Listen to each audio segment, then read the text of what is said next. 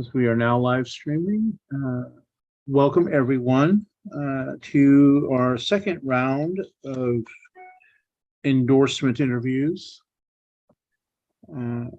We appreciate all of you joining us this morning. For this session, I don't see any guests at this time other than our candidates who are in the waiting room currently. Let's see. Tom, if you can pull up the land acknowledgement, and I'll ask Monica to provide it. We pause to acknowledge that Solano County Democratic Central Committee of the Democratic Party sits on the land of the Miwok and the Padwin people.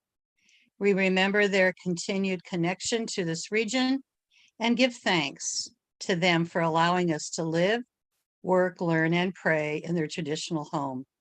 We offer their respects, I apologize. We offer our respect to their elders and the Miwok and Padwin people of the past and present. All right, thank you very much.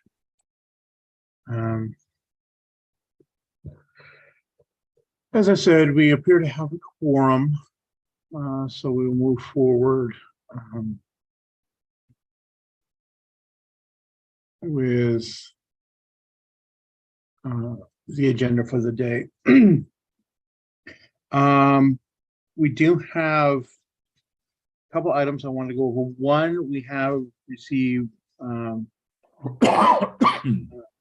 late yesterday evening a questionnaire from Dwight Monroe, who is running for Vallejo City Council. I'm not sure which district off the top of my head.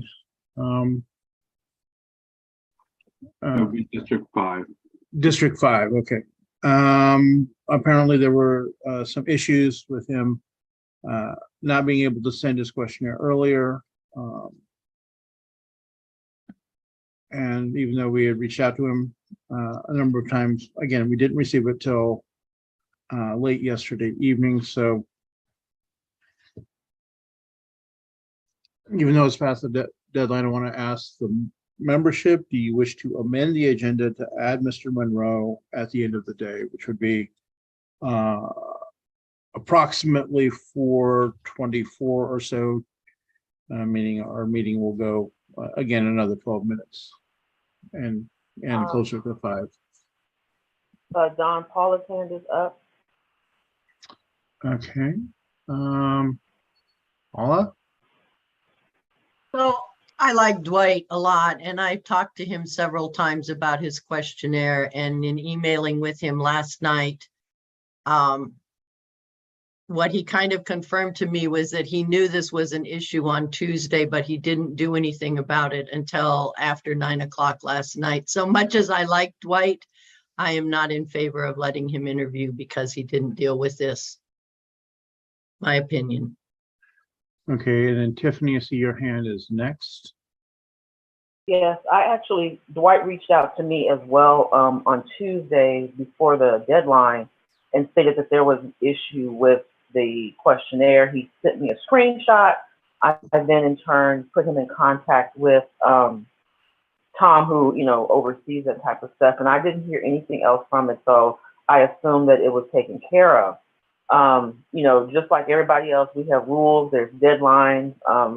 Apparently there was adequate amount of outreach. I just don't know with the new technical piece that we're still trying to figure out, if we should exclude him. I don't mind hearing from him, and I would like to see that be able to happen and move forward with the proposed amendment to the agenda to have him speak towards the end. Thank you. Okay, Steve, I see your hand next.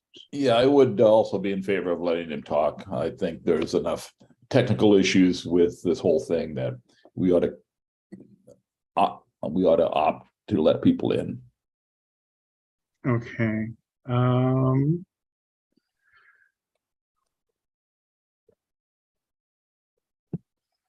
I don't see any other hands, so I'm interpreting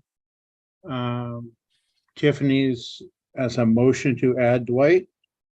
Is there I'll a second second? that. All right. Leo. Okay.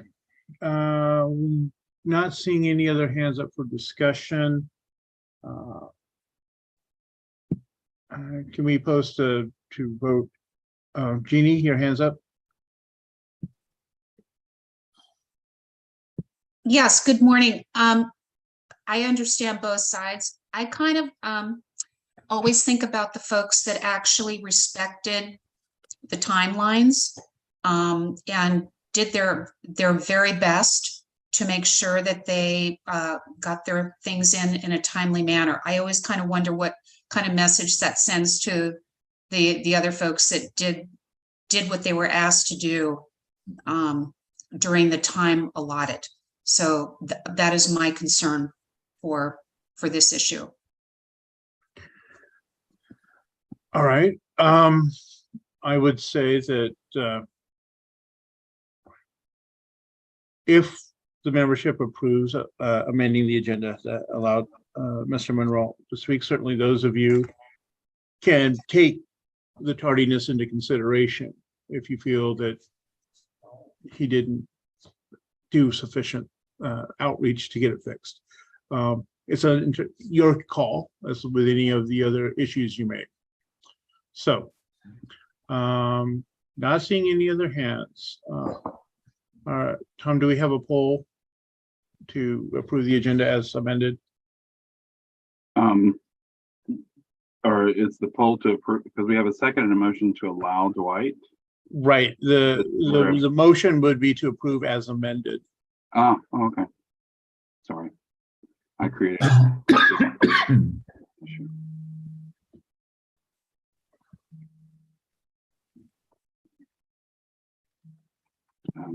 Hold on, sorry, I've got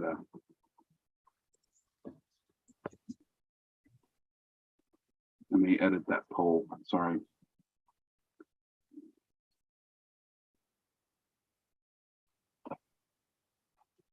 No.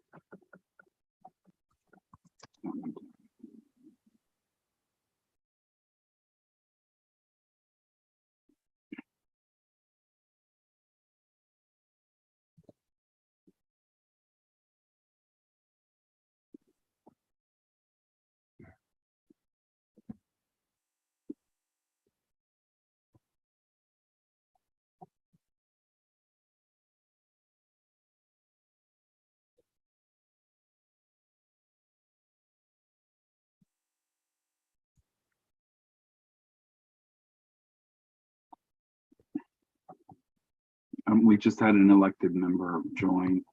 Kelly, if you're on, will you please, you should have a poll waiting for you. This is to allow Dwight Monroe to participate in the endorsement process. Also, Don. Chair, Yeah. I'm sorry, Chair Jeanette's hand is up. Jeanette. Well, I was just going to ask, we had a motion and a second, but we didn't vote. So this amended a motion will pass that or not. Is that correct? I see. Yeah. So I figured it out after you said that. Thanks.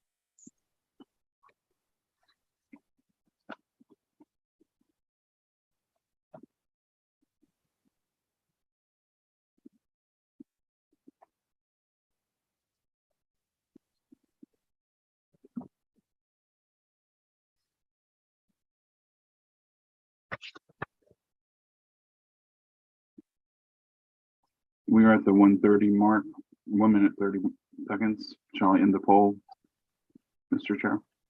I think everyone who has desire to vote, if you haven't, vote now. No, we have 23 people out of 29 voting. Okay. I know I'm just seeing the poll results. I'm not able to actually vote. That's fine. Because you're all right, I think we are done. Go ahead and end the poll. And we have Mr. Monroe, majority has voted to amend the agenda. So if you will let him know and also amend the ballot to include him, and then send that out to the members. Will do. I will also just comment, we received a communication from 2 registered Democrats complaining about members of the executive board taking a position on one of the ballot measures and asking them to recuse themselves. I will point out that we are all free to express our personal opinions on matters. And in fact, the reason most of us are in politics is because we have serious issues and opinions on matters. So I will leave that to the members to make their call on that, whether they choose to recuse themselves. But I did want to let you know, some people were objecting to our executive board members having an opinion. Mr. Chair, Yeah, if I may, I believe Glenn Lovell needs to be sworn in. okay. Yeah, okay, I see that he is in, so let's, and we do have still, well, we're running 2 minutes late, but let's swear him in first, so that there's no question about his vote. So if you would pull up the oath for me, please. Yeah, just a minute. Do.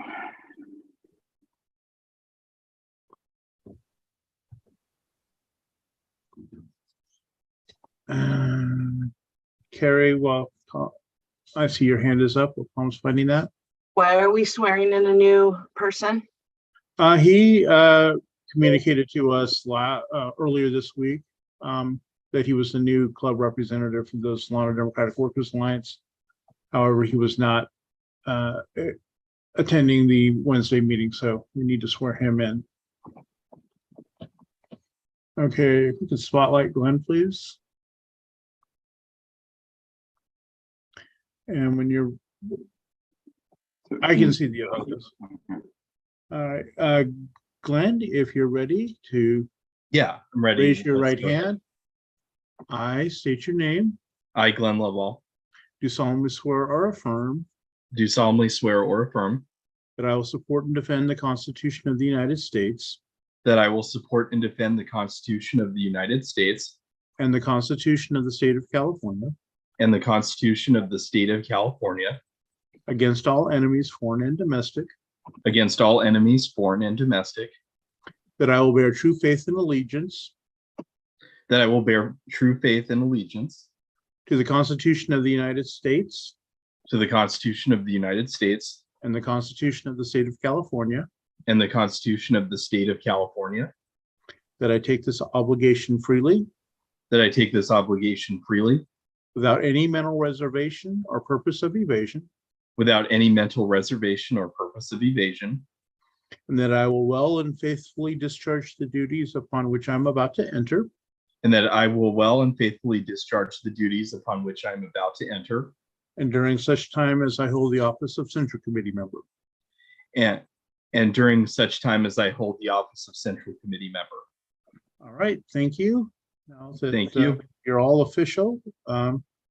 Please remember that only one of you gets to vote for your club. So work it out between you which one is submitting the club's ballot. Roger that. Thank you, Don. All right. With that, let us jump to our first contestant for the day, which my agenda is Patrice Williams, Fairfield City Council, District 1. You can. No, I'm sorry to interrupt. We were in the middle of a issue, something about recusal, and I think there was supposed to be a poll. I was not asking for a poll. I was simply notifying the members of that allegation. Okay. So that they're aware. We can. Lynette's hand is up. Lynette. Thanks, Don. Yes, no one ever has to abdicate their right to vote.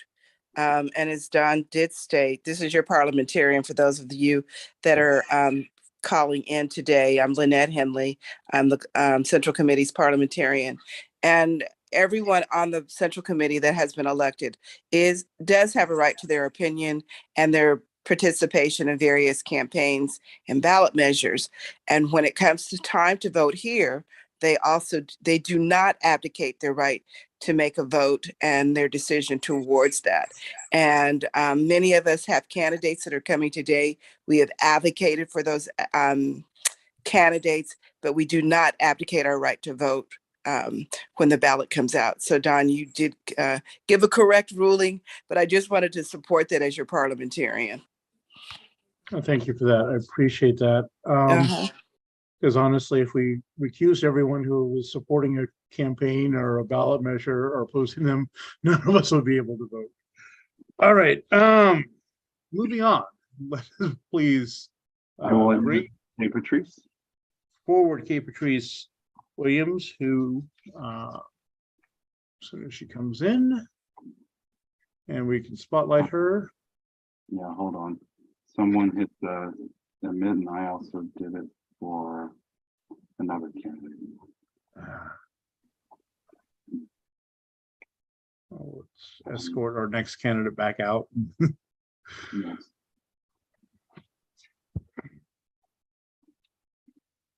Okay, Patrice Williams, you are on with the Central Committee, and I am about to spotlight you for everyone. All right, again, for I don't know how many times I've said this, but Patrice Williams, candidate for Fairfield City Council District 1, you have 2 minutes for your opening statement. So please. Thank unmute. you. And I hope you can hear me okay. I'm in my car. But hello, fellow Democrats. My name is Patrice Williams, and I'm running for Fairfield City Council District 1. My priorities include economic prosperity, affordable housing, homelessness, living wage jobs, and of course, small business support. And why do these values sound familiar? Because they are Democratic values as well. As a Democrat, I'm really proud to be a Democrat, and I'm very proud to be a Democrat here in Solano County. I have been elected as an ADEM for 2 cycles in a row. I'm one of the 3 co-founders for the Sankofa Democratic Club. That is a club that was chartered by 21 Black women in Solano County. And as you all know, I'm pretty obsessed with voter registration. I've worked with a lot of you members and clubs in supporting voter registration initiatives all throughout Solano County. I have been endorsed by the Napa Solano Labor Council and also the Napa Solano Building and Trades. In addition, I've been endorsed by Senator Bill Dodd, Assemblymember Lori Wilson, Superintendent Lisette Estrella Henderson, and a host of others, including Quentin Voice, Dana Wilson, Michelle Coleman, and thrilled to say that the list is growing. I am thrilled to be here in front of you all because our values align. And I'm ready for any questions. All right, we have, again, 9 minutes for questions. So we have first question,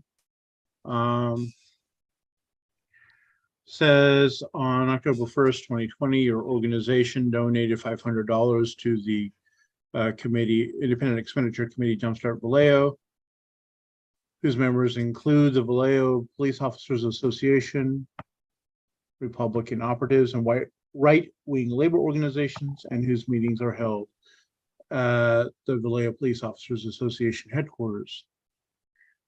The VPOA is rather infamous for its conduct. Can you explain your reason for that $500 donation? And I will just encourage. Yeah, so I just want to clarify, just because the volume is really low for me. It's which organization? The organization, the donation was to Jumpstart Vallejo. Yes, absolutely. So I did donate $500 to Jumpstart Vallejo. It is an organization that includes union organizations, union members, and small businesses throughout Vallejo. So absolutely, I sent the money. And would do it again. All right, the next question. I didn't hear you mention the climate in your priorities. What would you do to help green and reduce the carbon footprint of the city of Vallejo, the city of Fairfield, that is, make it more climate friendly and sustainable? And what would you do to bring more solutions to the climate crisis to the city of Vallejo? So you keep on saying Vallejo. I think it's because I mean I to lived say in Vallejo Fairfield, I for apologize. 10 I'm years looking at the with people last I don't. Huh? I mean to say the city of Fairfield. My apologies. Okay, got it. Because I've been here for 8 years. And so yes, it's not part of my priorities, but it's something that I care about. I care about our environment. And I think we need to do more. We need to do more to make environment a community priority. What are we all doing? What are we all lifting? What can we do to lower our carbon footprint? What can we do to make sure that that our families, our generations are left with an environment that is better than that is not worse. That is hopefully better than what we're leaving it. So it is something that I personally care about, and I'm interested in any initiatives that brings that forward.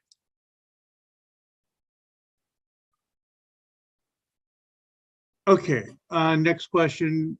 Similarly, what ideas or plans do you have to help your jurisdiction handle intense heat, droughts, fires, and flooding?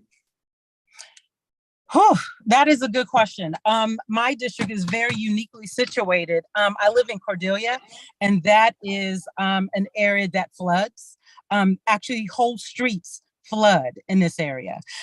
Also, part of the district is Green Valley, and that area was put at risk quite a few times, where it backs mountains, it backs hills.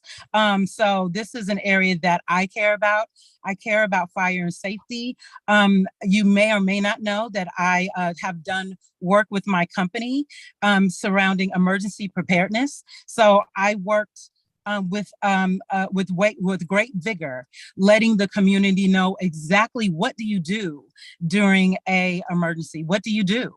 A lot of us didn't know, and so we were able to touch over 40,000 people, letting them know about emergency preparedness. But my last part of the response is we've got to continue funding and putting money toward fire and safety. We have to do it. And there's money out there that's even outside of our budget. There's money that we can tap into surrounding grants and funding, and we need to be able to tap all of those. Sorry, I'm still not sure about that. Sorry. All right, I'm not seeing another question for this candidate. If you have a question, please drop it in the chat now.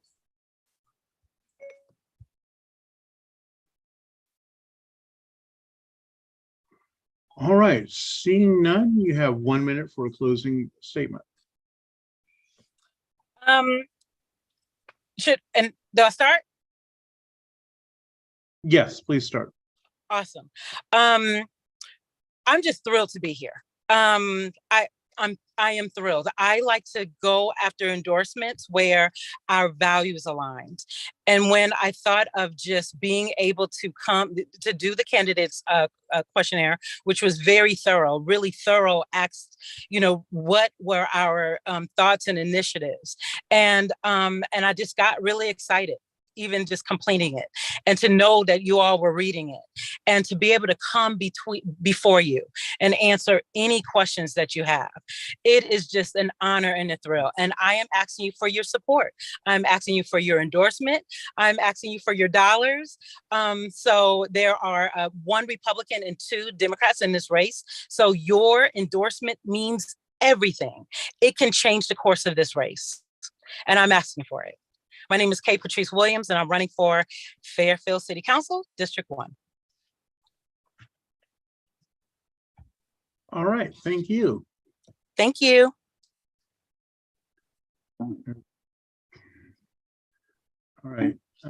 Tom, has the ballots gone out yet? I'm still working on that as well as keeping all this afloat. I mean, Okay. yep. So, oh, she's not. Okay. We have, Jennaly Dawson next. yep, she is here. Here comes Jeanette.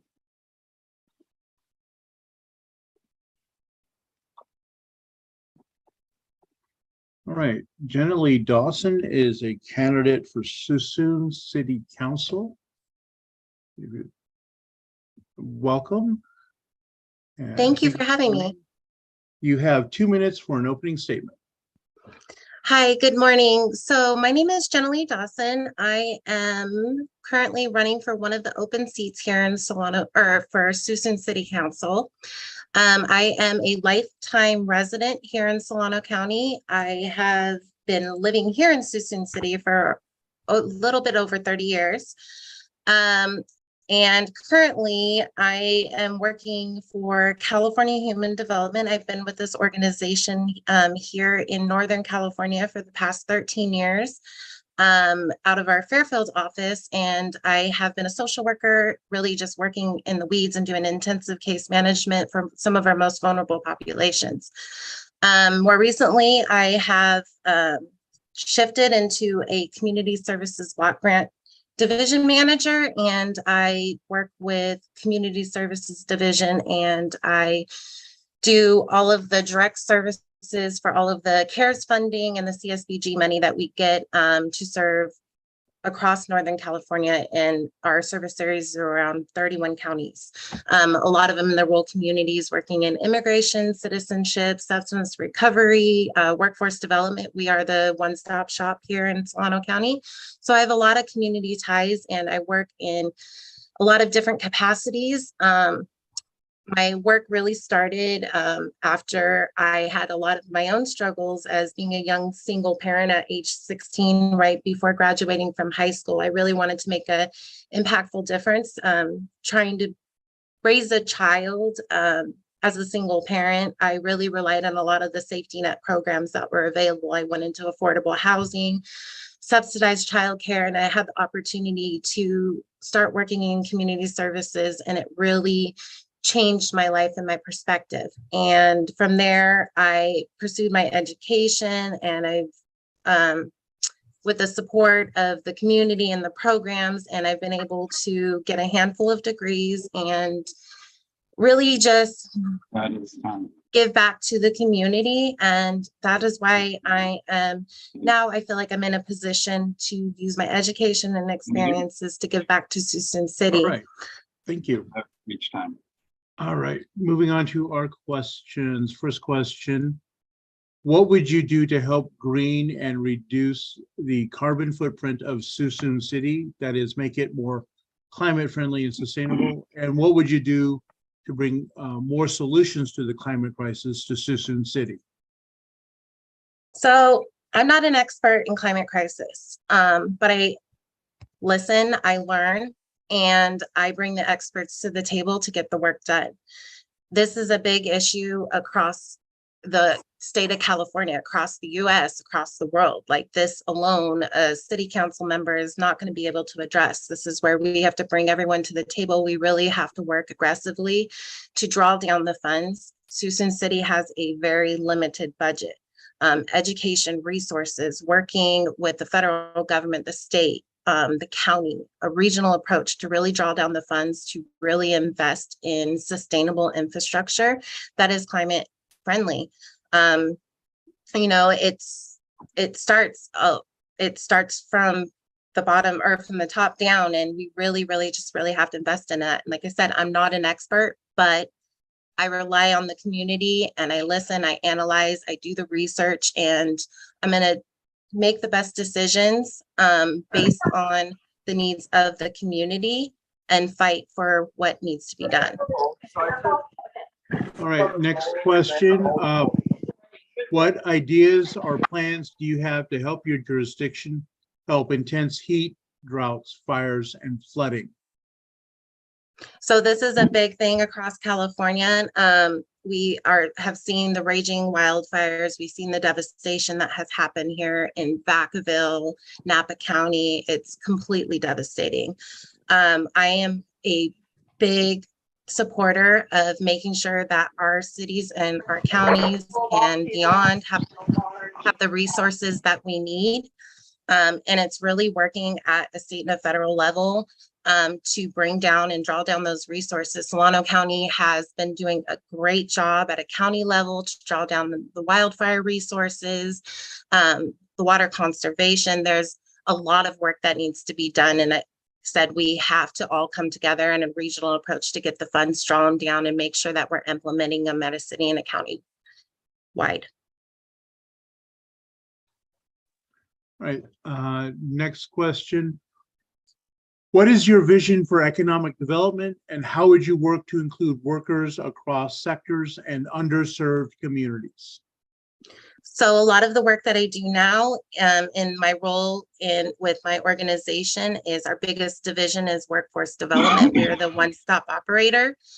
We work in the weeds of the vulnerable communities. We work with the farm workers. We do affordable housing for farm workers in Napa, Solano, Yuba, Rural City, Fairfield. And me as an individual who's used affordable housing and safety net programs, I understand as a social worker who's working with these people every single day that the resources are vital. Working with our nonprofits, our stakeholders, making sure that we're leveraging all the resources, that they're educated, that they have the tools that they need to overcome them, making sure that workforce development is engaged with these at-risk populations to give them the opportunities to be able to earn these prevailing wages and increase their educations. Like I said, I'm a prime example of that. I used the safety net programs and I was able to overcome them. It is important for me, just like with affordable housing, we have people coming in. Affordable housing is a great safety net program and it is needed, but it should not be a lifeline for people and it should not be generational. We shouldn't be having our families, raised in our affordable housing and then, additional their children raising their families. We have to give them the tools and the resources they need so that they can overcome their barriers in life and have better quality of life. Next question. Do you have any concerns about finances in Suisun City? If so, how would you prioritize spending? So, of course, as you guys all know, Suisun City is a very small city and we do not have a lot of generated revenue coming in. We have a lot of housing. We have very limited resources, very limited businesses that are generating tax revenue that we need. So it's really important to be fiscally responsible and make sure that we're really allocating the resources where they're needed and really drawing down, working with our state and our drawing down additional federal funding and grants to be able to build a more sustainable structure. Economic development is going to be hard here in Suisun City. We have limited opportunities to build up additional retails. We've got a lot of housing coming in, which is great, but I'm also concerned about the additional resources. Like we've got one grocery store and a Walmart, so we have a lot of work to do that make sure that we have some viable businesses coming in to generate good income. And we really got to work on our infrastructure to bring them in. It's going to be a challenge, but balance is the key. And I'm, ready to work and identify resources and sources of ways that we can generate additional funding to be able to support all of the initiatives that the city needs to be able to provide a quality of life for our residents. Next question. As Suisun is a commuter town, what additional public transportation would you like to see? I would really like to see, and you're absolutely correct, it is much a commuter town. There's not very many job opportunities and workforce development here in Suisun City. A lot of the individuals and families, I commute all across Northern California, Santa Rosa. My husband works in Santa Rosa. We have to commute for our jobs and our positions, and it's difficult on families. I would definitely love to see more use of our train systems, our Amtraks. I think that's essential. Additionally, Suisun City's really put out the time and done the community needs assessments, and is really doing some great work on trying to improve the public transportation and the needs, and listening to the community on what they need. And that is my goal, is to listen to the community, listen to the transportation barriers and the access that they have, and identify solutions with the experts and bring those solutions into sustainable actions. Great. Yeah, are there any other questions for Ms. Dawson? Please put them in the chat. Should I open the chat, or will you read them back out? I'm reading them. I'm just looking to see. I do not see any further questions. So 1 minute for your closing statement, please. Okay. Do you still, I'm sorry, I opened the chat and I covered up everything. Yes, we can still see you. 1 minute, please. Okay, thank you. So as a lifelong resident and a community advocate, my education and experiences really prepared me well to work others in a team and get the good stuff done. I can listen, I can analyze information, form a common sense plan. Currently, I came forward to run for city council because the residents of our cities deserve better. We've had two dynamic leaders who have been blessed and have transitioned out to do some amazing things, Miss Jeannette Williams and Lori Wilson. And the city needs to continue to have a leader who will fight for the working families, our seniors, our veterans, our youth, and our small businesses. I believe, I am that leader. I believe I can provide a hands-on approach, bring the issues and the concerns and the priorities of the people to live that live in Suisun City, and bring the resolution and resources. The residents need a courageous, a committed, and a compassionate leader, and somebody who's accountable. I hold myself accountable, and I expect the community to hold me just as well as accountable. I have a proven track record of leadership. Oh, sorry. All right. Thank you very much for joining us this morning, and have a good rest of your day. Coming up next, I have Alma Hernandez on my calendar, so we could transition to her, please.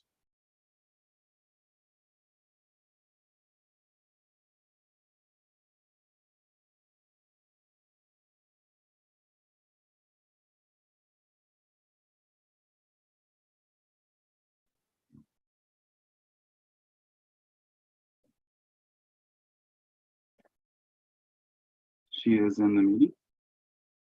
All right. All right, if we can spotlight Ms. Hernandez.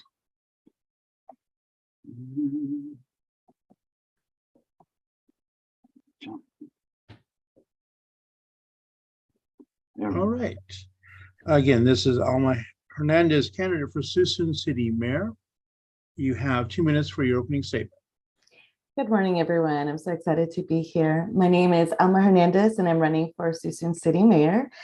When I was sworn in as a council member in 2020 to lead Suisun City, I kept my core values at the center of my decision-making and service to the community.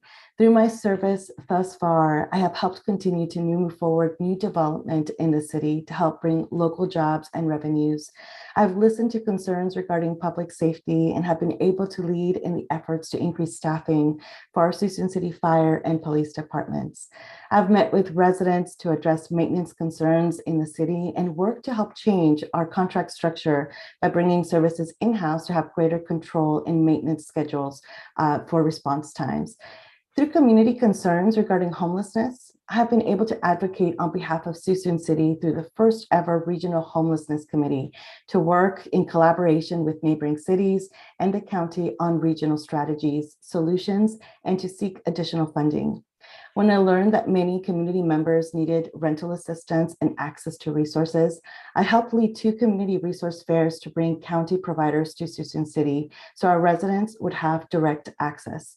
What this has meant is that by listening into people, by listening into the challenges and the concerns of my city, by being able to really tap into the collaborative efforts that I have with other members in our region and to really look for solutions, that's the work that I've kept central in everything that I do for Suisun City, day in and day out. This is why I am seeking the opportunity to continue to serve in this leadership position as Suisun City Mayor.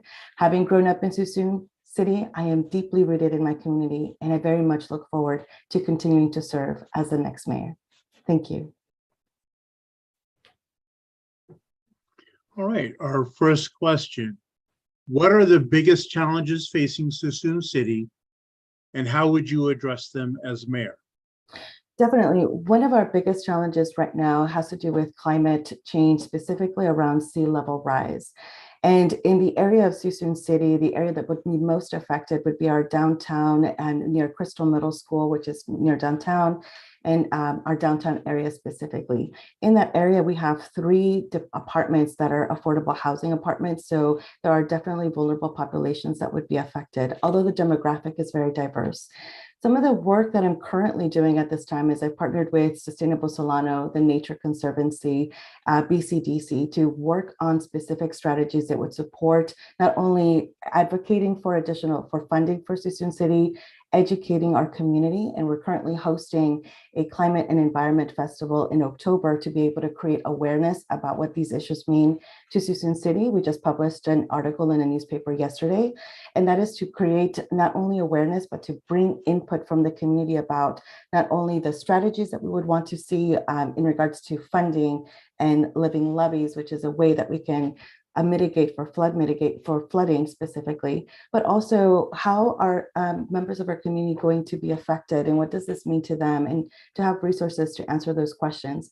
This particular challenge would not be facing Suisun City directly for another 50 to 70 years, but in climate change, that is around the corner if you really think about the science. And so we're being very proactive at this time of looking for solutions and bringing in resources. Okay, to some extent, you started addressing this, but I'm going to ask the next question anyway. Climate change is here. What ideas or plans do you have to help your jurisdiction handle intense heat, droughts, fires, and flooding? Well, in addition to everything that I just mentioned, there are other areas of work that we're doing. So earthquakes definitely is part of the work that we're doing with our fire department to fund additional training specifically for them.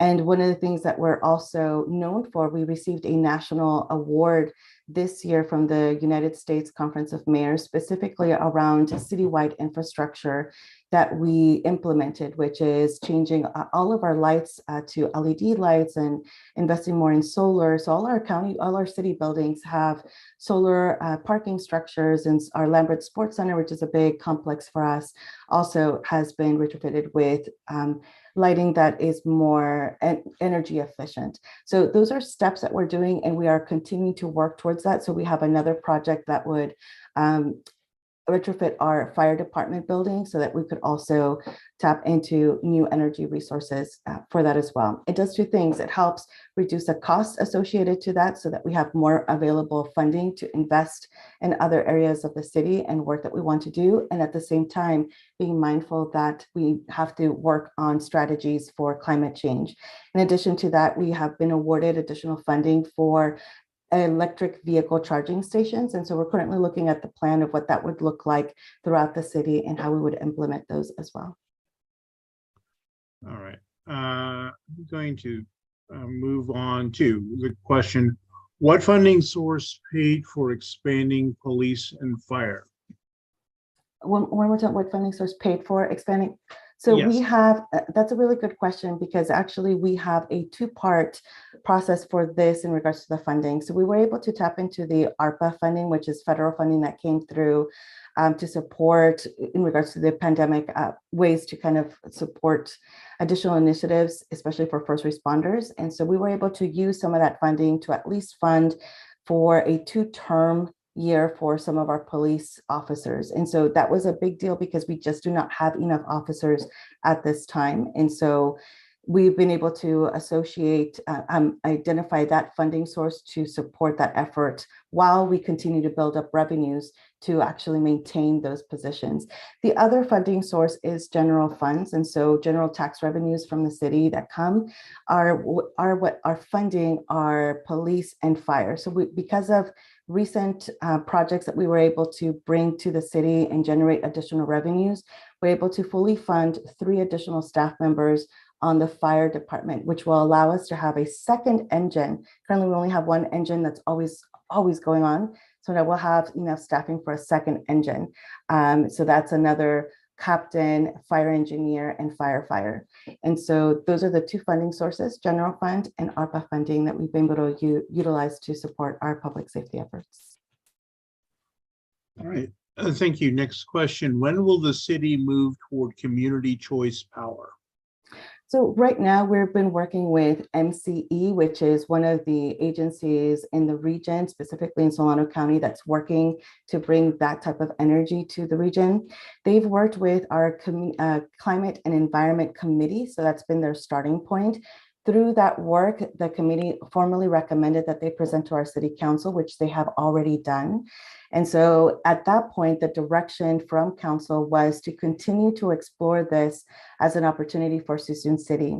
The presentation, what we had wanted to see was more input about what it would mean to Suisun City residents. At the time, there were a lot of examples of surrounding other cities that currently have MCE as an energy source, including the city of Fairfield, Vallejo, and Benicia.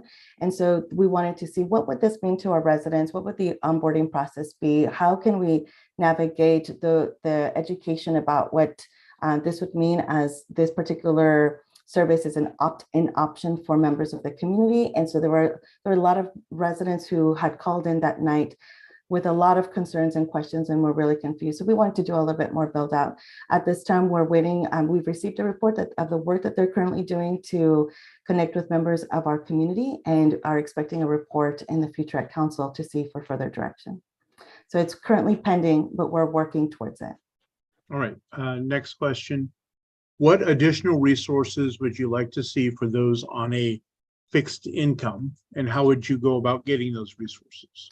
You know, fixed income is definitely a need, specifically with our seniors or individuals who have, have limitations to be able to work, or because of the pandemic have lost their income source specifically. And so there are specific things that we can do, which is partnering up with more businesses to provide access to either programs that can support ways for onboarding a skill set. For example, the Workforce Development Board in Solano County has really great programs about how do we retrain for skill sets that are now needed in the workforce. So there's one way to start working towards the income piece. Also advocating for the types of jobs that bring more competitive salaries in the area.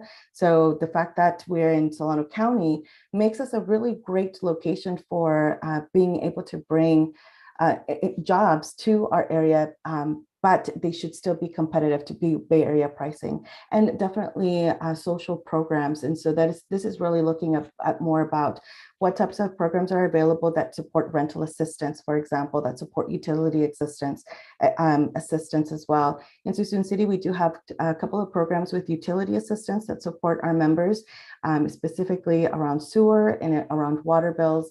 And so those are areas that we've already implemented to support those with fixed incomes.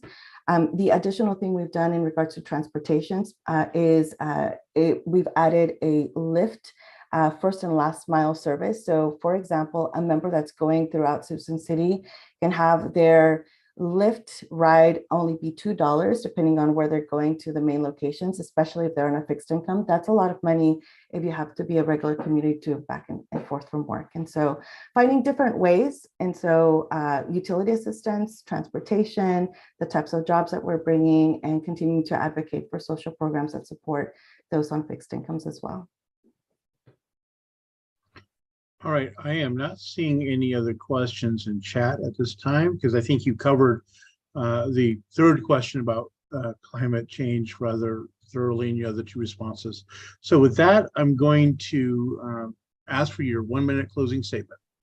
Okay, well, thank you so much. I really enjoyed just being able to connect with all of you. I think leadership in our community is a partnership with those who we serve and those who support our vision as well. And this community has always been one that I have admired because of the work that you all do to support local leaders like myself, because we cannot do this alone.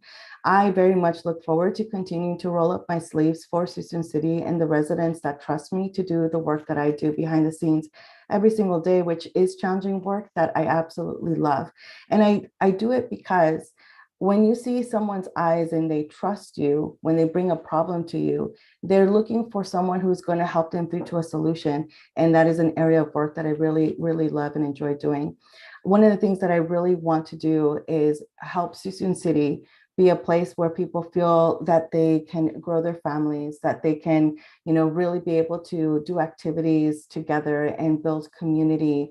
And especially with such a diverse and beautiful community, something to continue to shine and where small businesses can thrive. And so definitely an area of work that I want to continue to support and do. Thank you so much for your time. All right, and I think we've got a little No worries. backscatter there, so It's apologize okay. for that, but thank you so much. Well, thank you so much all for your time and have a wonderful day. Thank you. All right. I do not see our next scheduled presenter here, and while the following one is available, she's not scheduled for another 5 or 6 minutes. Tom, would it help if we took a 5-minute break for you to get the ballot finished and out?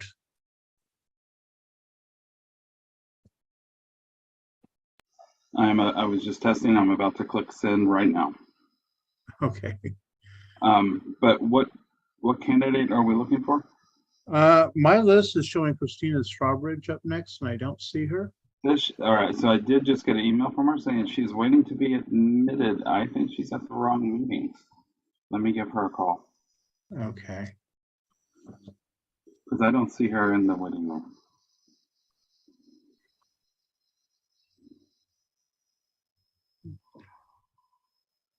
Oh. So if we want to skip Christina and go to the next one, we have Sarah Donnely. Well, I'm showing Cassandra James is next on my list. Sorry, yes. And she's in. She's here. So let's highlight her.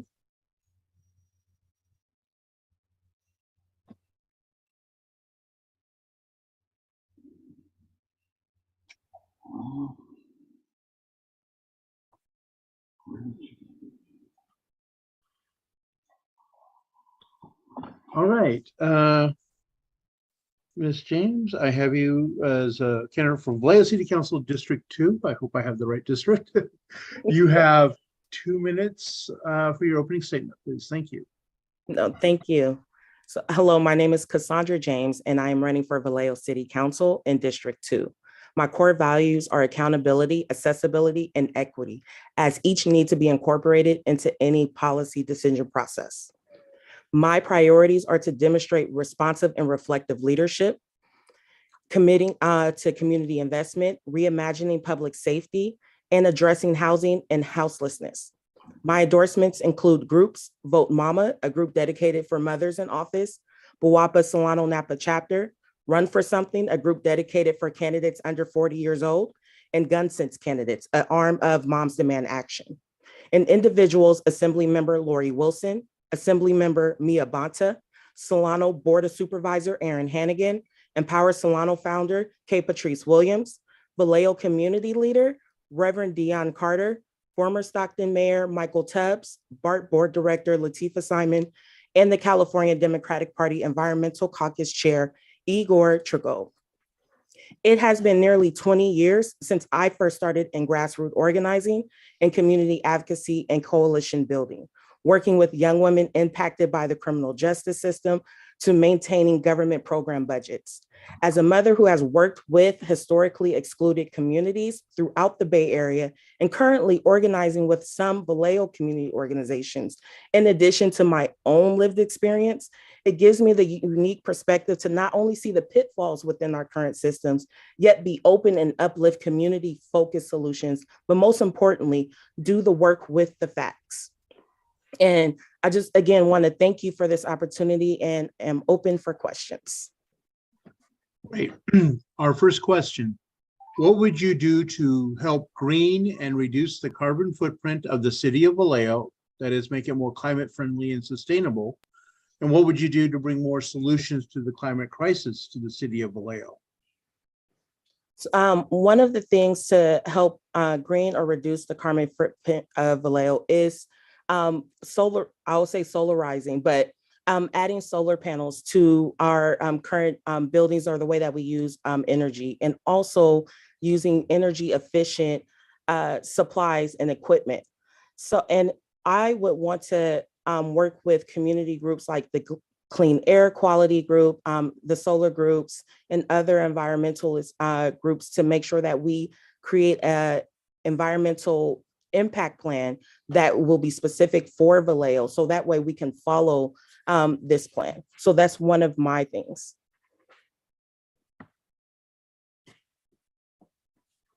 All right. Next question, following from that one, climate change is here. What ideas or plans do you have to help your jurisdiction handle intense heat, droughts, fires, and flooding?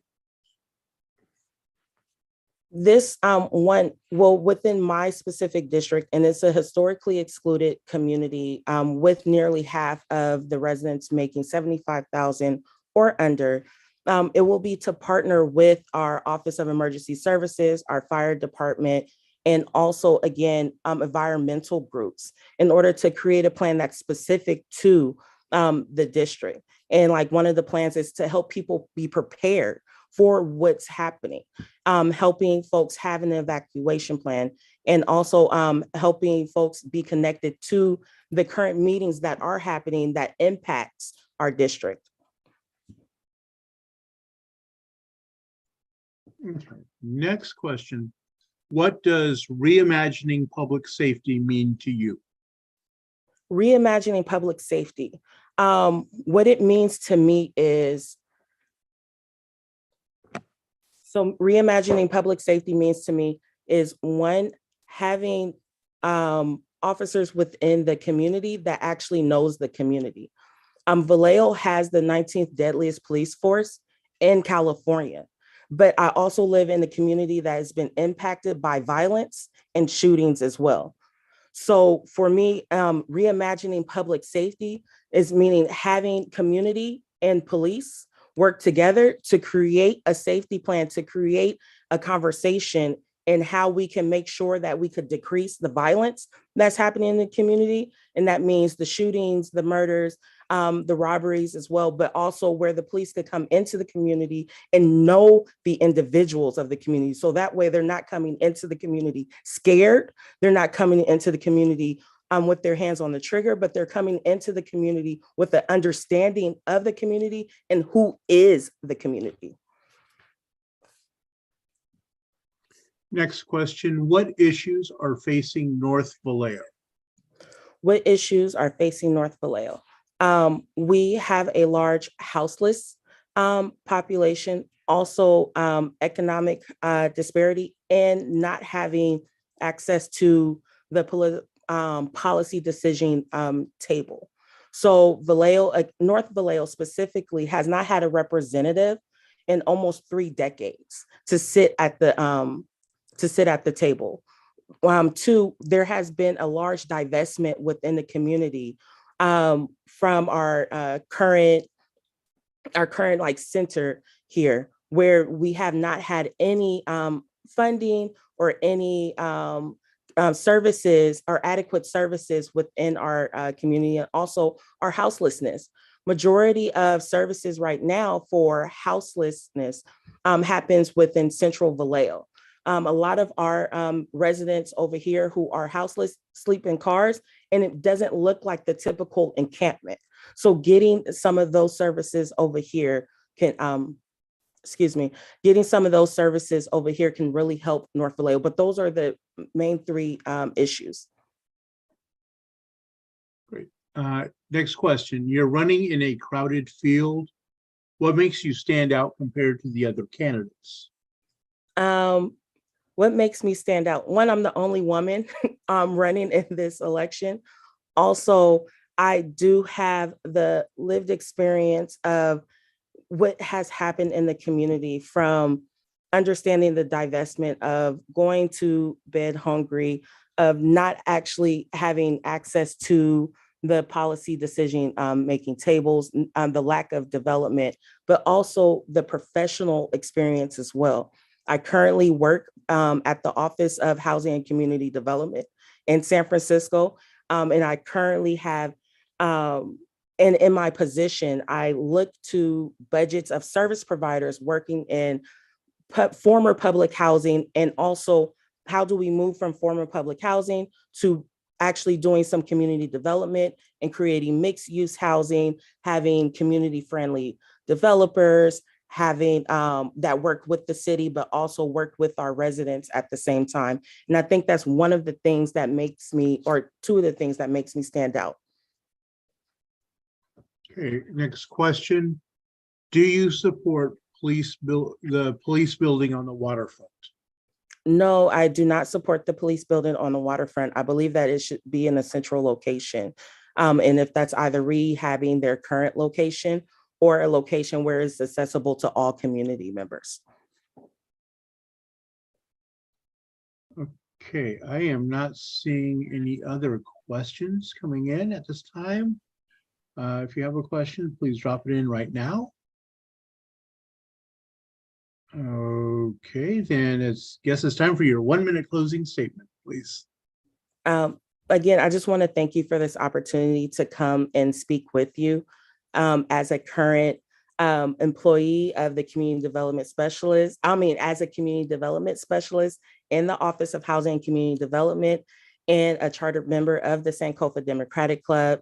And I recently earned my bachelor's specifically in politics, economics, policy, and law. I think that I would be appropriate in having given birth to the next generation of Vallejo, would be appropriate to be in this position to make sure that we move our city, move our county forward in a way that is comprehensive for us all. And again, thank you again. Thank you very much. We appreciate you joining us today. Okay. I'm not seeing Christina in the waiting room yet. There is someone called Joe Martinez, and I'm not sure if that is her. Oh, sorry. You did good, Cassandra. We're under your time. But let me call and find out real quick. But in the meantime, I think Sarah Donnely is there, so we can move ahead. All right, with your indulgence, folks, we will go ahead to Ms. Donnely, who is a candidate for Rio Vista City Council.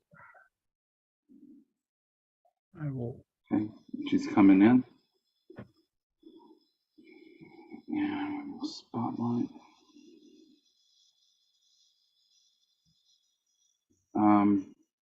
She is not here with audio. Sarah Donnelly, can you turn on your audio?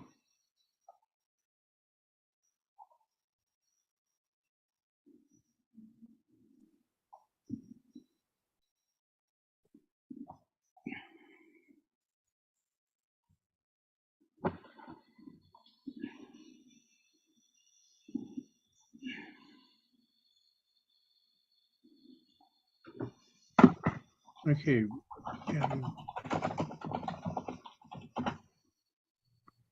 Ms. Donnely, are you with us? I'm not seeing you or hearing you.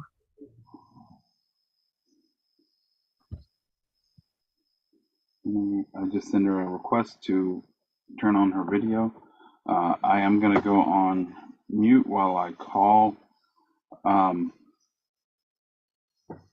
Christina.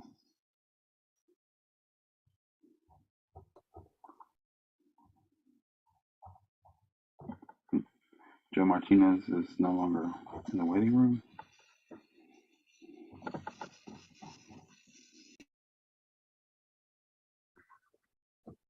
Okay, again, Sarah Donnelly, are you able to turn on your camera and or speak to us? It looks like she's still trying to connect her audio. Okay.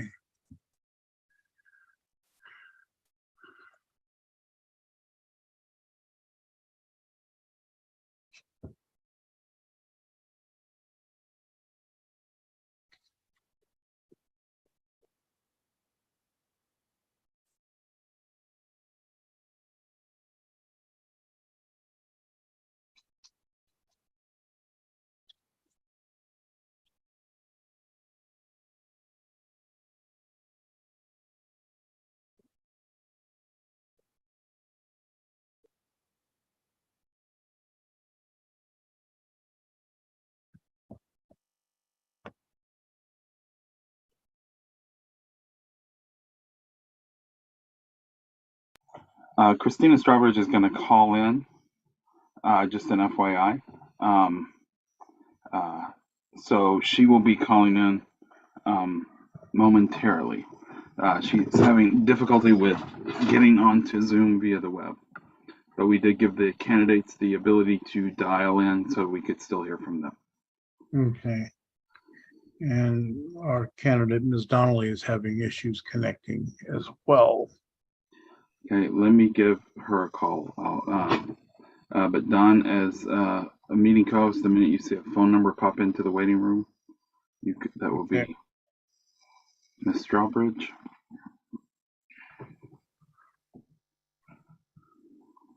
All right, folks, I think just take a quick 60 seconds to go ahead and grab your beverage of choice while we are attempting to connect either of our candidates.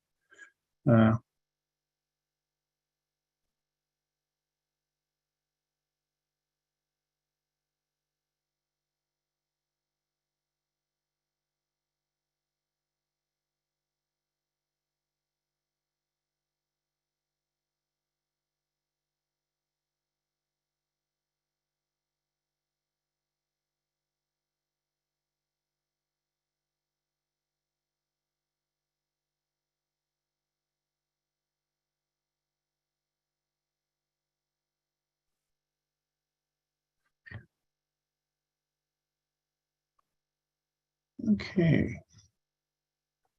I believe we have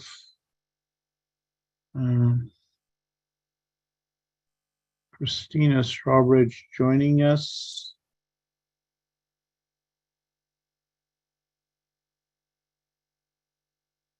And she's able to connect and unmute. I'm unmuted. I'm on. Great. All right. Our next candidate, Christina Strawbridge, candidate for Benicia City Council. You have 2 minutes for your opening statement. Okay. Thank you. Thank you, Central Democrats, for having me. I am running again for City Council. I've completed 9 years on the council from 2011 to 16 to 18 to present. I'm very proud of my endorsement list that includes our top Democrats, Congressman Mike Thompson, Congressman John Garamendi, State Senator Bill Dodd, Assemblymember Tim Grayson, Solano County Supervisor Aaron Hannigan. I've also been endorsed already by Central Labor, Napa Solano Central Labor, and the building trades. And just recently, police and fire have endorsed me.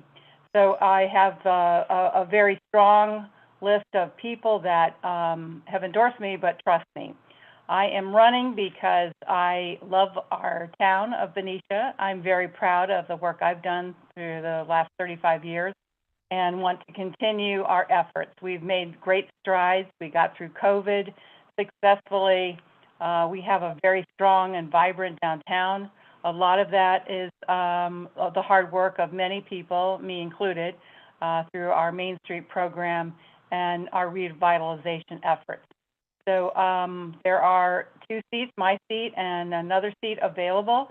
And as I say, I'm the best choice. I'm a lifelong Democrat, and I have a strong record of support for our residents and our businesses. Thanks. Great. Moving to our questions. The first one, what would you do to help green and reduce the carbon footprint of the city of Benicia, i.e. make it more climate friendly and sustainable? And what would you do to bring more solutions to the climate crisis to the city of Benicia? Well, it's a good question. I'm fortunate to be the city council representative on MCE, Marin Clean Energy. I have been involved with, I actually was on the council when we voted MCE in many years ago. I think it was in 2015. Since then, MCE has grown, encompassing over 43 communities, I believe, and it's become a very powerful and effective way of going green. At our last meeting, we actually voted to any new communities that are coming forward are going to be deep green. So that is a big push and accomplishment. Benicia has been fortunate to be, on the cutting edge as far as sustainability. We had the first climate action plan. We have a sustainability manager. We have the council set aside money to hire somebody. We have a sustainability commission. And we just had a vulnerability report showing us where we're most vulnerable as far as climate change. So we're on it, and I'm part of that. Okay, next question. What is your vision for economic development, and how will you work to include workers across sectors and underserved communities? Well, my strength is economic development. I'm a small business owner on First Street. I was chair of our economic development board and served on it for 4 years before I got on the council. We rely a lot on Vallejo and the supporting businesses out in the industrial park, but we are becoming more diversified out there, attracting new businesses and retaining the businesses that are out there. That's very important, is that retention, listening to them and figuring out what their next steps are going to be moving forward. Our downtown, as I mentioned, it's almost 100% occupied, and that is really to our credit of getting through COVID successfully. So I am really looking at how we can help our businesses become more energy efficient, more diverse in their hiring, and that starts with City Hall. So we have a commission, we'll probably be talking about that in one of these questions, the CURE Commission, which is looking at how we can become more equitable as a city. All right, next question. You wrote in the questionnaire that you've endorsed non-democratic candidates. Can you expand on your answer? Okay, I have been pretty independent in that we are in a nonpartisan race here in Benicia. I have supported in the past Mark Hughes, which I believe is a registered Republican. Mark did an excellent job on the city council. I supported him when he ran for mayor. Lionel Largaspada is a Republican. I'm supporting him in his efforts this time around. I go for the person, and that is really important to me. They have to have similar the same kinds of approaches I do on everything, but we don't always have to agree. There are Democrats that I would not support just because of I've seen either they don't have the experience or what they have done is not to the level that is required anymore on being on a council. Okay, next question. What are the biggest issues facing Benicia and how would you address them?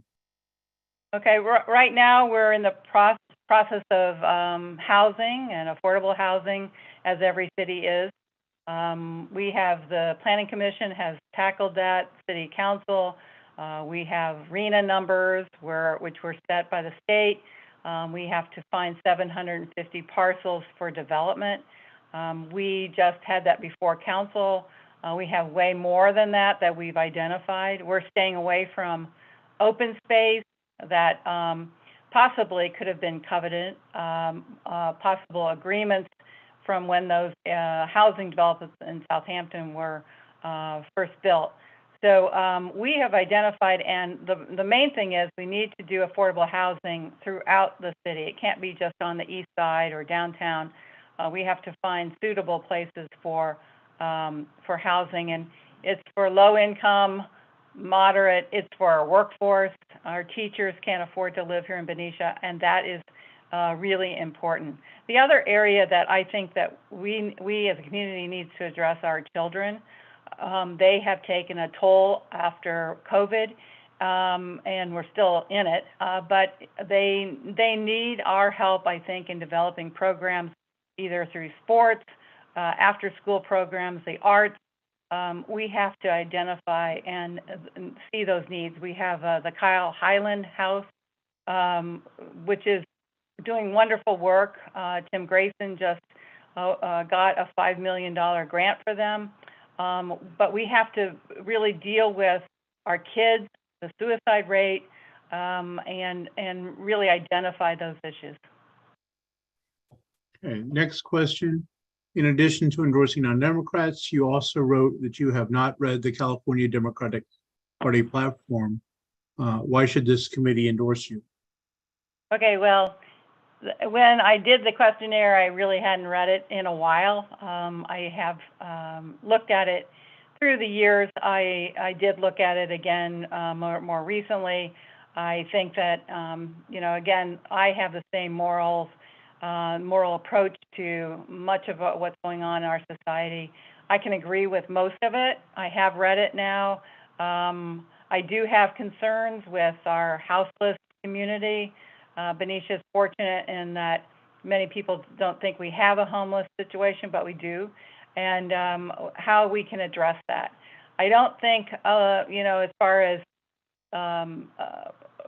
approaching it in the past has been successful, and I want to see new ideas moving forward. So, one of the things I noticed in the report is that we don't address women's rights, and women's rights have been a challenge with the Supreme Court ruling against Roe. So I think as Democrats, we need to become more united on our front. I'm running with two other Democrats, and the progressive Democrats went ahead and endorsed those two, even though they're not incumbents. And it's what it is. But I feel like, as I say, I'm the strongest candidate. I am a true Democrat, and my endorsement list proves that. All right, I do not see any other questions in chat. Let me just make sure I haven't skipped any. No, so time for your 1 minute closing statement, please. All right, thanks. As I said, I'm passionate about our town. There's a lot to be passionate about. We have an excellent city manager in Eric Upson, our former police chief. We have addressed a lot of things that have been not popular, like water and water rates.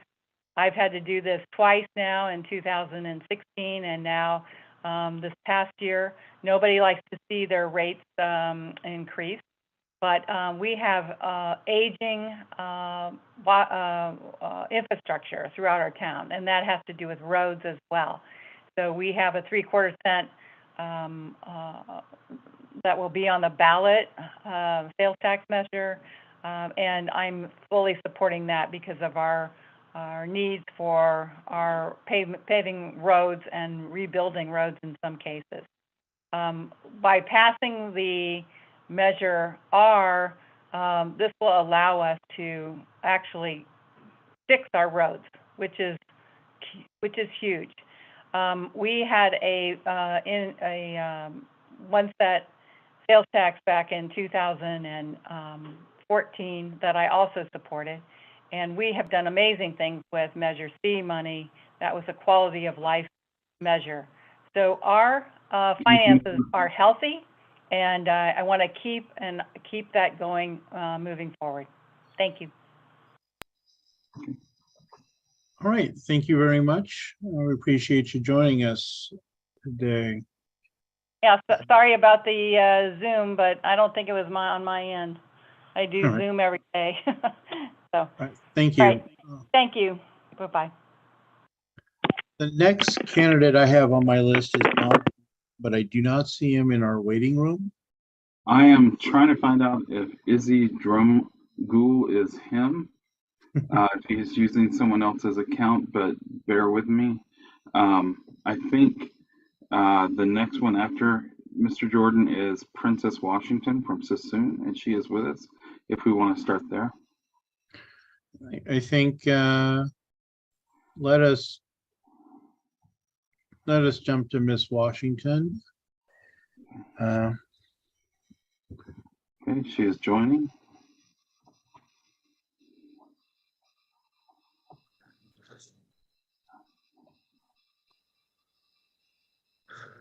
Hello, Miss Washington. Are you there? Yeah, I see her video is on. All right, we have a spotlight. And Miss Washington, you are on mute. Okay, can you hear me? Hi. Yes, welcome. Okay, everyone, this is Princess Washington, a candidate for Suisun City Council. Let's begin. You have 2 minutes for your opening statement. Well, I really want to thank you for allowing me to, speak and get to know you guys. This is my first election, so I'm, really excited to see where this journey takes me. I love Suisun City; it's my home, and so for me, I'm doing this, to kind of give back to the city what it's given me. Right now, I am a commissioner for the Recreational Parks, Marine, and Arts Department. So, I have been fortunate to kind of get some experience with working with city staff and working with residents and really establishing a change in culture, which I think is much needed in Suisun City. We've become very disconnected due to COVID, and I feel very blessed that we are, working together, coming together to really uplift our city and seeing the different things that are needed and putting them all in place. So, I'm just really excited to even be in this position. I know it's an honor anytime you can ever, exercise your rights. And so I'm just grateful to have this time.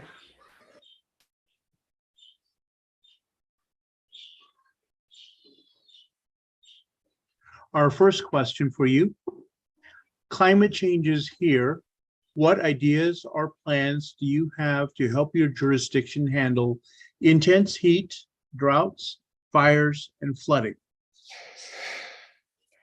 Well, like you said, climate change is here. We are seeing the effects of that. It is getting vastly warmer. One thing that I would love for us to transition from is the use of fossil fuels. I feel that immediate emittance of that energy is detrimental, especially because we are smack dab where Highway 12 is. So we get a lot of diesel, a lot of high traffic. I know that there is the goal for, California to become green. So I'm really going to champion for that, because I think immediately that is what we can all do individually is, take that into consideration, start making that transition. And also, Suisun City is known for its wind. I would love for us to really use that to our advantage. at this time, we don't have any sort of wind system in place that we can utilize for our energy. I know it's done a little bit outside of our jurisdiction, but I would love for us to, really investigate that as a resource. I think that that would cut down on a lot of unnecessary energy usage as well. Another thing is, we can definitely start doing preventative measures to really cut down on the overuse of water. Really be mindful of, how much we're using, how we can consolidate, maybe transition to more durable plants, more drought effective plantage moving forward. So I think the big part for us would be to really become that medium between what needs to happen and how we can help facilitate for our residents. So for me, I definitely want to partner with a lot of climate change organizations and really educate and arm ourselves with not only advocacy, but with policy change. Okay, I think you touched on a lot of this already, but I'll ask it anyway. What would you do to help further green and reduce the carbon footprint of the city of Suisun, making it more climate friendly and sustainable? And what would you do to bring more solutions to the climate crisis to the city of Suisun? Well, again, I think awareness and knowledge is always the best policy. A lot of misinformation is out there. There's still some people who don't believe in climate change. So I think, really teaming up with the scientists, those who are doing the work, who are really working on all of our behalf to make our planet better. I think once we get that unifying vision that this is for everyone and for our future generations, I think that will really help ease the change. Again, we should start implementing more charge stations within the city, really transition visually, because it'll really integrate the idea that we are moving forward with this progression. I know that, a big obstacle is not everyone is able to afford a, electric vehicle or things of that nature. So hopefully working with different businesses and organizations to see where we can reduce cost or, anything that we can do to really facilitate this new mentality that we kind of have to take over. Fossil fuels, I think, it's just been a travesty the whole time from their use. I know that we are dependent upon it, but a lot of it, I think, can be helped with the innovations that are already in place. But we just have to allow that to trickle down to the average person. Next question, what are the biggest issues facing Suisun City and how would you address them? I think our biggest issue is that we have low sales tax revenue. We don't have a lot of money coming in. A lot of that is because we are a bedroom community, and I love that about us. We're very quiet, we're very peaceful. You can come live here and lay your head, but it also works against us because we don't have a lot of circulation within our own community of our dollar. I would love to bring in more businesses in our vacant areas to allow Suisun City to be more self-sufficient within our own spending power.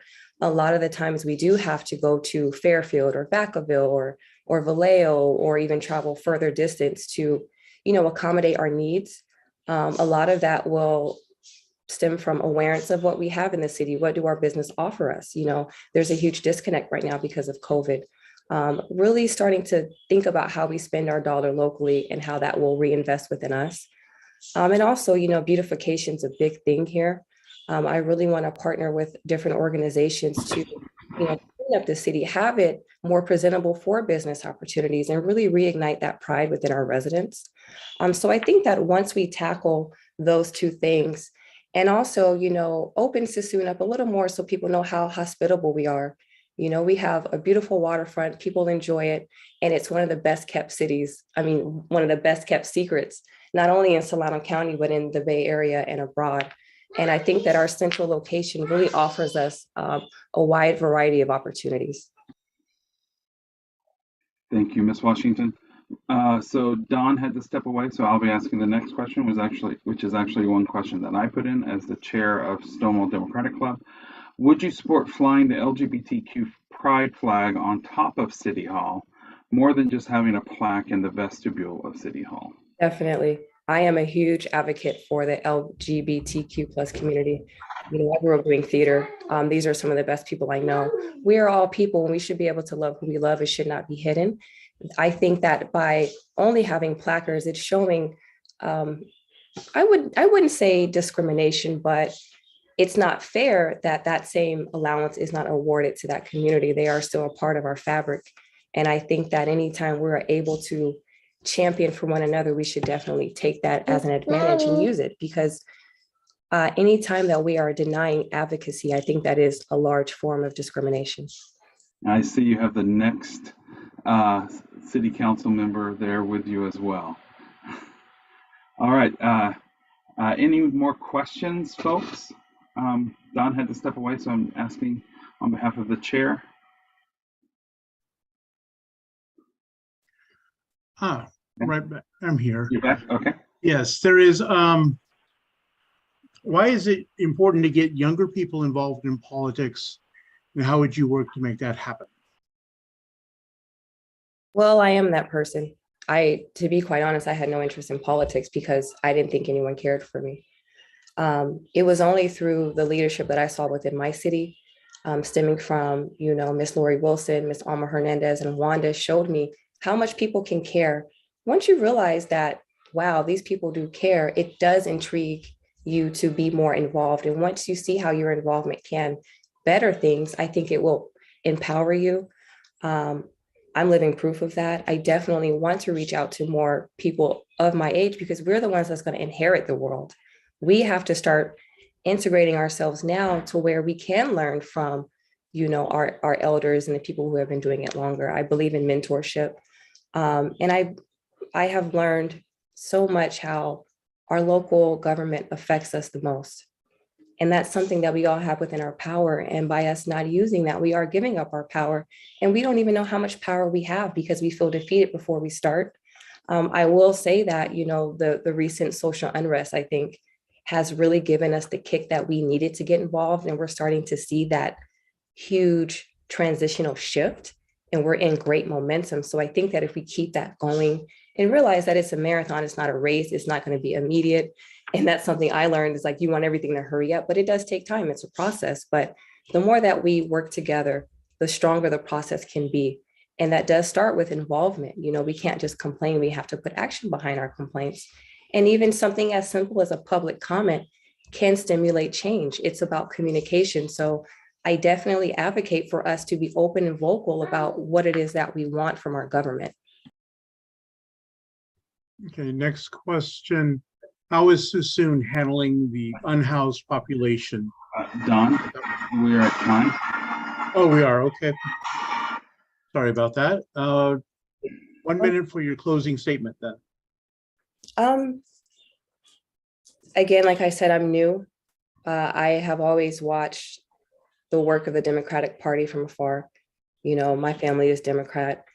And it's so refreshing when you see people in positions of power who advocate for you because you feel like you have no voice. I know what that feels like. I know what it feels like to be disempowered or feel like it's useless. And I really want to change that mentality because America is about all of us coming together to make our country what it is. It is not a single entity. It is different, multifaceted colors coming together. And I think that's so important to highlight. And I love that about the Democratic Party. I love that you advocate for so many things outside of just the normal political agenda. You advocate for healthcare, for the middle class, for, being able for your child to get daycare while you work. So I am someone who has definitely benefited from those ideals. And I really just want to draw that line in the sand to show that I believe in those things as well. And so that's kind of why I'm here. And I do thank you for your time. And I just want to encourage, keep up the good work because it matters. All right. Thank you very much for joining us. I appreciate you taking the time this Saturday morning. My understanding, Tom, is that Don Jordan is in our waiting room. Yes, he is. And all right, let's bring him in. And just to let you know, folks, it looks like we are running about 10 minutes behind what we were hoping to. So we will endeavor to get it done as quickly as possible so that we get some modicum of a lunch break in, but can urge you to consider being succinct with your questions. All right, He is in, let me just rename him. Okay. He is in on someone else's account, but we know it's him. And then spotlight him, please, once that's done. Yeah.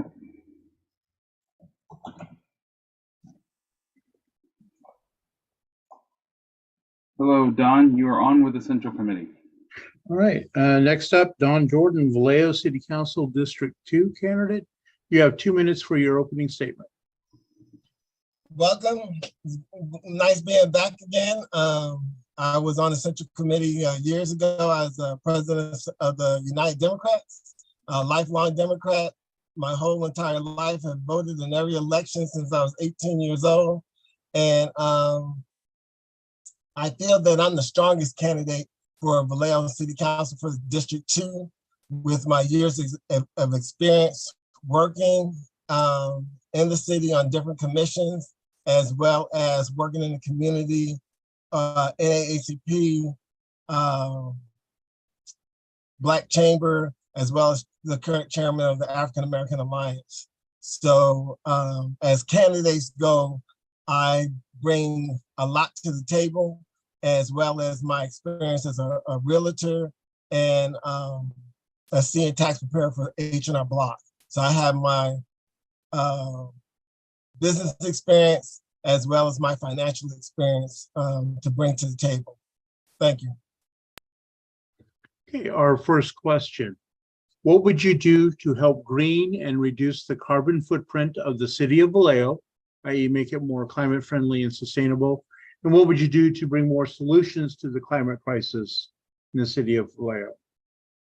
Well, being a realtor, I am a green, my sort of designation I received last year was a green realtor. The key thing for making Vallejo more green is making the homes more green. Pushing that, because you can't just depend on city government or industry. It has to be all of us. So bringing that to the table. Vallejo is one of the few cities that started doing solar years ago. City Hall is are run by solar energy. And we as a city have been promoting solar. A lot of homes in Vallejo have solar. So getting the city to work with the citizens to green up their homes, as well as working with the industry that we have to also use alternative energy such as green and wind power. Because, you know, Vallejo, my district does border the bay.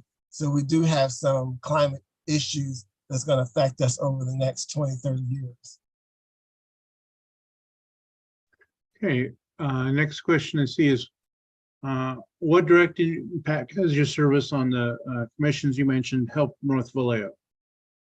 So being on the Human Relations Commission, I was chair for that for 4 years. We brought Unity Day to Vallejo. When I was chair, we got the Unity Plaza finished and completed and dedicated.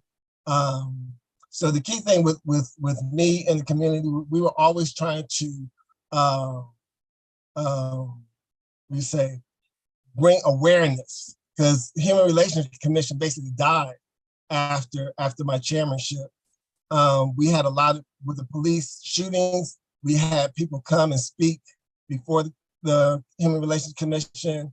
And I think if the city had kept that commission going, we wouldn't have had all the issues that we had later with all the police shootings. Being on Civil Service Commission, I got to deal with the contracts as well as testing for the police and dealing with issues with people getting fired by the city, and they were able to bring their complaints to the Civil Service Commission. Civil Service Commission is the only commission in the city that does not have to get approved by city council. So once we made a decision, they would have to go to court to overturn our decisions. So I was in a position to learn a lot about the contracts and issues that dealt with the employees of the city and working with the different unions and stuff in the city of Vallejo. Okay, next question. Climate change is here. What ideas or plans do you have to help your jurisdiction handle intense heat, droughts, fires, and flooding? Well, my district is basically a residential district, as well as will represent the whole city of Vallejo. Vallejo being an urban, suburban area, we aren't really affected that much by climate change in the respect of fires and things of that nature, but we are affected with the drought. So for me, is to promote better water use. We have a lot of, even the city has things where water is literally being seen run down the streets. So more water conservation, as well as promoting turning, homes being more green themselves, and as well as the city promoting green. The problem with the city of Vallejo is that we don't really communicate well with the citizens, and working with the city manager to see if we can promote more green thought processes with the citizens as well as our commercial people. And I think Valero's doing a good job, and Recology is doing a good job. And now we're going to zero. We're trying to go to zero with our waste, and that's going to help with green as well. Okay. Our next question, what are the issues facing North Vallejo? The main issues that's facing North Vallejo in my walking is, the number one is people hate the streets aren't unpaved, the garbage in the streets, the people speeding, as well as in the Crest, some issues with crime. The crime has gotten better in the Crest, but it's still the unhoused issue is still a big issue in the Crest and some parts of my district.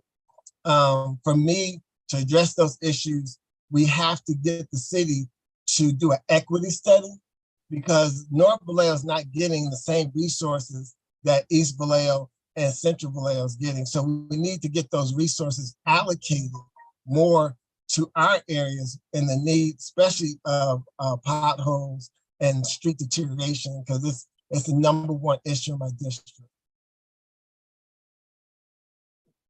Okay, next question. Do you support the police headquarters on the waterfront? No, I do not. I've talked to Mina Diaz as well as other people, and we basically need the police station to stay where it is. My vision is to build a whole new police station in the back, because it's on over 2 acres, tear down the new police station and then build into that space. That would save us financially, as well as give the police exactly what they need, and not trying to convert a building that was built for an insurance company into a police headquarters. Next question. As a realtor, what is your opinion of the city's new housing element and the RENA process? What I didn't understand that last. The what process?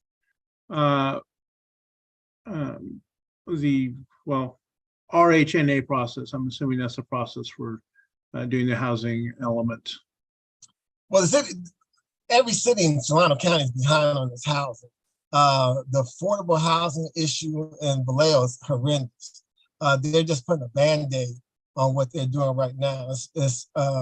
We as a city and as a county need to step up on what we're doing for affordable housing in the next 5 to 10 years, and do a lot more mixed use housing. The housing program, the Section 8 housing program in Vallejo, takes people 10 years to get housing. So my whole thing is being a member of the National Association of Real Estate Brokers is bring our organization's thoughts on how to increase affordable housing, as well as working with the Black Chamber of California also has ideas of bringing more affordable housing in doing more infill, because we have a lot of vacant lots in Vallejo, using those as infill to bring more affordable housing to the city. And my real goal is Vallejo Housing actually become a housing authority and not just I don't know what you call that thing.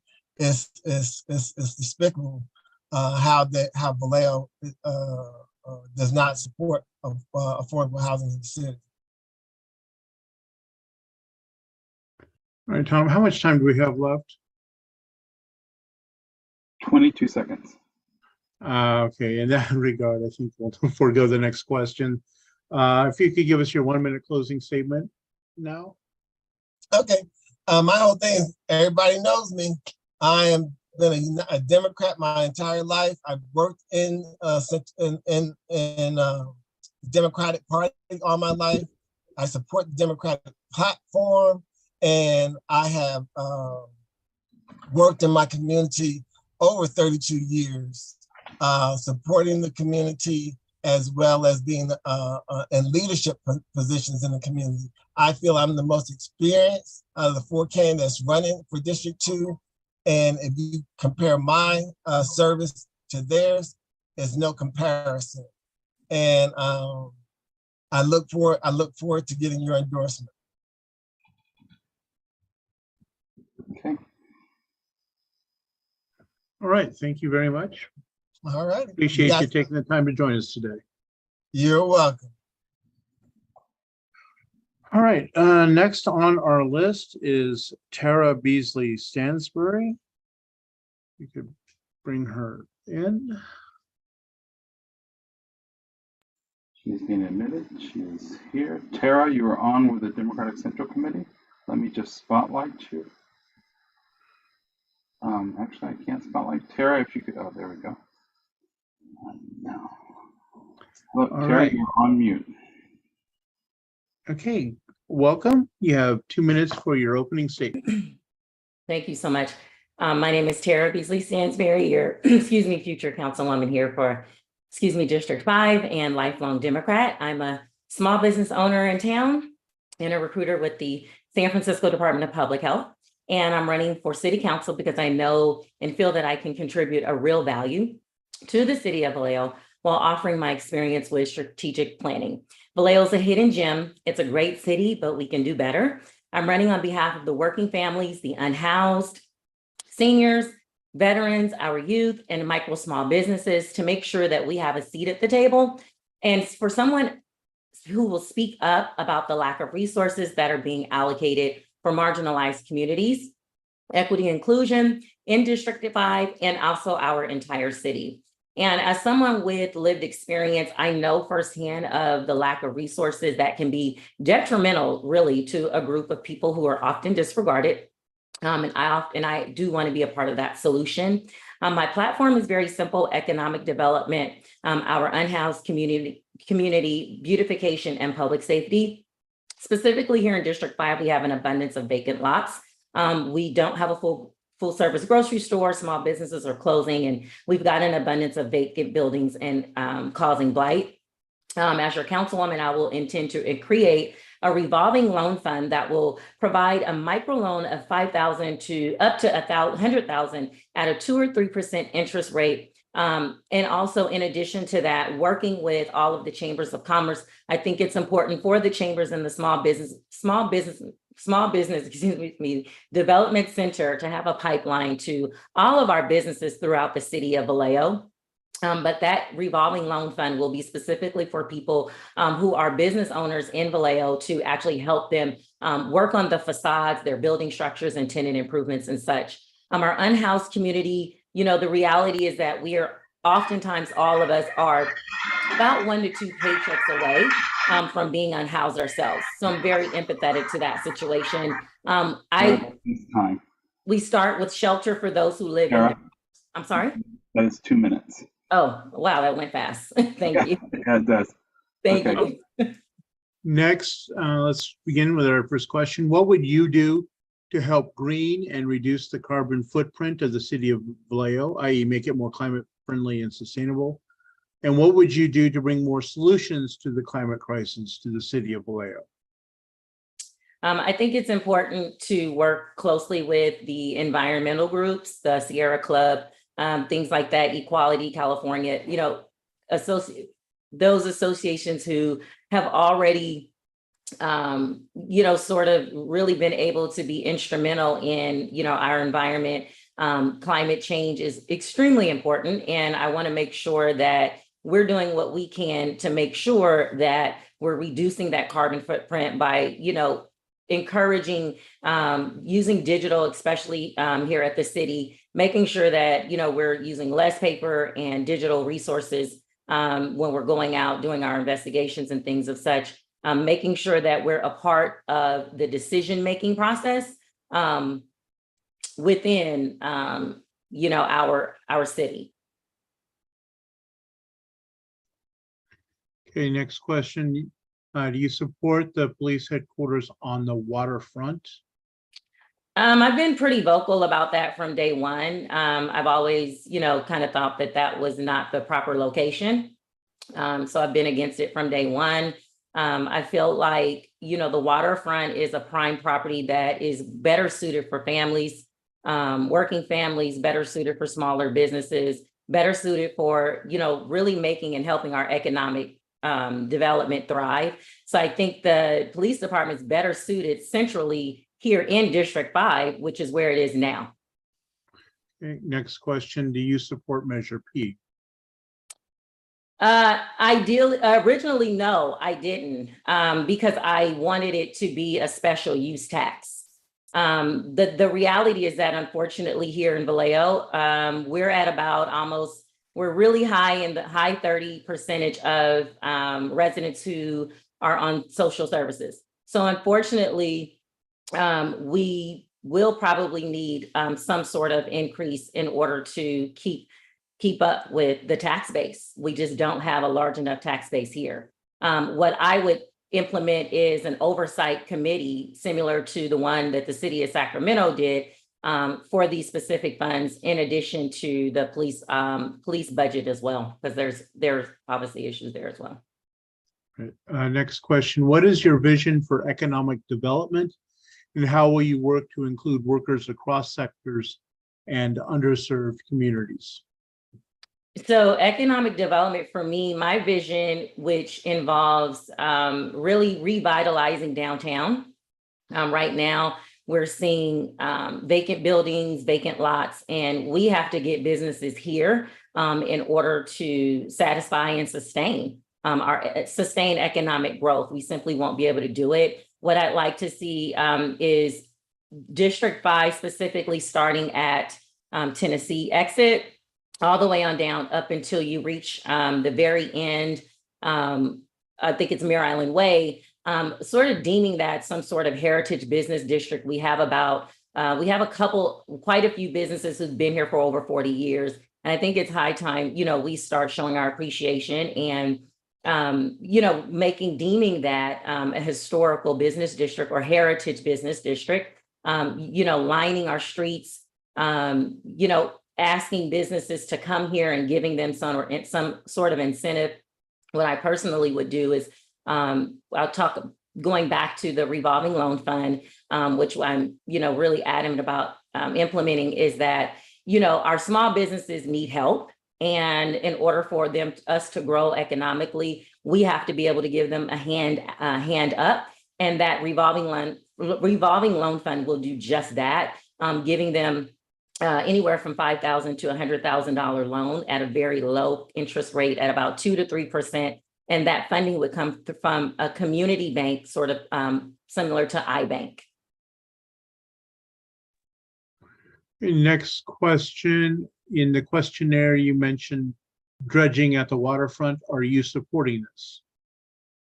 I don't know a whole lot about it. I know that being on a board with a WEDA representative, I'm really trying to learn more about that. So I wouldn't be able to say right now. Okay. Climate change is here. What ideas or plans do you have to help your jurisdiction handle intense heat, droughts, fires, and flooding? working with, I think what's going to be critical is that, although I would be a District 5 representative, you still represent the entire city. So you don't just recognize just the district. And so what I think the entire city would need is to start measures with cutting back with the weeds, a lot of abatement. Those are some of the immediate things, but also disaster preparedness. That's something that we learned from the pandemic, that, a lot of cities learn their vulnerability points. So I think working with fire is going to be one of the key points in learning how to introduce measures that will help us with that. Next question, what do you think of a vacancy tax? That was one of the things that I highly, recommend, is that if you're talking about a vacant parcel tax, is that what you're speaking about? I believe it's in terms of vacant properties that. Yeah, no, I'm in favor of it, because I'm just really getting, that's part of our economic growth and our development. It's part of the blight. It's part of the reason why Vallejo looks like a ghost town in certain areas. And so we have to make sure that, listen, property owners, I'm a property owner myself, but I have a responsibility to my community. I have a responsibility to make sure that that home is in good shape. And I can't just let it sit and get run down. And if I need resources, I have to be able to go out and get them. So I was for the vacant use property tax, in addition to landowners, because these properties are sitting, these vacant lots are literally sitting for 20 and 30 years, and it's high time we do something about it. Next question. You answered in the questionnaire that you would endorse a non-Democrat. Why should this committee endorse you? And have you endorsed non-Democrats in current or past elections? Yeah, not in the past election. I did endorse someone who is part of the no party preference. That person is not a Democrat, like some people like to think. And so, no, I endorse someone who was part of the no party preference. Okay. And next question, you have endorsed a Republican for Solano supervisor. Why are you not supporting the Democratic endorsed candidate? So to answer your question, no, he's not a Republican. I made that clear. He's part of the no party preference. I made that clear. And I make my decision on skill and aptitude and knowledge. I don't make decisions based on race. I think that that's repulsive. And I vote for people who I know who are going to get the job done, who have the experience, who have the relationships, and they also have that, they know what they're doing and they have the skill set in order to do it. So no, I'm not going to endorse someone just because they're a Black woman. I'm not. I don't see any other questions in the chat. Yeah, I think we've covered all the questions. So 1 minute closing remarks, please. Thank you so much. Again, back to what I was saying earlier, is that we really have to work as a group and sort of really let go of that divisiveness. As a lifelong Democrat, I know what it means to be a Democrat. I don't need anyone to tell me what type of life, this is for me as a woman, an LGBT community member. I know what it is. There are a lot of things that we face, but I'm humbly asking for your vote because we have work to do here in District 5, and I'm ready to get to work. I'm a small business owner here. I'm also commissioner for various boards and a former vice president of the Solano County Black Chamber of Commerce. So I know firsthand what the challenges are that we're facing here and Vallejoans are facing due to those lack of resources and financial support, not only on a local level, but on a state and federal level. And as your councilwoman, I will work diligently on the hot issues that we're faced with, such as economic development, the unhoused, public safety, and beautification in Vallejo. Voting for me gives you access to a dedicated elected official here in District 5. You will have access to me, and I won't be what you've seen before. I think the status quo, they've had their time, and I think it's time for someone to come in who has lifelong experience and lived experience, and to bring about the change that we need. And I am beholden to no one. Thank you. Thank you. I think that's noise was our 1 minute timer going off. So appreciate you taking the time to join us. Thank you. Looks like our final candidate for the morning is in our waiting room. Tom, if we can move to her and see if we can connect with her. She is in. Hello, Sarah. If you could turn on your camera and your audio. All right. Our next candidate is Sarah Donnely, running for the 2-year seat on the Rio Vista City Council. You have 2 minutes for your opening statement once you unmute.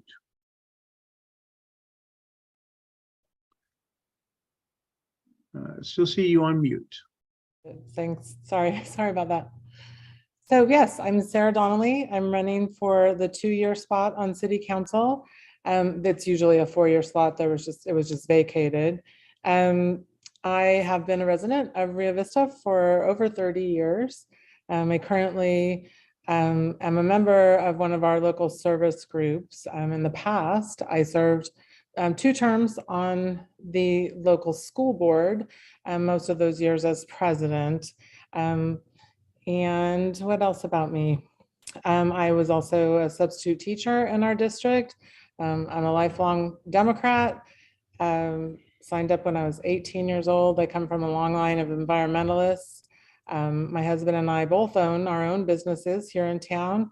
We're currently in the process closing escrow on some commercial property here in town as well. We live in the what's called the core part of town. So the old part of town, we live in a 100-year-old house just down the street from this office. This is my flower shop and my husband's office as well. And we raised 3 children here. They've gone on to be successful adults. I've always been involved in city government. My first civic project was to join up a group of moms and do a community build playground in one of our oldest parks here in Rio Vista. Didn't have a playground. So I think that's it about me. All right, let's moving on to our questions. What would you do to help green and reduce the carbon footprint of the city of Rio Vista, i.e. make it more climate friendly and sustainable? And what would you do to bring more solutions to the climate crisis to the city of Rio Vista? Sure. So on a local level, we do have some more developments scheduled. And so, as a council member, working with, we also, of course, have a planning commission to make sure that those new developments we're building green. So with green space and, making sure that they were building in an environmentally friendly way. The city does own a large swath of land on the river.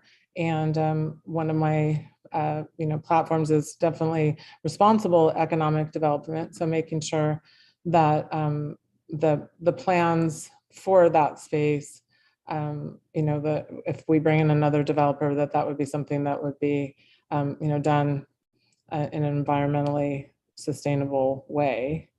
Currently, the plans are for some parks out there, and of course, I support that too. Sorry, it seemed like there was a 2-part question.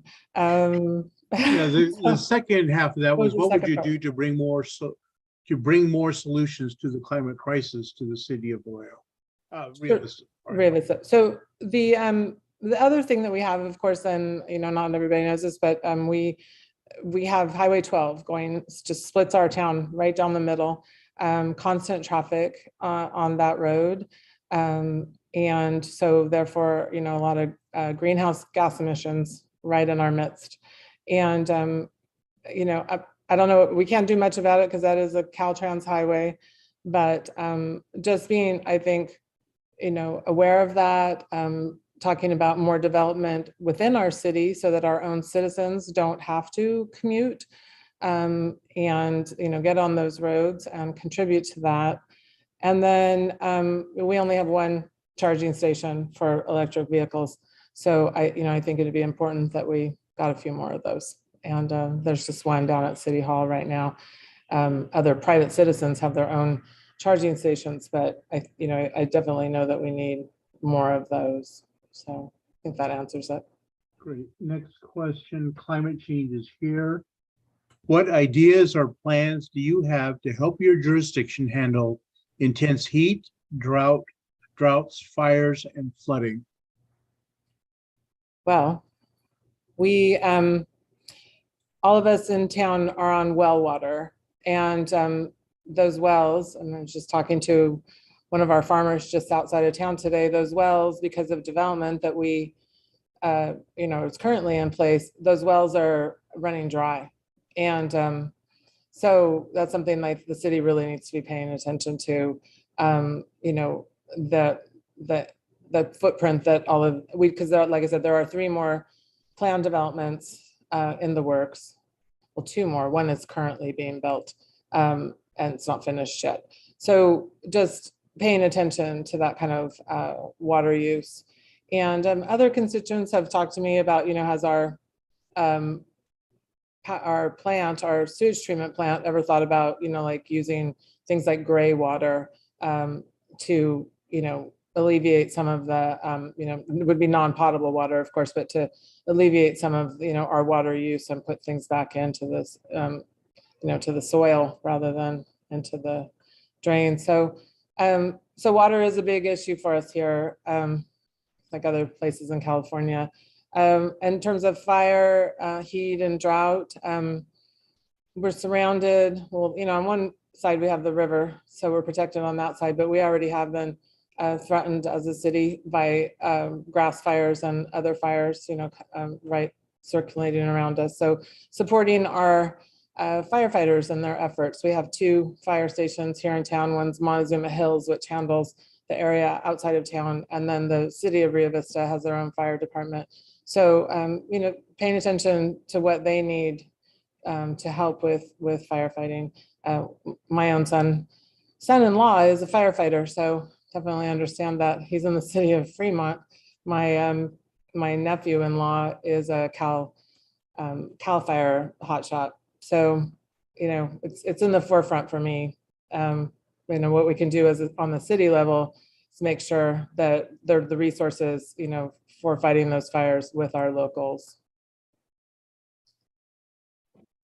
Does that answer that question? Next question.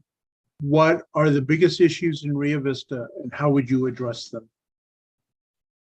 Oh, I'd say the biggest issues in Rio Vista currently are economic development. And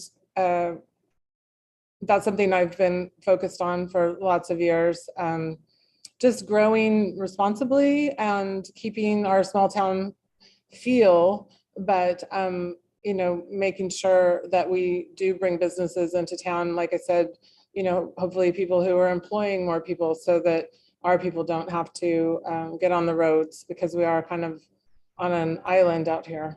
A lot of dangerous roads between us and other communities where people are working. Just like everywhere else, we have a shortage of teachers.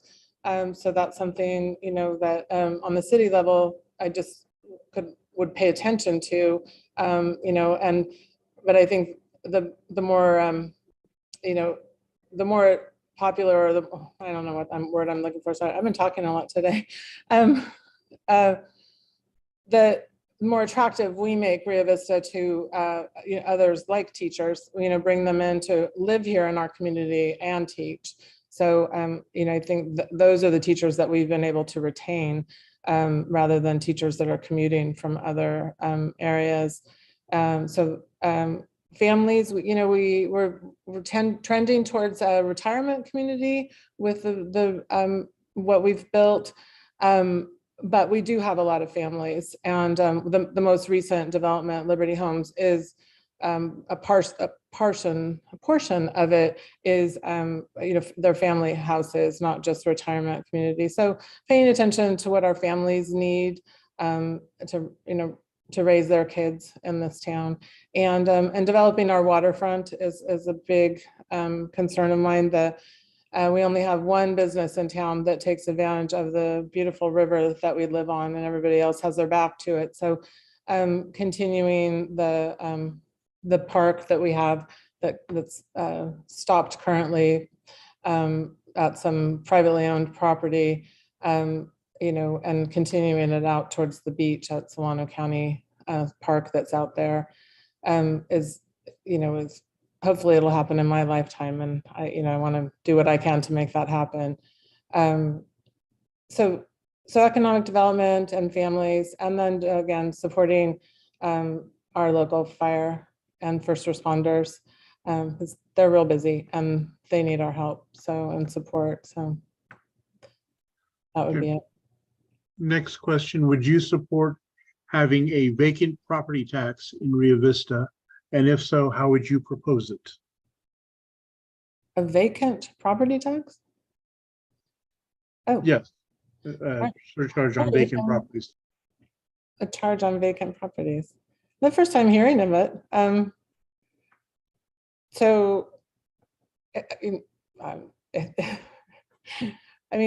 It sounds good.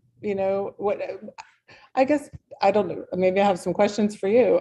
What's the idea behind that? So that people are encouraged to build rather than just leave their properties vacant?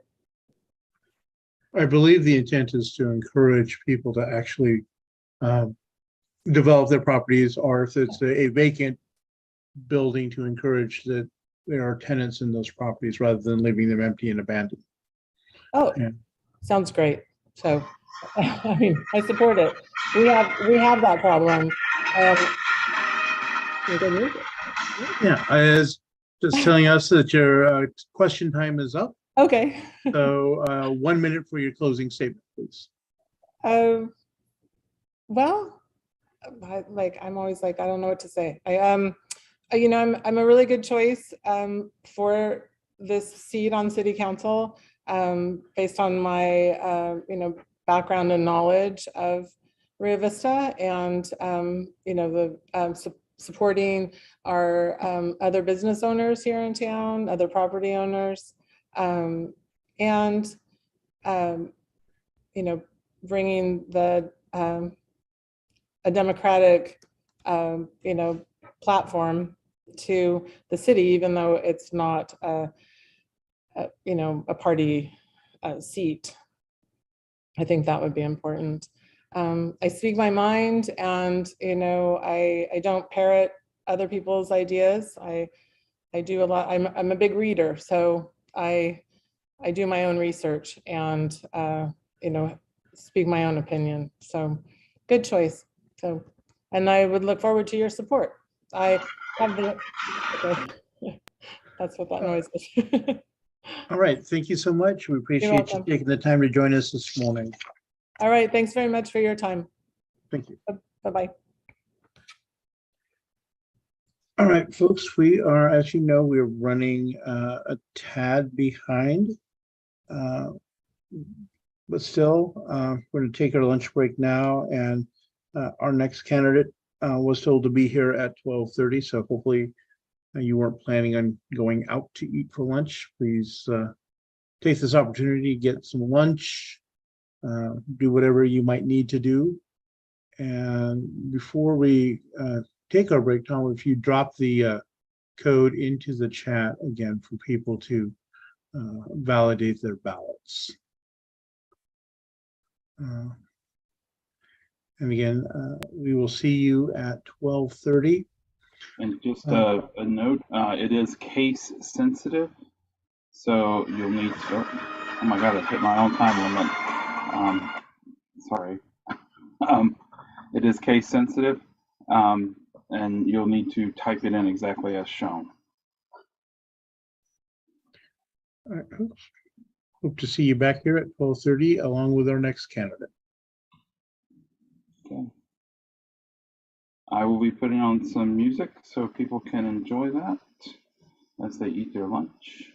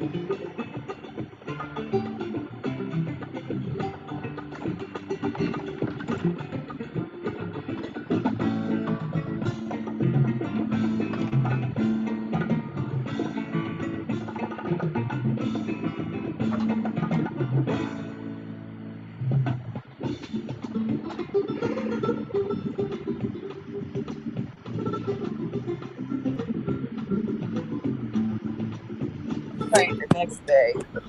Oh, that's why.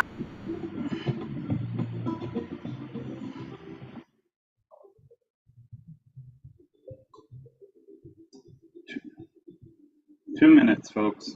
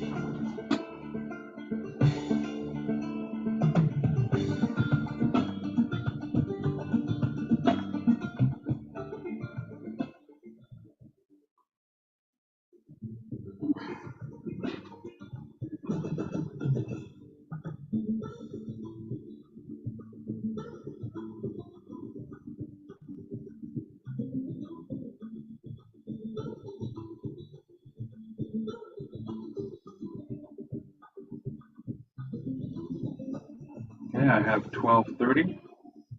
I'll have Alexa stop playing music. And you're back.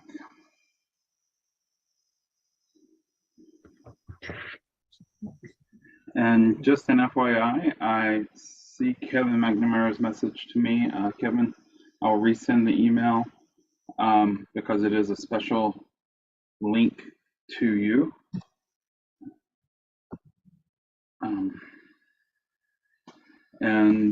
Also, I'm sending out to everyone a new candidate guide that includes Dwight Monroe's questionnaire. Also, there's an update to Melissa Bowman's questionnaire. She alerted me last night at 10 that she had updated it, but I had failed to see that. So you will be getting that here in just a few electronic minutes.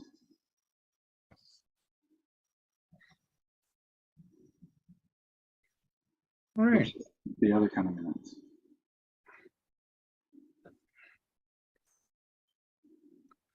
I am looking through the list. I'm not seeing most of our candidates for the afternoon here yet. Carrie, can you reach out to Terry Scott? I am in the middle of stuff. Yes, I can. So we will continue to take the luxury of eating your meals while we wait for them. I want to thank all of you for being here today. Reminding you, those of you who have been persevering. You do not need to sit through the entire meeting if you're unable to do so. Just take the passcode, Hold enter it on. into your ballot, and vote when you're ready to do so. I'll also encourage you that as I'm reading the questions that come in the order which I receive them, you want to try to beat out Bonnie and Pat's questions on the environment. I would just urge you to be quick on the draw and dropping your questions into chat.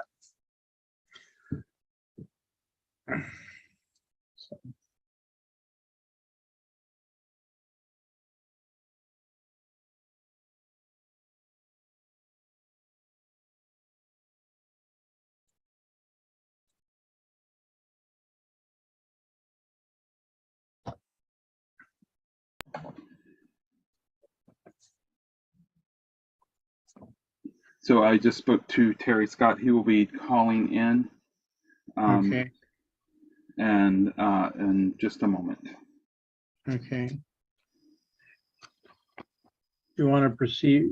Is he going to call in right now, or do we want to proceed? Yeah, he's calling in like right now. All right.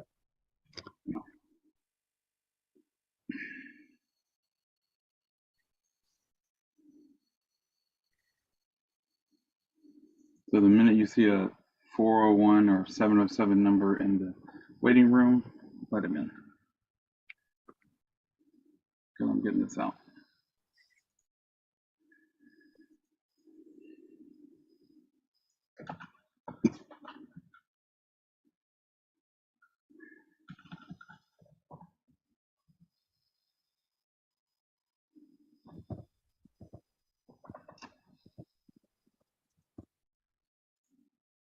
Not sure what it is about Zoom today, but it seems as if it's presenting a challenge to a number of candidates, but at least we have the call-in option that they can still exercise. Especially Venetians can't get in for some reason. What? There we go. If you would drop him into. All right. Hi, Terry. You were on mute. I'm gonna, if you would exercise. Hello. Hello, Terry. You're on with the Democratic Central Committee. All right. Our Hello. next. Hold one second. Sorry. Our next candidate is Terry Scott, Benicia City Council.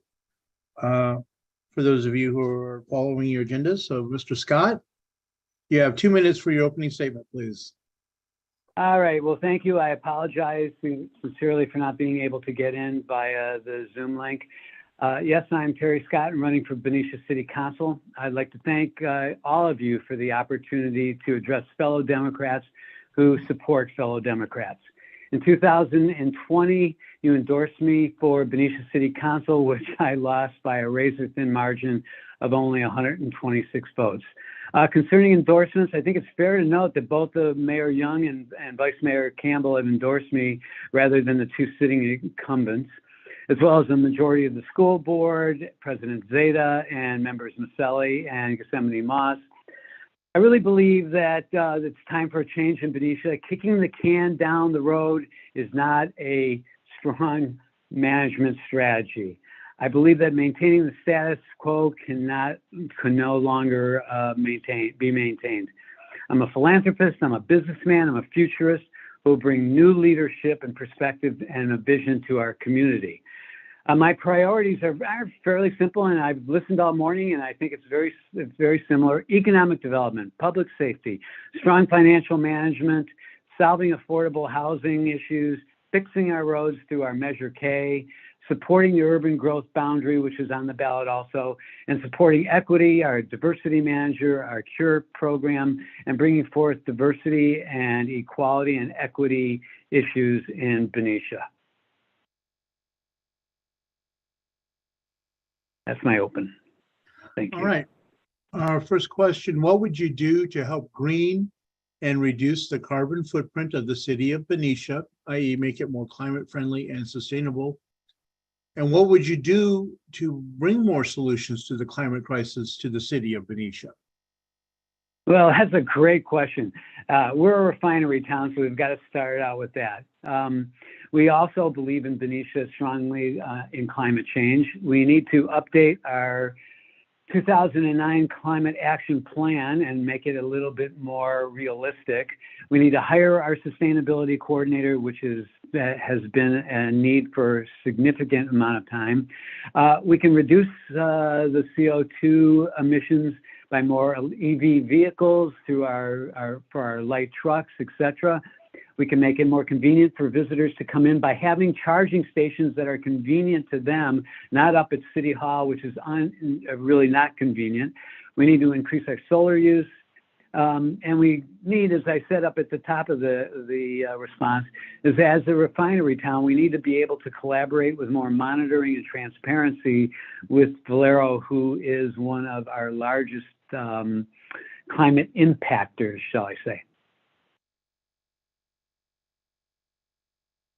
Okay, and the next question is, climate change is here. What ideas or plans do you have to help your jurisdiction handle intense heat, droughts, fires, and flooding?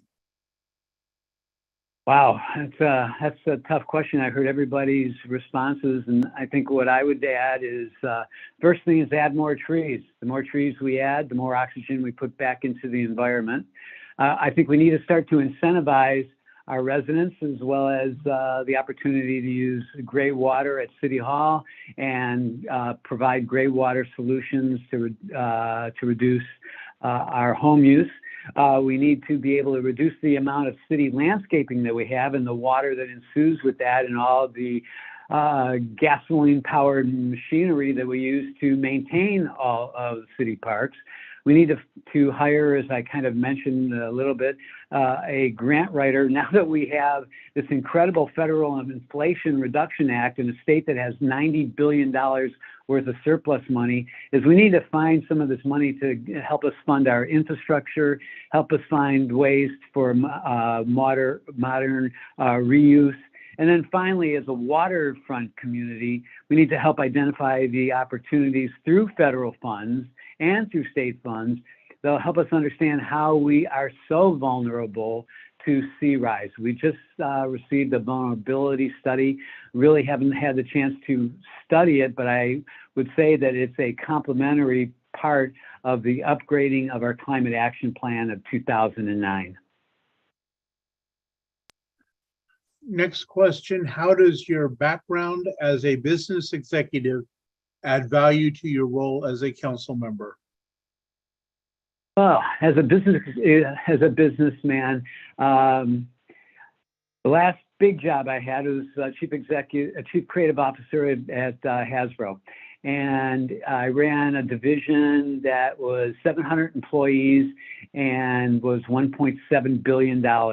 I think I understand how to answer and how to review an audit sheet and a balance sheet. I think that's one thing that we are kind of lacking on our City Hall, our city council right now. We need, my business background will add to the understanding of how you work with employees, how you incentivize employees, how you retain employees, how you build an understanding of some of the ecological and sustainable issues that come out of being a businessman. As an example, I was deeply involved in the sustainability issues at Hasbro and worked to pull billions of pounds of corrugate from entering the waste stream by looking at how we change the way we deliver products.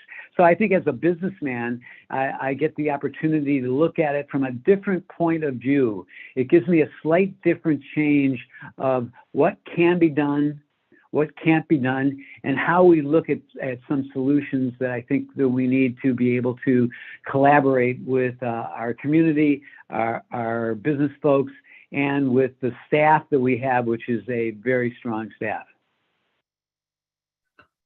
What are the biggest issues facing Benicia, and how would you address them? Sorry, I can't see you, so you can't see me. Sorry. I said again, what are the biggest issues facing Benicia, and how would you address them? Well, I think our first biggest challenge is getting our finances in control. We had a city council meeting that went till 12:17 a.m. on Tuesday. And one of the biggest issues was understanding that our audits and our transparent financial situation is not as good as we had anticipated. The good thing is we have a strong finance manager and a strong city manager who's going to help get our finances in control, but we need to, you can't do anything. The key to a successful community is having strong financial management. The second would be from challenges that we face is continuing to maintain the quality of life. That means controlling water rates. That means fixing our aging infrastructure. That means improving our relationship with Vallejo. That means broadening what we have in the business park and increasing the infrastructure needs and improvements of the business structure needs in the BIP. We need to be able to create a new economy and new technologies. So those are the challenges that we face. Building that infrastructure, creating the better relationship with Vallejo, fixing our infrastructure, not putting all of the burden on rates onto the customers, but rather on finding ways to build grants and using federal and state funds to help maintain our quality of life. And then finally, retention. We cannot continue this revolving door of training people and then all of a sudden they leave for $20,000 more. We have to be more competitive in our salary structure, and that will come out of understanding what our finances are. Next question, what is your vision for economic development and how will you work to include workers across sectors and underserved communities? Good question. We need to continue to keep that small town feel. But one of the things to talk about on solving and serving our underserved communities is providing affordable housing. And we have in our new housing element the opportunity to look at where our needs are and how we can help stimulate that by placing them into the housing element. And then hopefully we're going to be able to work with our developers and folks that will be able to come in and help solve some of this infill issues and some of the other issues that are relating to housing affordability. We need to continue to create economic zones for our downtown, which would be economic development, addressing our parking and our retail opportunities, addressing the economic and the residential needs of our seniors. You know, we have a unique situation here where we have second and third generation seniors who want to reside and live out their life in Benicia, yet we have little of single floor housing. So we need to be able to incentivize through our community more senior development and maintain that small town feel. I think that one of the other things that we need to look at is how we can reach to other communities. And as a new member of WEDA and FERA and the Ferry 2050 envisioning plan, looking at how we can partner with Vallejo, with Benicia having a ferry service moving all the way up to Antioch and down into San Francisco, can support building more affordable housing.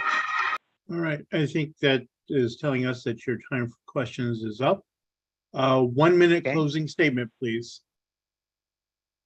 Okay, 1 minute. I am a fast talker, hopefully. Thank you for the opportunity to detail clearly, I hope, my Democratic views and how they align with fellow Democrats.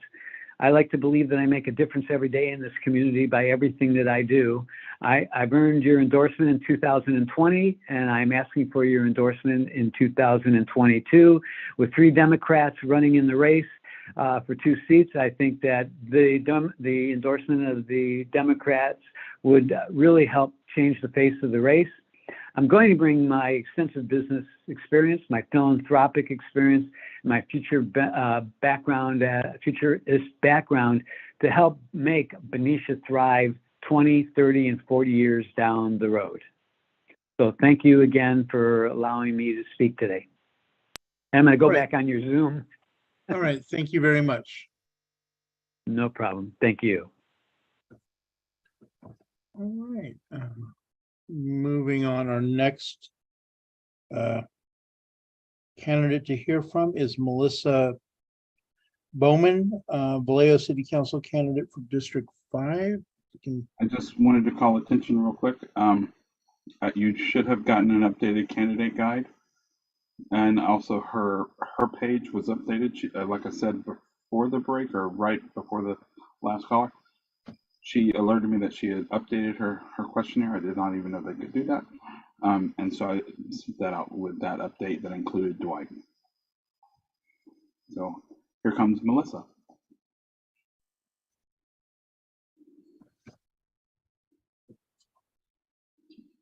Hello, Melissa. You are on with the Democratic Party.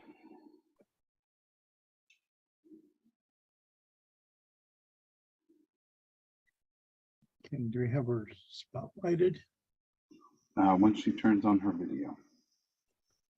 Melissa?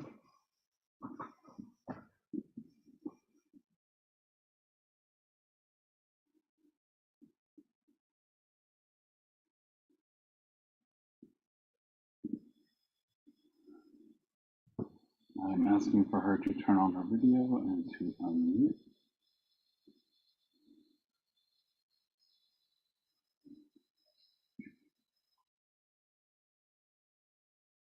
Hello, Melissa. Are you there? Tom, she wrote in the chat that she has turned it on. Zoom does not agree.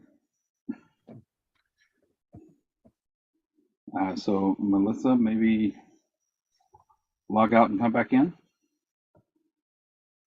because we are still seeing red and slash. Oh, there she goes. Let's give that just a moment. Zoom today is just not the Zoom of yesterday. There we go. Hello, Melissa. You are back on with the Democratic Party.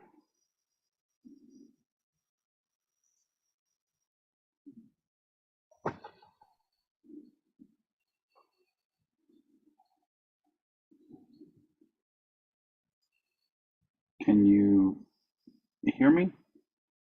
We cannot hear you and we don't see you.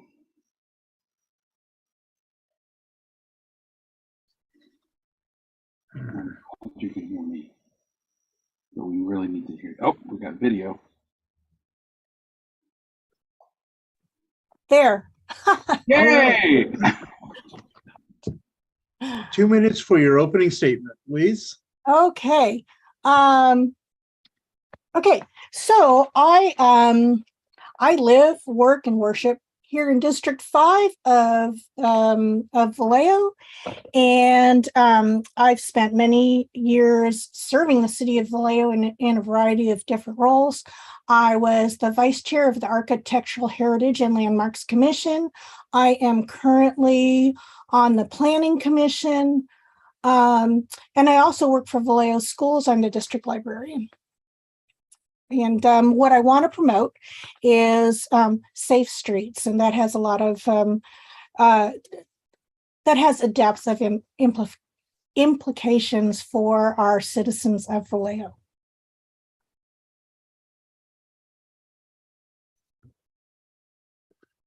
Okay. Let's go to the questions then. Your first question was, what changed on your questionnaire? Okay. Oh, what changed on my questionnaire? I beefed up some of my answers. You know, went into more depth about those. So you'll find, I guess, beefier answers. Okay. Next question. What would you do to help green and reduce the carbon footprint of the city of Vallejo, i.e. make it more climate friendly and sustainable? And what would you do to bring more solutions to the climate crisis to the city of Vallejo? Right. Well, I think I think that one of the things affecting Vallejo, I know, is the greenhouse gas emissions. And steps that we can take are really pretty doable. We are going to need to make so that we have affordable housing near public transportation, make our neighborhoods walkable, and that includes our streets. We need to widen our sidewalks so that we can accommodate pedestrians, medical scooters. We need separated bike lanes so that our workforce can get to work. I see Vallejo as a place where we can work, live, and play. That's what I do. I'm delighted that I can walk to work, but I am out there pounding the pavement, walking to work and seeing what pedestrians see in my neighborhood. I see the unhoused. I have a good view of what kinds of challenges and and opportunities for improvement. All right. Next question is, if elected, what kinds of measures does the city need to take to make sure Vallejo streets are safe? Well, first, we need to continue with the city general plan. We have a plan for Sonoma Boulevard to narrow it. We have a plan for our business corridors, and that would include separated bikeways. We need to take it a step further and really evaluate our routes to our public transportation routes and make sure that the stops are where the people are. Go a step further than what the Democratic platform says. It says make sure that affordable housing is near public transportation. Well, what we really need to do is have public transportation near affordable housing so people can get where they need to go to work and to and to conduct their life's business. Also making it safe. I live in an area where we have street shows. I can hear them every night. And part of that has to do with the way our streets are structured. We have overly wide boulevards and big, these big intersections where it's very easy. You know what I'm talking about, all of those sideshows. So if we can narrow the streets, if we can calm the traffic, we can calm it within our neighborhoods, we can put, roundabouts. They need not be expensive. And then in our larger, in the larger intersections, we need to make them not large anymore. Great. Next question. Climate change is here. What ideas or plans do you have to help your jurisdiction handle intense heat, droughts, fires, and flooding? Yeah, well, I've been studying the climate change maps, and yes, it's definitely going to affect Vallejo. Fortunately, it affects Mare Island, and that is the north end of Mare Island, which is already being cleaned up. So we really shouldn't be building where it's sure to be a floodland.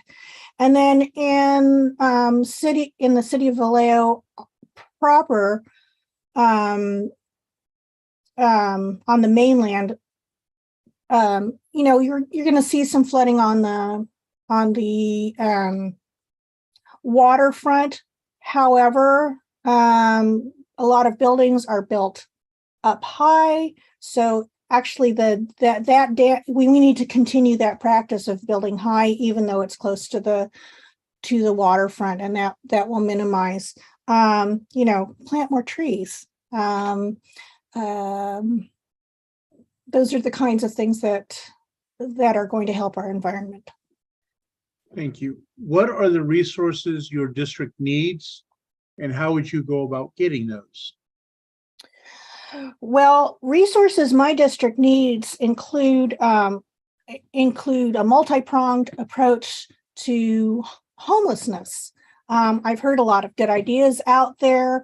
We have the buildings that were the apartment building that had like a 20 applications for each unit on Sacramento Street. We need more. We need another, more buildings like that. I've heard small homes within a mobile home park, that may suit some people. We need to put that throughout the city. And we need to, you know, that poverty, you know, affordable housing needs to be throughout Vallejo. It shouldn't be concentrated in one place, no more than those who are more fortunate. You know, we should all mix together. I think diversity is our strength. You know, I see that in my neighborhood. You know, we help each other. Do you support police building on the waterfront? And do you have ideas how to build more trust with the police department? Yeah, well, that building, it seems to have caused a lot of triggers with the community. So I think whatever benefits there may have been perceived, I think because it's been such a dividing line, we should look elsewhere. So, you know, I would support a building that is central and maybe some satellite buildings, more trust with the police department. You know, I would like to see our police out and walking the street, walking the beats where we can talk to them and where they get to know us as their citizens, as you know, where we have open lines of communication. I think that would go a long way towards helping our relations with the police and building trust. Okay, next question. Do you support Measure P? Well, as far as Measure P goes, you know, that's going to be up to the voters. What I can ensure is that I will be a good steward of the money. I see that its intent is to repair our streets, which we need. I see that the intent is to help with the resources that we were talking about earlier. Those are the kinds of things that I would make sure the money went towards, is however the intent was that it was written. But it's going to be up to the voters. So I support the voters. Okay, and then just to follow up to that, do you plan to vote for or against Measure P? I'm considering it. You know, at first I was all gung-ho about it, honestly. And then, but then I've been looking at how the accountability factor. So I have some questions that need answered. I am unsure at this point, and I need to consider all of the factors before I commit to a vote either way. And with that, question time is over. So we have 1 minute for your closing statement, please. Okay, great. Well, Vallejo, I believe that current and future development should prioritize our people. I value a pedestrian-friendly way of life. I'll make decisions regarding development with that in mind. I believe that our District 5 locations must be reachable by foot, by public transportation, and by bicycle. District 5 sidewalks must be accessible, period, for our people that use mobility devices, including scooters and wheelchairs. Pedestrian-friendly means environmentally friendly, and that means less wear and tear on streets. I pledge to work hard for District 5 as a city council member. I would be grateful for your endorsement and your vote. All right, thank you so much. Okay, thank you. A pleasure. And with that, we have our next person getting ready to come in. Would be Sarah Chapman. She is candidate for Vacaville City Council, District 4. I do not see her in the waiting room. Oh, sorry. There she is. I had to scroll up.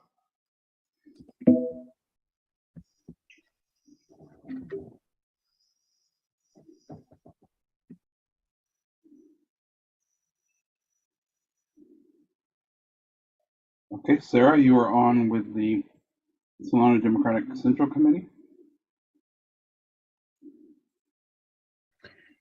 All right.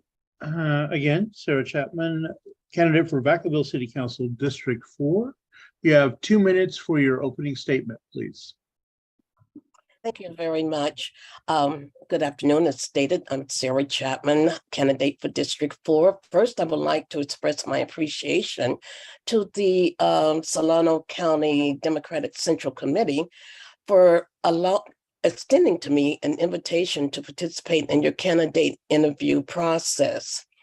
Rapidly, I'll go through some stuff about myself. My husband, retired Air Force, and I have resided in Vacaville for 43 plus years, where we raised our children as well as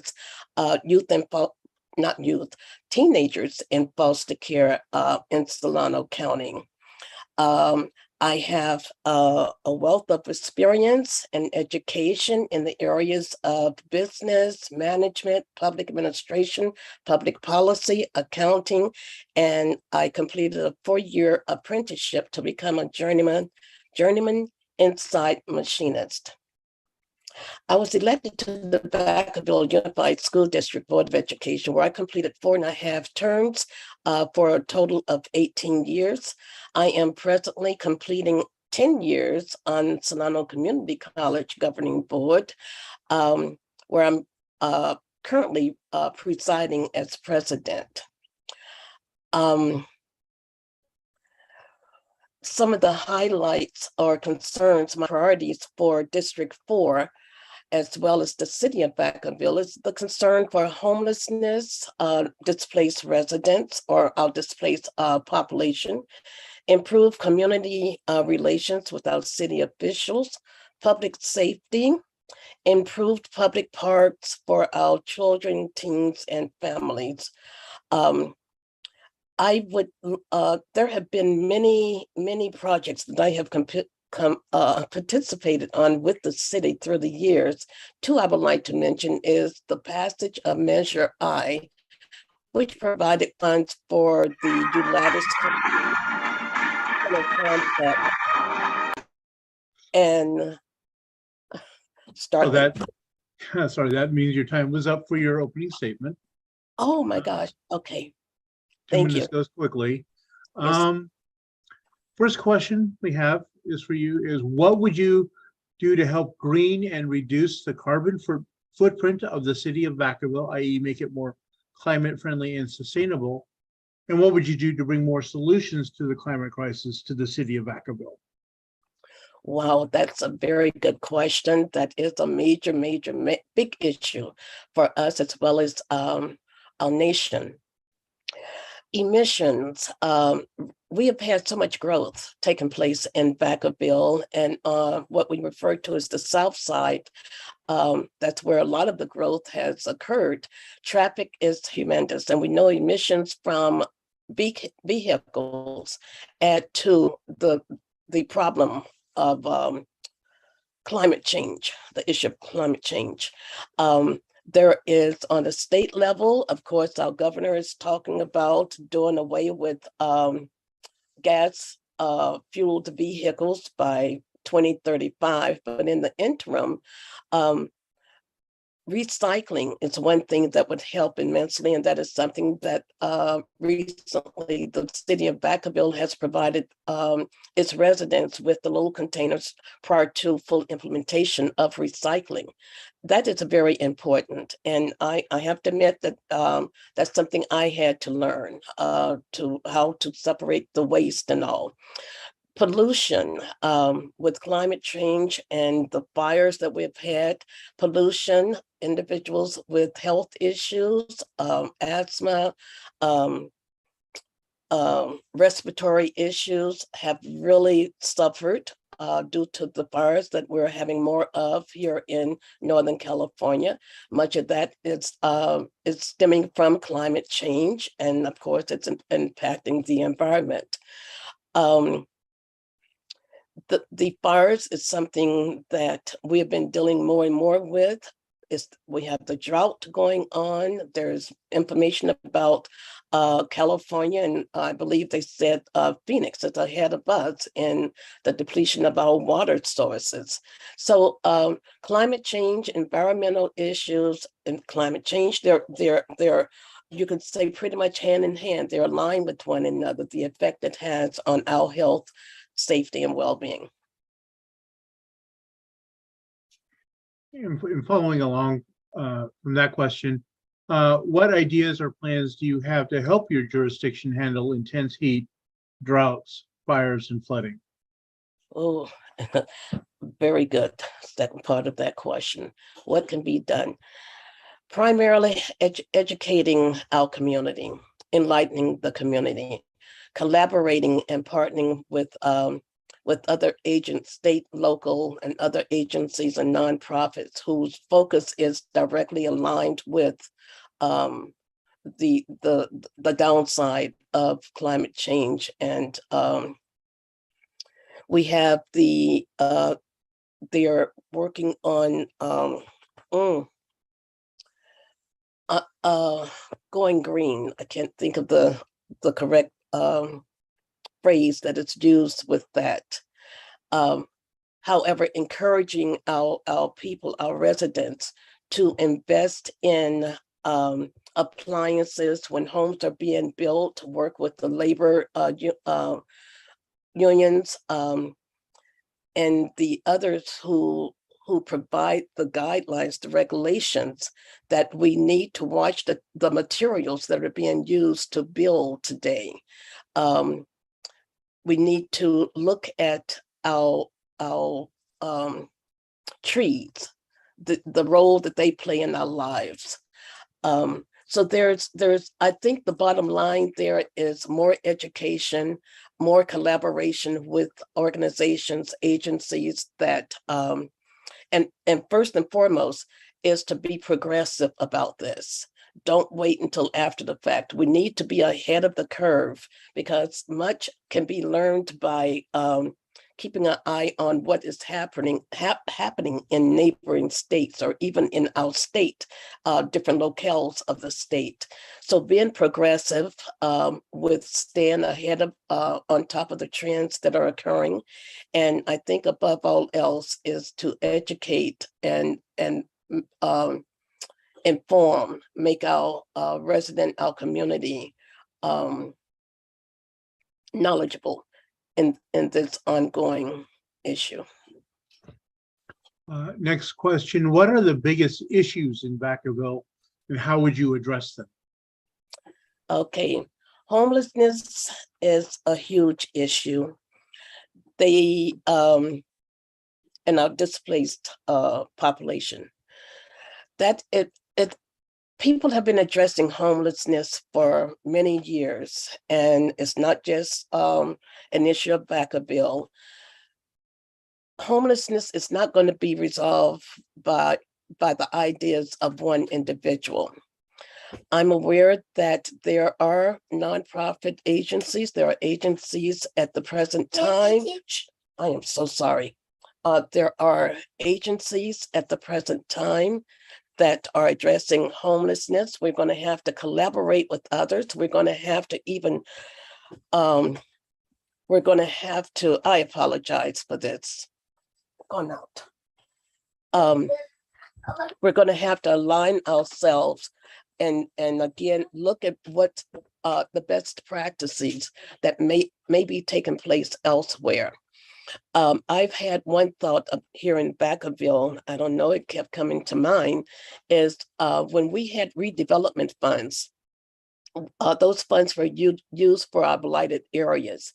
And Vacaville, when we had those funds available, there was a section here in Vacaville in which they used the funds, purchased apartment complexes, and where the slum, you refer to slum lords, where individuals were not taking care of their property, purchased that, refurbished the homes, and then rented them out to our low income. I had a thought that that is possibly something that could be done again, even though we no longer have redevelopment funds available to us. But we could work with nonprofit. There are state and federal funds for that are earmarked for homelessness. And if we could partner with someone, and if we have such apartments here in Vacaville, look at doing something similar again. And of course, you would have to put a criteria in place, because our homeless individuals, the population, they all don't have the same issue. We have to deal with the mental illnesses of some that they choose to live on the street. We have some who fell upon hard times during the downturn in the economy. We have to look at that individually, because one remedy will not solve the issue of homelessness. All right. Looks like we have just 1 minute left for questions. So hopefully you have this. The new federal infrastructure bill and the Inflation Reduction Act are providing new federal programs, funds, tax credits, and other incentives available to local governments for infrastructure and combating climate change.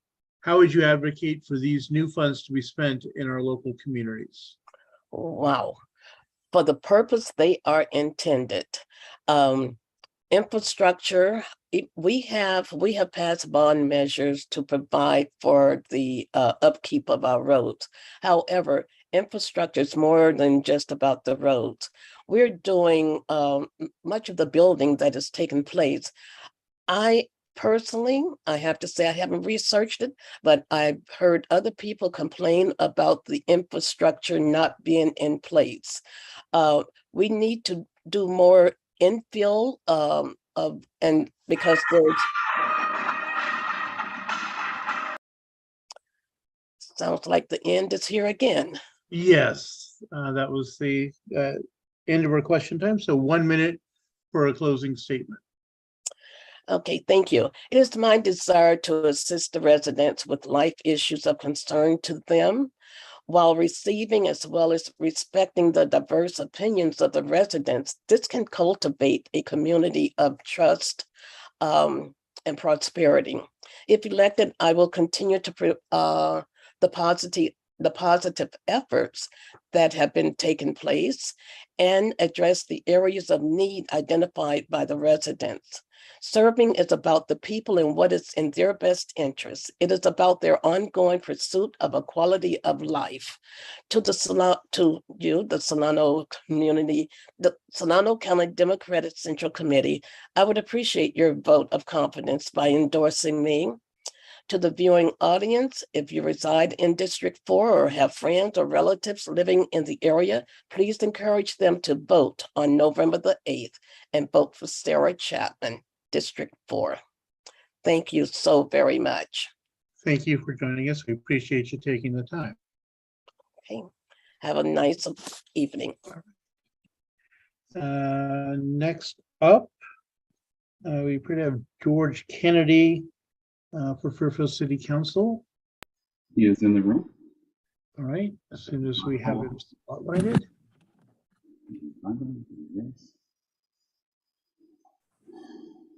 All right, and again, this is George Kennedy, Fairfield City Council, District 1. Sir, you have 2 minutes for your opening statement. Thank you, Chairman Lowry and members of the Solano County Democratic Central Committee. My name is George Kennedy, and I am running for Fairfield City Council, District 1. I have called the Cordelia-Green Valley area my home for over 30 years. As an active member of my community and a Democrat, I am particularly adamant about improving the quality of life for our youth. For over 20 years, I have been actively involved with youth and neighborhood-centered sports, including serving on the board of Cordelia Tri-Valley Little League with 7 years as president. My goal in that time was to add additional baseball fields and a park in the Cordelia-Green Valley area. In my effort working with now retired city manager Kevin O'Rourke, we were successful in the development and completion of the Little League fields and Cordelia Community Park, which is now enjoyed by all in the community. Most recently, I was successful in pressing the city of Fairfield in renovating Allen Witt Park to include 16 pickleball courts, 3 tennis courts, and a futsal court by encouraging community input based on current needs.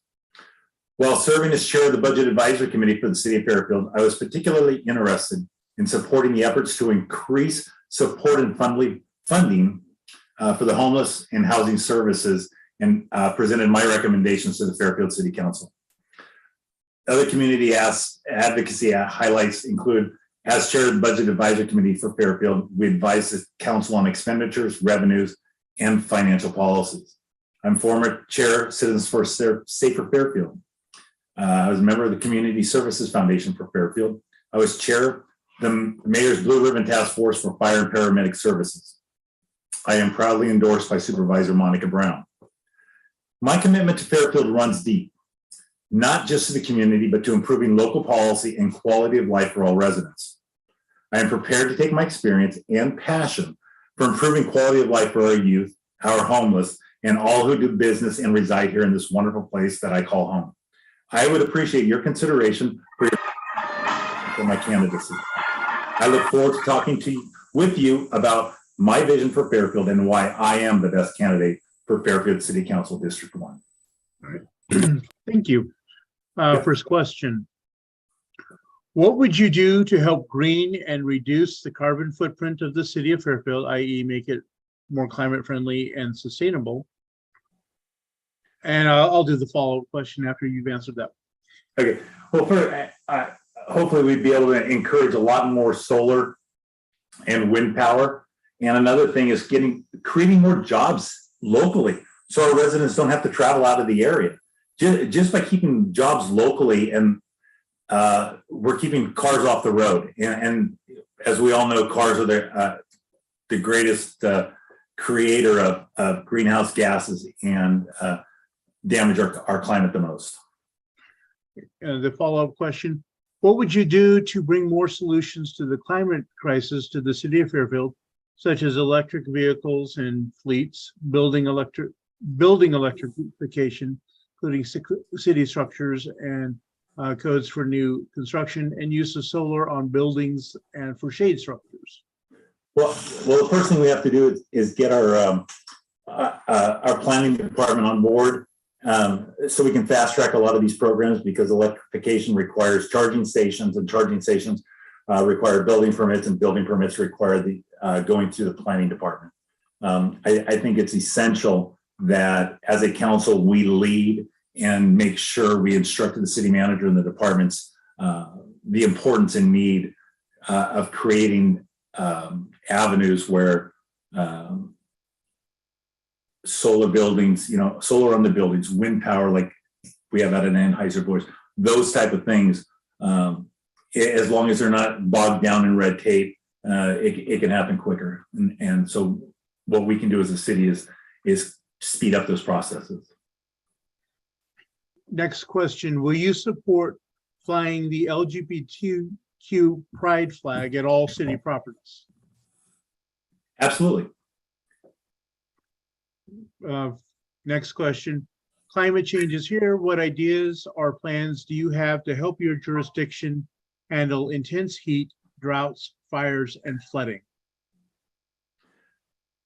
Well, first thing we need to, is work with the state and collaborate with other agencies to create an area around Fairfield where the wildfires are persistent and continue to create an issue, is getting in there and mitigate the problems before they happen. And well, can you repeat the rest of it? Can you repeat that again, Don?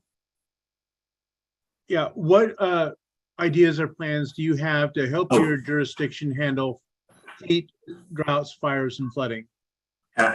Sure. So, and then with flooding, we just got to make sure, the creeks are clean and that type of thing. And the other thing is, within the community, things we can do is live a more sustainable life.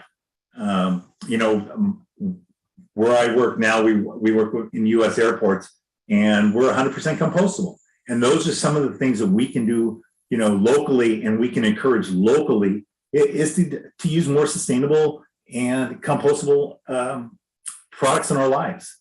And it starts with us. So encouraging right from the start helps. Okay. Next question, do you support transgender rights, especially when it comes to involvement with sports? I support the right of everybody, no matter race, color, creed, sexual orientation, to have the exact same opportunities and benefits for all, capitalized. If elected, what steps will you take to ensure that the Rockville Hills area remains rural?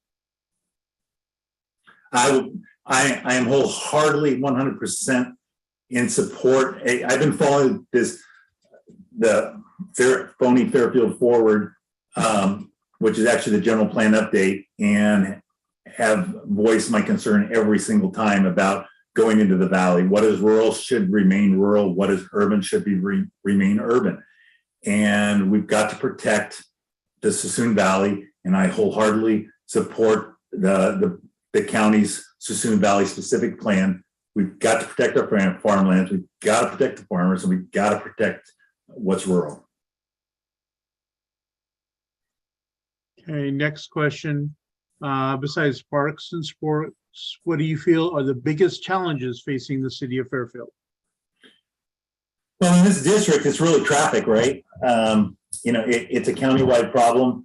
And some of the problems we've got is developers wanting to bring more development to the area when the infrastructure is impacted greatly, early in the morning, late at night.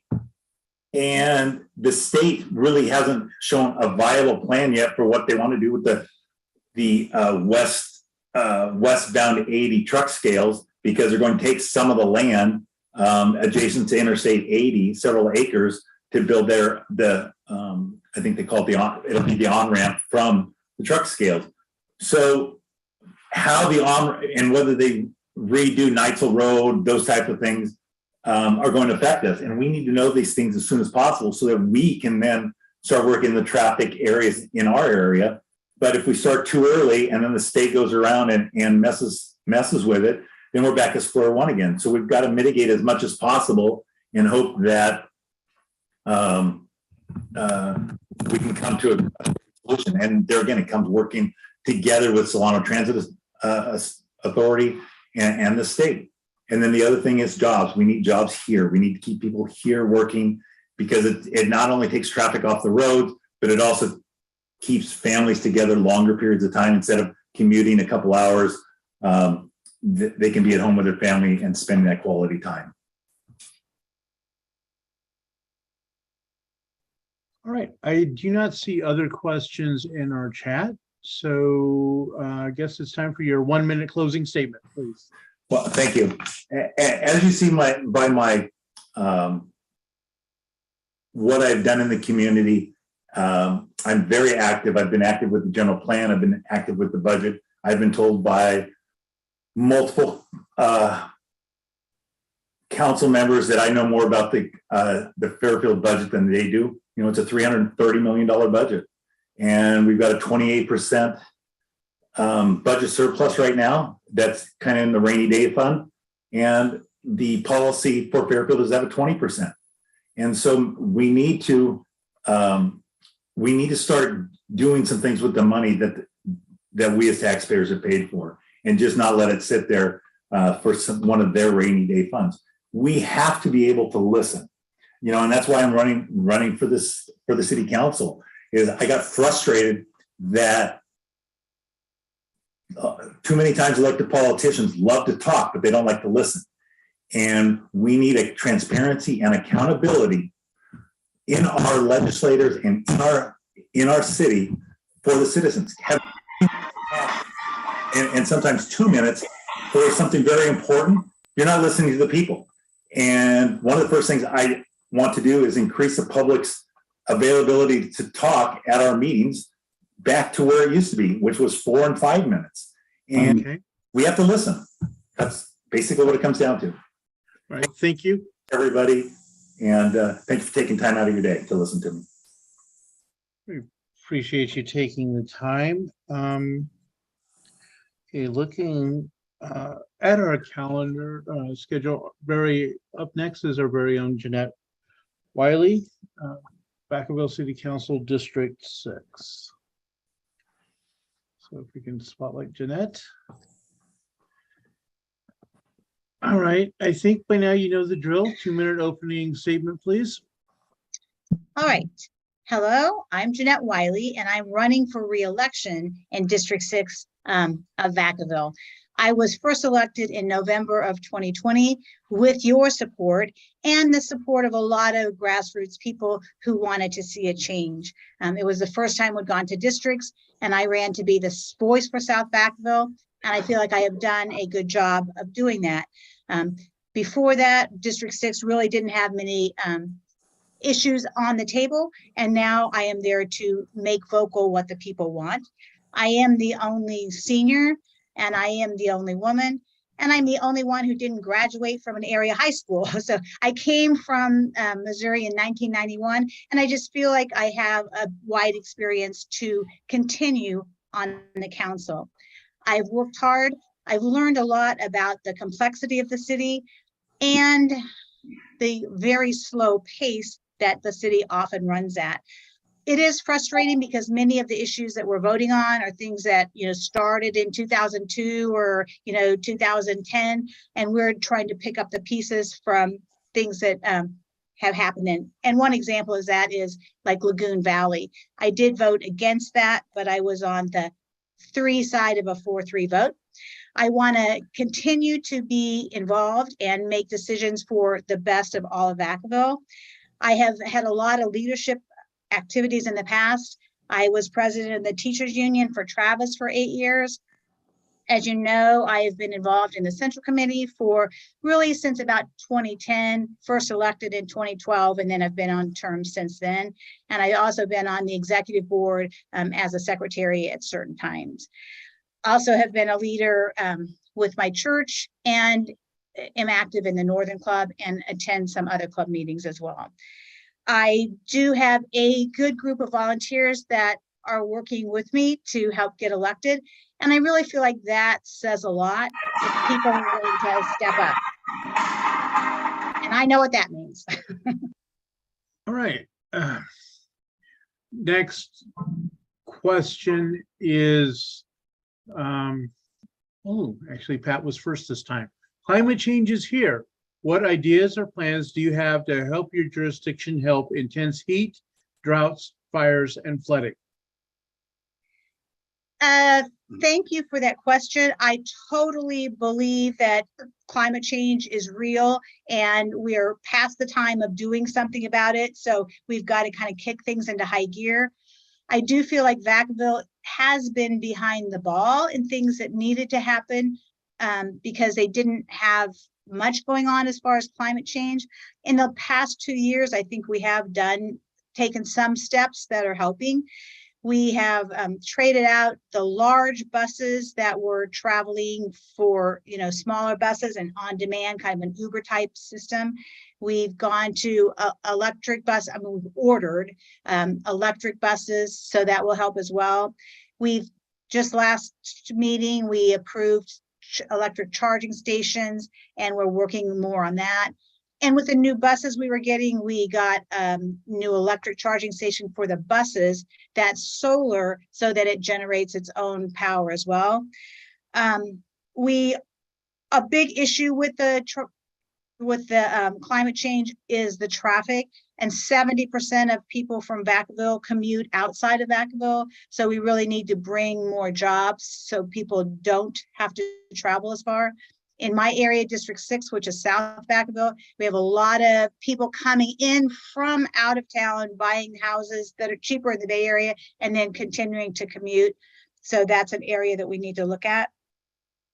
I came in after the previous city council had not decided to join MCE and alternative services. So I want to continue to I've talked to them and want to bring that back again. Right now, since they're working with Vallejo and Suisun, it'll be a while before we get a turn again for that.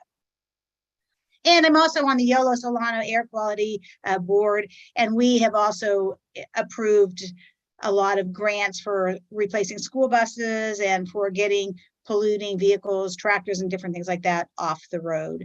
One big thing I think for climate change and drought and fire, because I think that's all thrown in the question.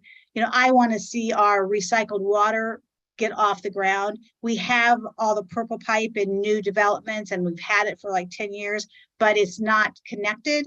So when I toured the wastewater treatment plant, our water is really well cleaned, and then it's just discharged into the creek rather than going back to neighborhoods to use as landscaping. And that's a big thing that I want to continue to push for. Okay. The follow-up question, what would you do or have you done to help green and reduce the carbon footprint of the city of Vacaville?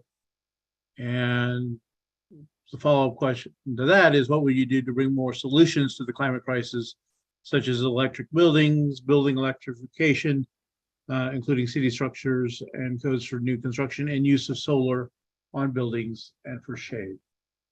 So I really do support that.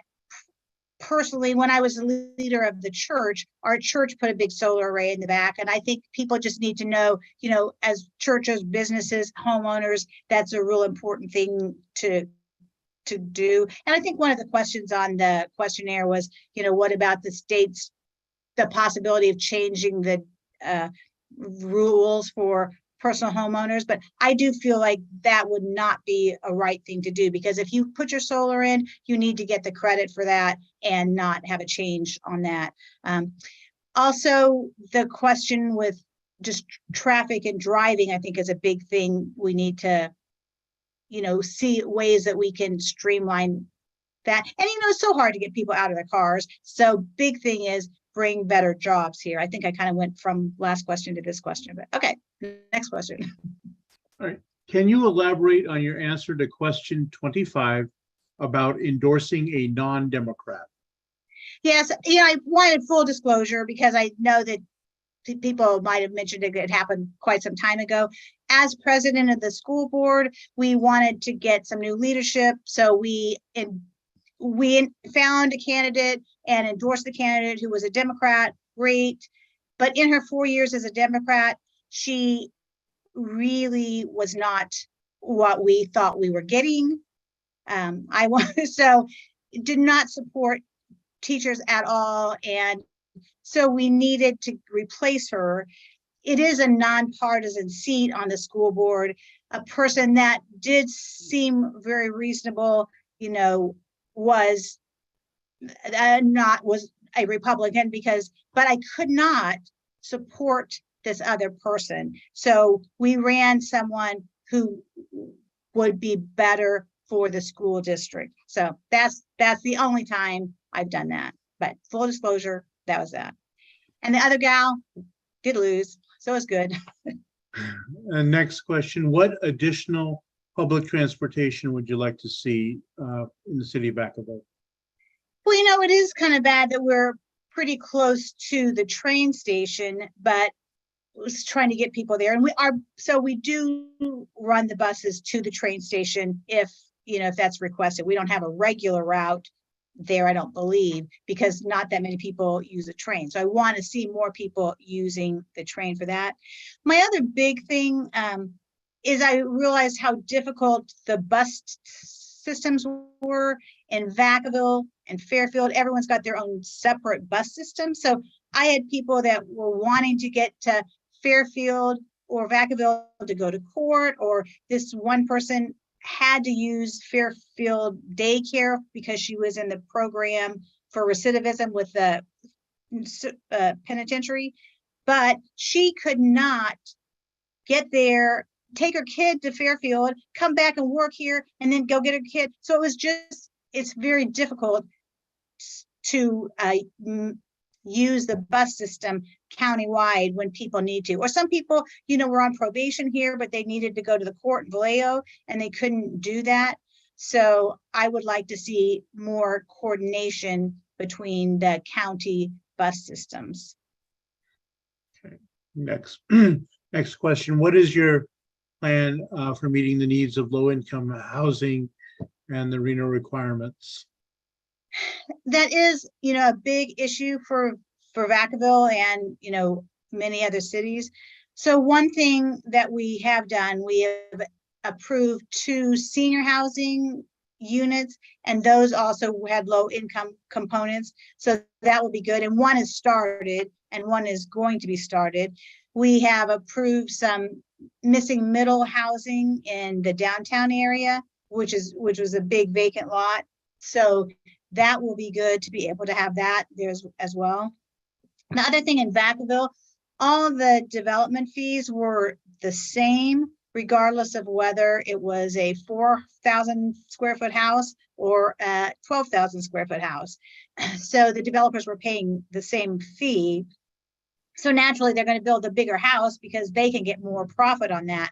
So just in the last 3 months, we have changed our developer fee so that if you build a smaller house, you can have a lesser fee, so that that way maybe developers will give us a product that is more affordable. But they're still saying 300,000. We can't do anything 200,000, but that's what we want to do.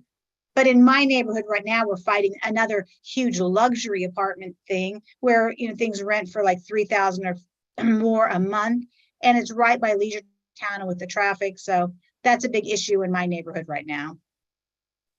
Okay, one last question. Did you enjoy your time at Pride in the Park? Yes, I did. Yes, I did. And, I attended last year too. And I really think that it's great that we have, those kind of activities and the Black history, and we're trying to be there for everyone.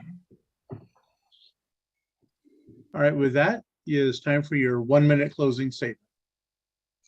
All right, I want to say thank you very much for the opportunity to come before you today, because I do think and know that, your endorsement of the Democratic Party makes a big difference. And I will throw in, I'm the only Democrat in the race.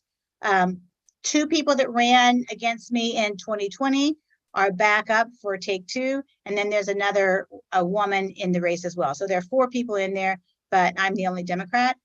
I appreciate all the work of this Central Committee. I mean, just being here last Saturday and this Saturday, and all the things you do to make decisions on candidates to endorse, and then following through and supporting them when they're running. I do want to say that the direction of the City Council changed a lot in 2020, because before it was primarily Republican, and now there's 4 Democrats and 3 non-Democrats. So that was a big change. But with the elections now, it can very easily go the other direction. So I really want to keep my Democratic seat, and Jason Roberts and Sarah Chapman, so that we can have 4 Democrats in the council. Thank you very much. I'm even-handed. That's it. All right. Thank you so much. We appreciate you taking the time to join us. Next up, we have in our waiting room, Doriss Panduro. So we can bring her in. Doriss, are you off mute yet?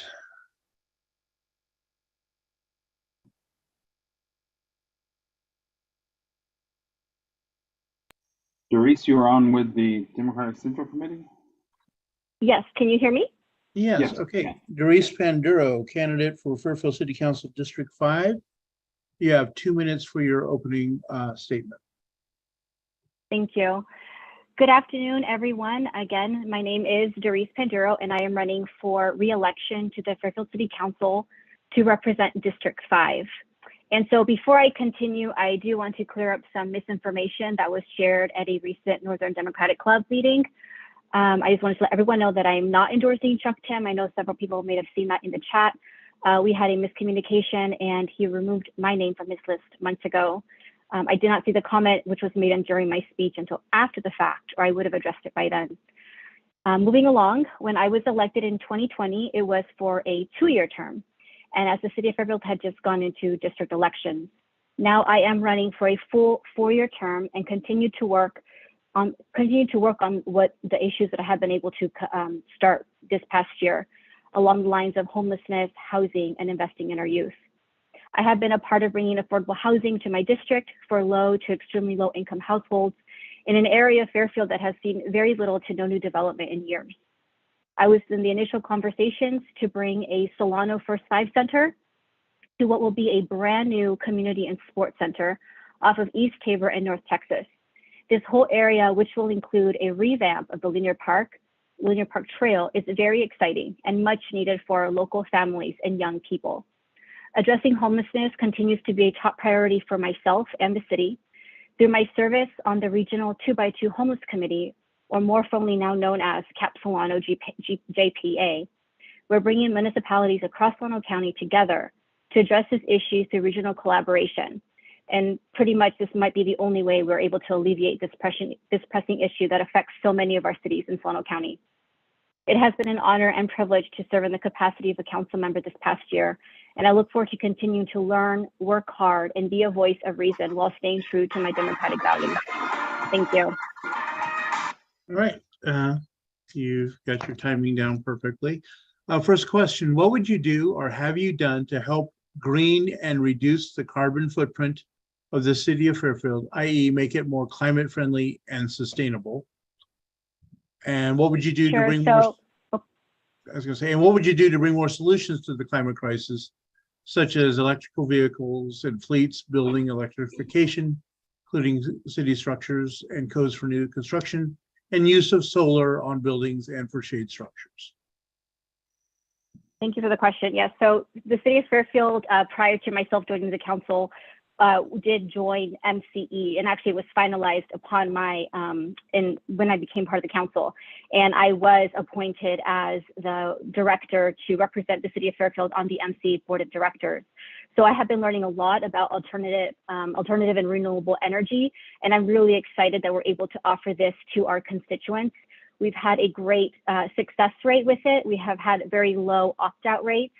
And the programs, I appreciate that the programs such as the CARE program, which assists low-income families to have a reduced rate, they also recognize those programs. And so families are not only able to get renewable energy, but they're able to also continue to receive it at a reduced rate if they qualify. So I'm really proud to be a part of that, and the programs that they offer, like EV rebate programs for the city and county. And they offer all these great programs, and I am just grateful that I'm able to be the voice of the city at that level. With regards to more solutions, I am in favor of solar energy and just finding other ways for us to go green. I know our fleet of buses, some of them are EV, and we are looking towards to seeing how we can increase our fleet of buses into EV buses. So I'm in favor of policies that allow our city to be more green, so that our residents can benefit from it. Thank you. Okay, following up from that question, what ideas or plans do you have to help your jurisdiction handle intense heat, droughts, fires, and flooding due to climate change? Sure, I think for my jurisdiction, and I think when you say jurisdiction, for me, it's the area that I represent, because it is so unique, I think, to the rest of the city. And so I think for me, it is about being transparent with information and making resources available to all residents, whether it is on education regarding, fires and how to stay safe during a fire, how to prepare an emergency preparedness plan for your family. So creating more access to that kind of information, I think is one of my, things that I've always been about, creating more equitable access to information that's going to keep our residents safe. And especially as we are facing climate change, I think our city is very aware of that. And we are a city that definitely believes in that science and in finding ways to reduce our carbon footprint and to be able to better educate all of our residents. Thank you. What resources would you like to see in your district? How would you go about getting those? I would say more fire safety resources and more information around climate change in general. I think that a lot of our families, especially in the area that I represent, there's a lot of working class families that, every day they're just trying to survive daily. And so to find innovative ways to connect them to resources. So I know I did a community event at a local park, And my whole theory has been bring the information to where people are at. And so I plan to continue to do more events such as that. And at that event, I did have MCE there, and they have been great because they have been able to provide not only content, written content in Spanish and in English, but they also I asked for a presentation to be done in English and Spanish at a council meeting, and they did oblige, and we had our very first bilingual presentation at council chambers just a few months ago, and now they've actually done 2. So just finding ways to bring that information to the families in the district that I live in. Okay, next question. District 5 in Fairfield has experienced exponential growth over the past decade. Would you support a sound wall along the Airbase Parkway corridor to protect its residents from noise pollution? If it is something that our residents want, then I would be more than willing to sit down and talk to them to see if that is something that they want to do. And if it is something that they want to do, then I would definitely be an advocate for it at the city hall level. Okay. Next question.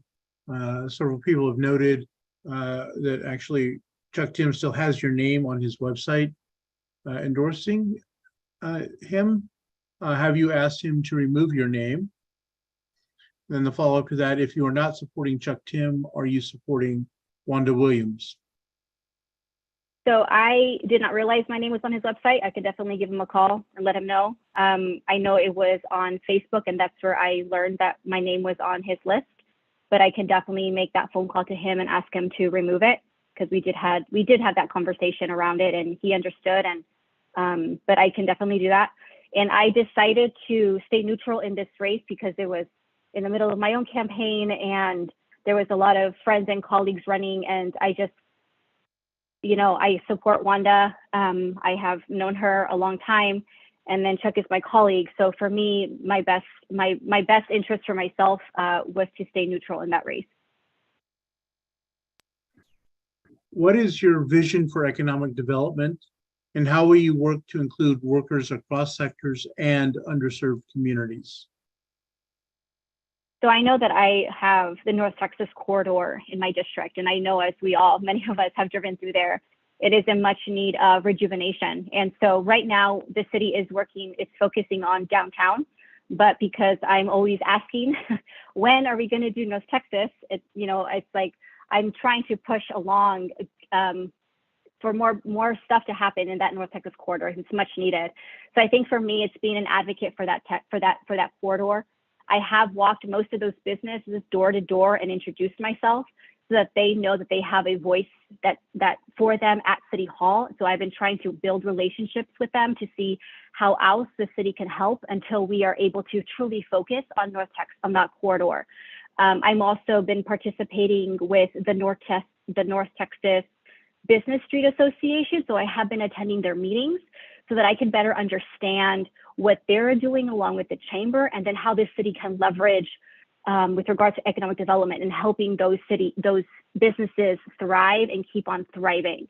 But I do look forward to continuing to work on that corridor to bring in just, like I said, rejuvenation. We are getting some new things coming down along that corridor, but I'm just really excited and looking forward to continuing to work with those businesses, because I know it's needed, and I think we all know that it's needed. Next question, do you speak Spanish? And if so, do you use it to reach out to the Latino community? Yes, I do speak Spanish, and I do use it to reach out to the Latino population.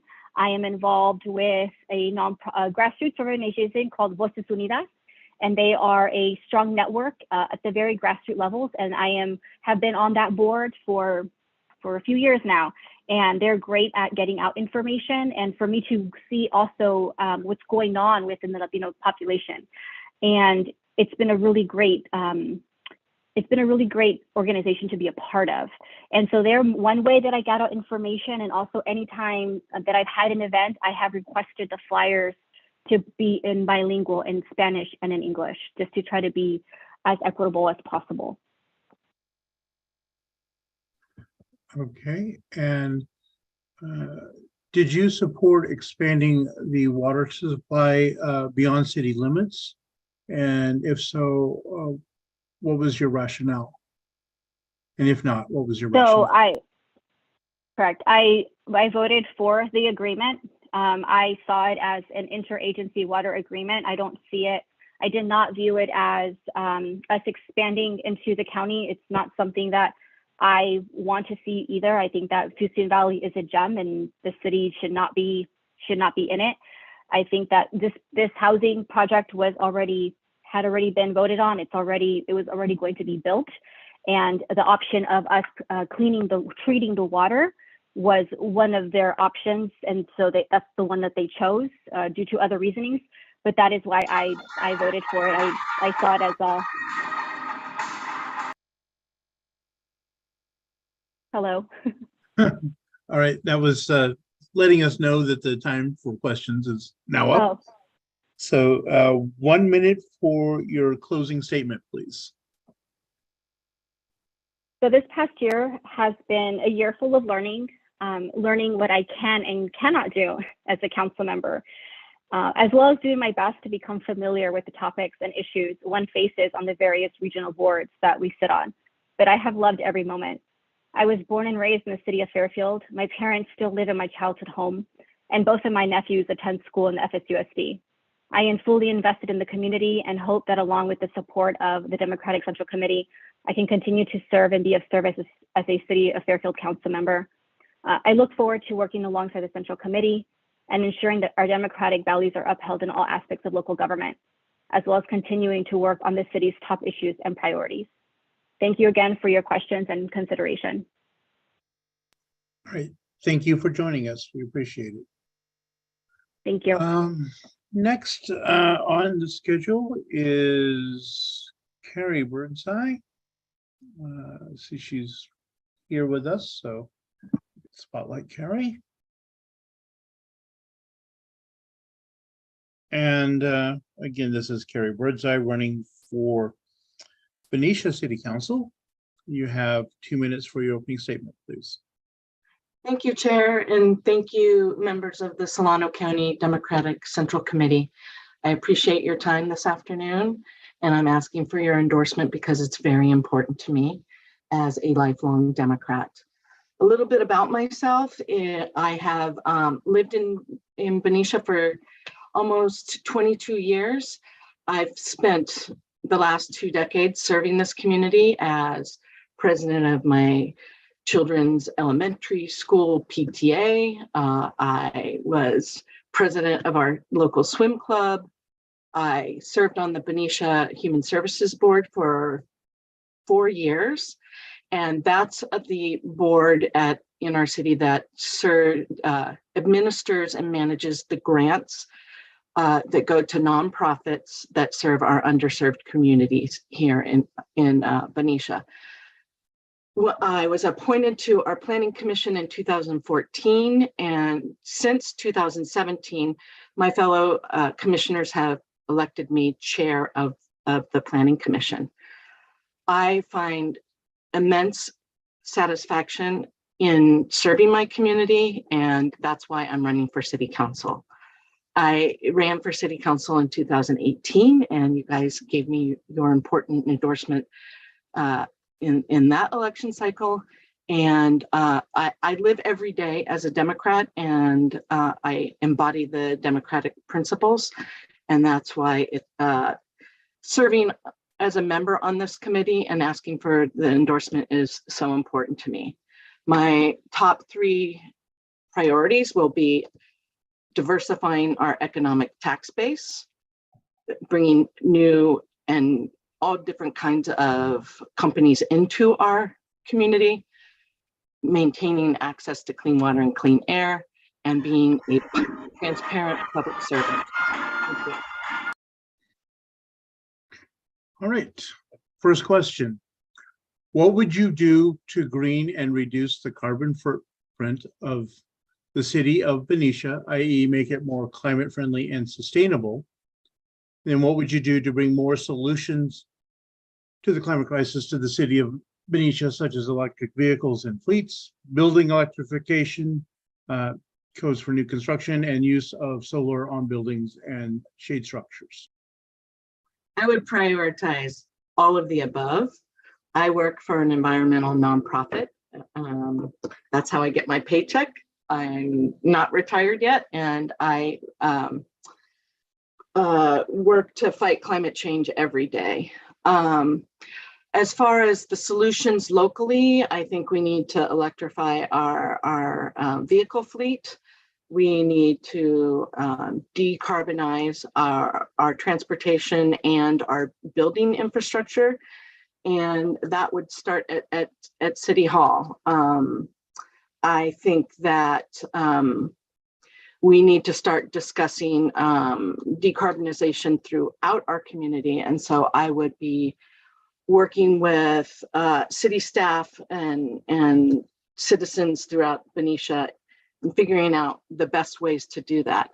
I think what, federal and state funding with the Inflation Reduction Act and the surplus and our governor's priority on addressing climate change, we're going to see a lot of new funding coming to local jurisdictions, and I'm going to position Benicia to take advantage of all the different funding opportunities to address climate change. So I've worked, I was on the community advisory panel to bring MCE to Benicia, and we did that a decade ago. And so that would be a priority to me. I know the next question that's coming is addressing wildfires and heat risk. And on that list, I would also put, addressing sea level rise.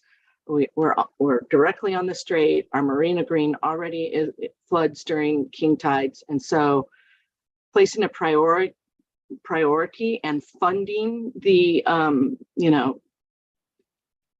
addressing funding to meet, anticipate the climate impacts that we're already feeling, taking advantage of the funding that's coming to us to make sure that we go beyond just the cooling center at the library, that especially our elderly population here in Benicia, a lot of homes don't have air conditioning. And so that is a priority of mine. I think you've largely answered the question, but I'll ask anyway. The new federal infrastructure bill and the Inflation Reduction Act are providing new federal funds, programs, tax credits, and other incentives available for infrastructure and combating climate change. To the extent you've not already indicated, how would you advocate for these funds to be spent in our local communities? I think I just said that I would make a priority in ensuring that we're set to take advantage of all the funding opportunities. That means maybe hiring grant writers and putting ensuring that Benicia's at the table whenever money's available to address climate change. Absolutely. Next question then will be, what are some of the most significant issues you have dealt with on the Planning Commission, and how did you address them? Well, I come to the Planning Commission hearings with an open mind each and every time. I do my homework. As a Cub commissioner, we faced the crude by rail project, and even though I've been working on environmental issues for the last 25 years, I kept an open mind, and I listened to our community, and I ensured that I read every, we had reams and reams of homework on that subject, and that project just wasn't a good fit for our community. And right now we're in the middle of updating our housing element, and we've been doing that for the past year. And I think we're in a good place we've identified more than 1,000 parcels where we can bring multifamily and affordable housing into our community to reach our RENA numbers, and that's a priority of mine. Next question. Do you support both of the measures on the Benicia ballot? Why or why not? I do. Measure K is the urban growth boundary. It's served us well the last 20 years. We need it again for the next 20 years. I strongly believe in, keeping Benicia small and our small town charm, but we have a lot of opportunity to bring housing into our urban environment, and so we need Measure K to stay in place for the next 20 years. As far as the tax issue, I support the tax increase because it will go to improving our roads. Our roads are embarrassingly bad, and it's not good for, it takes a toll on our vehicles and on our bikes. And so we need that money to improve our roads. And I trust our city government. Our city manager is doing a good job at uncovering decades of financial incompetence. And so we need this tax increase to right things at City Hall and improve our roads. Okay. What additional public transportation would you like to see in Benicia? Well, our mayor I believe our mayor sits on the Soul Trans board, and I think we need to do a better job at publicizing the bus routes that we do have right now. As far as additional public transportation, I have been riding the ferry into the city for the last 20 years, and I don't know if we need to bring a ferry to Benicia because the ferry building in Vallejo is so convenient for Benicians. So I would concentrate on our bus system and making it accessible and affordable to all Benicians. Next question, do you support the tax measure in Vallejo? Most of my friends in Vallejo aren't supporting it. I respect their wishes. It's a different story in Vallejo. There's a lot of lack of trust in their city hall.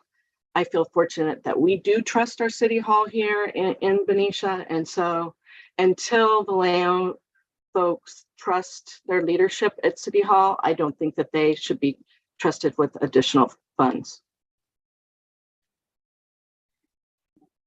I don't see any other questions in chat. So 1 minute closing statement, please. I hope I can count on your endorsement. I will wear it proudly. I will put it on my door hangers. I will wear it as a badge of honor. I'm very grateful to have served on the Central Committee since 2015, I believe. And I've learned so much from my fellow members here. And, the values and principles of the Democratic Party are mine. And so that's why I'm asking for your vote of endorsement. And there's 3 of us asking for the endorsement. And I believe that I'm, uniquely qualified to represent the Democratic Party. Thank you again for your time. All right, thank you. Appreciate it. Looking, I do not see our next 2 candidates in a chat room. Have we heard from either Peter Bergenser or Robbie Williams? No, Tom, do you know? I have not. I've been trying to reach out to the 2 of them, but I do see that we have Jason Roberts in there. All right, folks, and we're actually about 12 minutes ahead of schedule for Jason. Tom, you have to stop highlighting me. Oh, sorry. Okay, you're no longer spotlit. Should we go ahead with Jason Roberts while I still try to track down these other candidates? Mr. Roberts is available to us. Yeah. Let's go ahead and give him the break of being early and hear from him. Okay. All right, Mr. Roberts, you are in with the Democratic Party. All right, folks, gentlemen, this is Jason Roberts, who, as soon as he's spotlighted.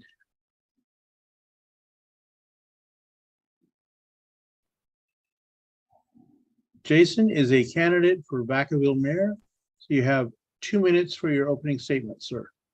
Okay, just a quick mic check real fast. I was having some audio issues earlier on another call. You guys hear me? Okay. Yeah, as mentioned, my name is Jason Roberts. I'm a current council member in Vacaville, former vice mayor. I just handed that over to Roy Stockton on Tuesday. Yeah, I'm currently running for mayor of Vacaville. I believe I'm the only Democrat running at this point. And yeah, I'm looking to keep doing what I've been doing on council, trying to create open communication with the government to its constituents, be more transparent on various forms of media, whether it's web pages, social media, actual media, or just getting out in the public and just talking to people.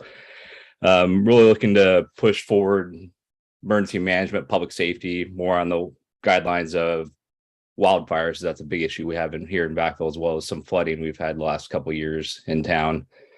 And also looking to help bring in good quality jobs, not just quantity, but quality with wages that people can actually live off of. And addressing the housing market right now in Vacaville, it's gone up 37% in the last 2 years. The current home that I live in I would not be able to afford my own home right now if I tried to rebuy it. And by doing that, like bringing in a wide variety of housing price ranges from low income and giving people steps and opportunities to move up to nicer homes or have more amenities in their area.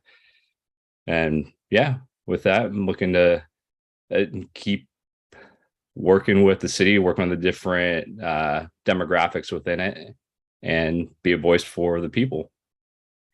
Thank you. All right, thank you. First question. What would you do or have you done to help green and reduce the carbon footprint of the city of Vacaville, i.e. make it more climate friendly and sustainable? And related to that, what would you do to bring more solutions to the climate crisis to the city, such as electric vehicles and fleets, building electrification, codes for new construction, and use of solar on buildings and shade structures? Okay, yeah, that's actually something that's pretty important to me. I drive an electric vehicle myself, so I'm putting my money where my mouth is when I'm speaking on this topic.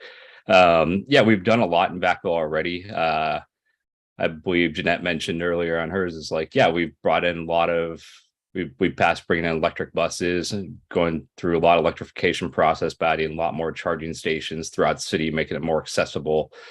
Especially some are going to be near high density housing where there's not usually charging options in those. So at least there'll be some nearby that people will be able to access if needed.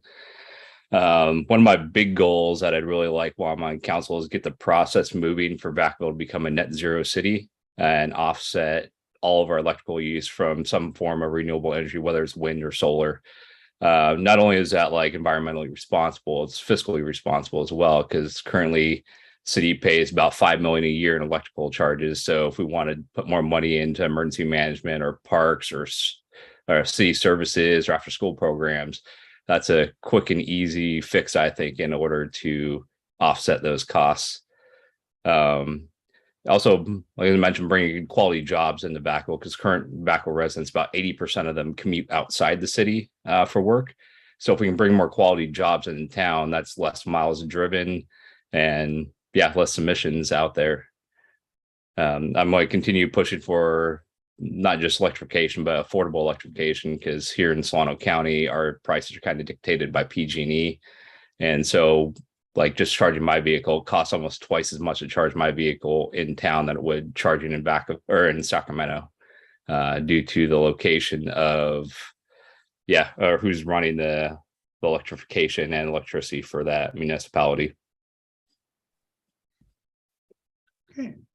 Next question, climate change is here. What ideas or plans do you have to help your jurisdiction handle intense heat, droughts, fires, and flooding? Okay, going for the intense heat, more on the personal aspect, is trying to ensure that there's cooling centers for those people that do not have access to air-conditioned environments. Growing up, my house did not have air conditioning, so I spent a lot of time at the dollar movie theaters to keep cool. So giving people access during those heat it's a health issue because you spend too much time in the heat. It's detrimental, and you just don't recover right away. It takes a long time to recover. I've had heat stroke myself, and heat is not my friend anymore.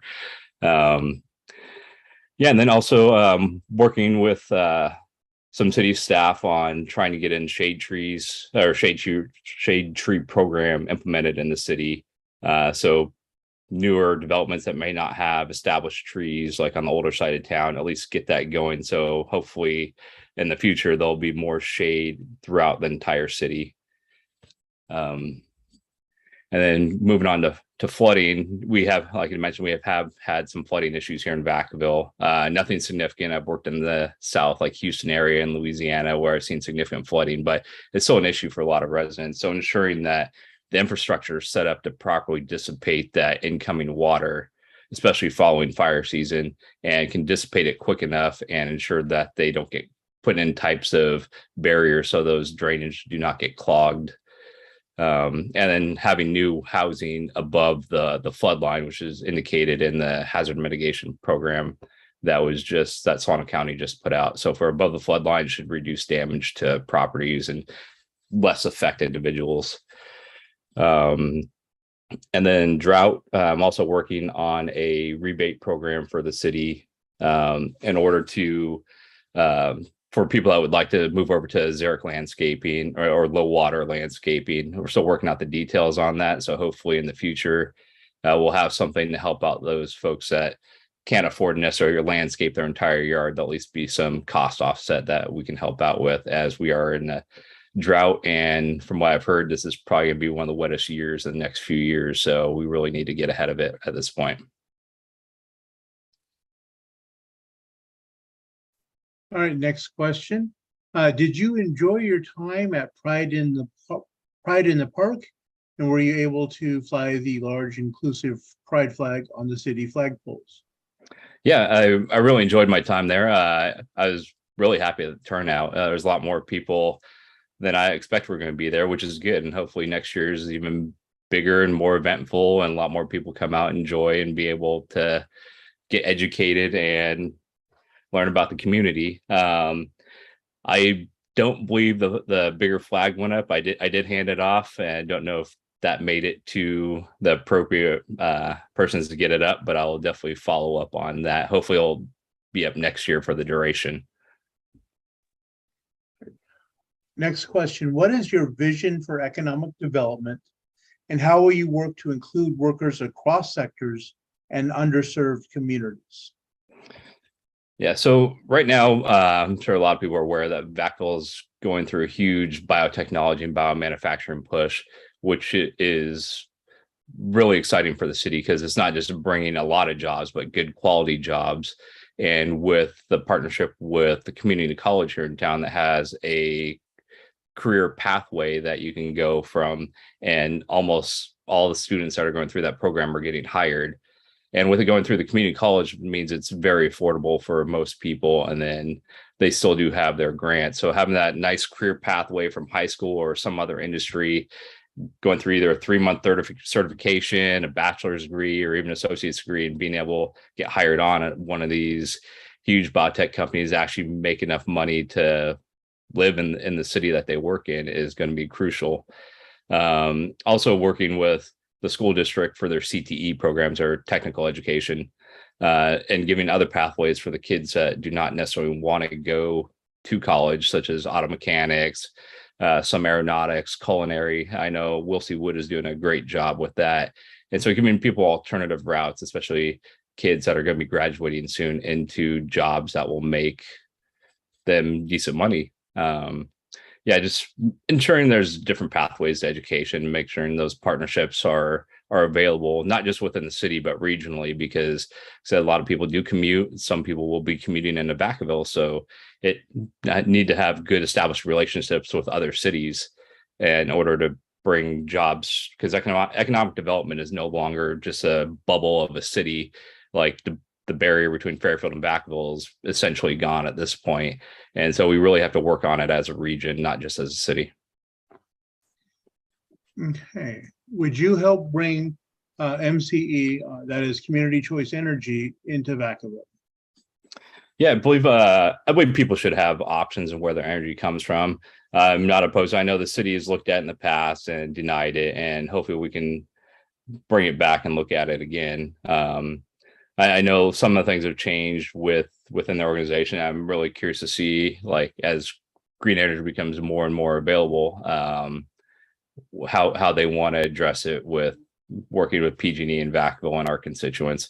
So yeah, I'm all for options for people. They shouldn't be tied down to one source of energy. All right. I do not see any further questions in chat.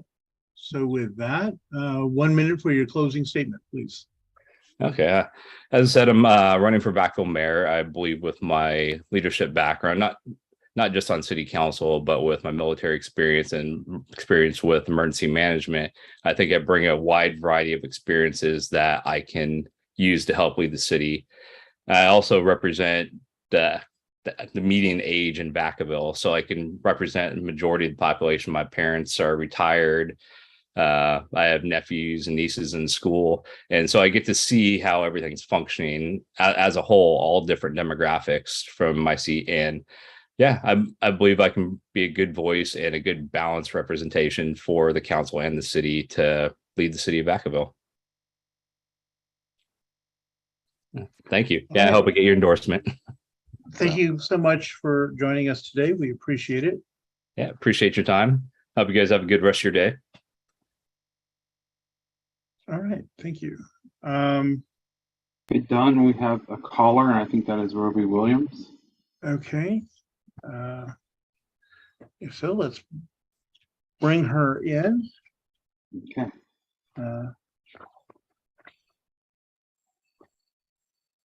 Hello, caller. 650. Is that you, Robbie? Or is that Peter? Caller at 650. You are muted.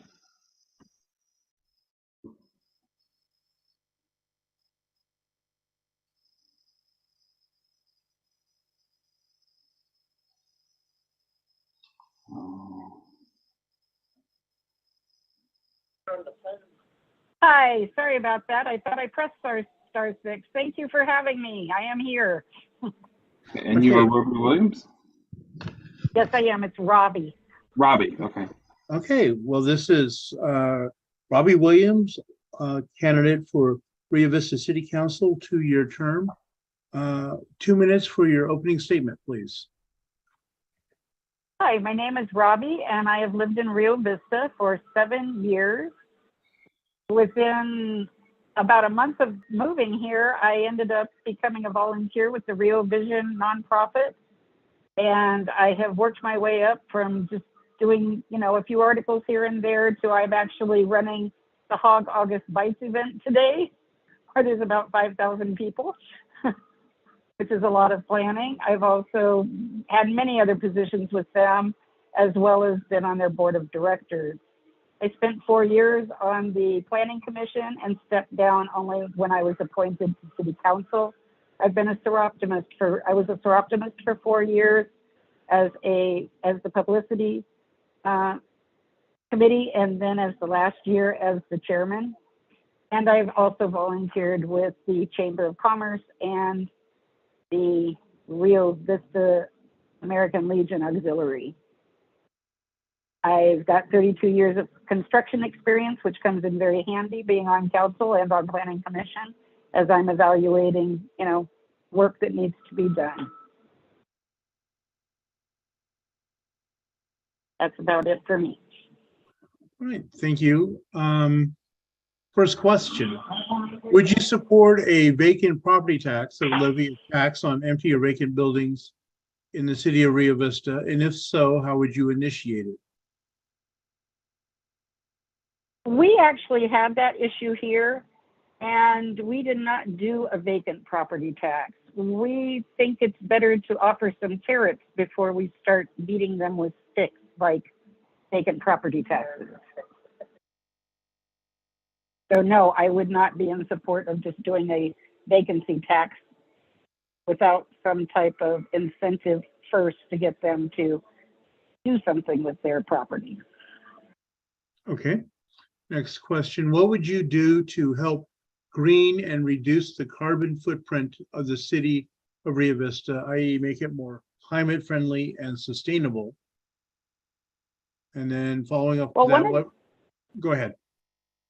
Go ahead. I was gonna say, and what would you do to bring more solutions to the climate crisis to the city, such as electric vehicles and fleets, building electrification, including city structures, codes for new construction, and use of solar on buildings and shade structures? We are, the city of Rio Vista has been very proactive in their climate change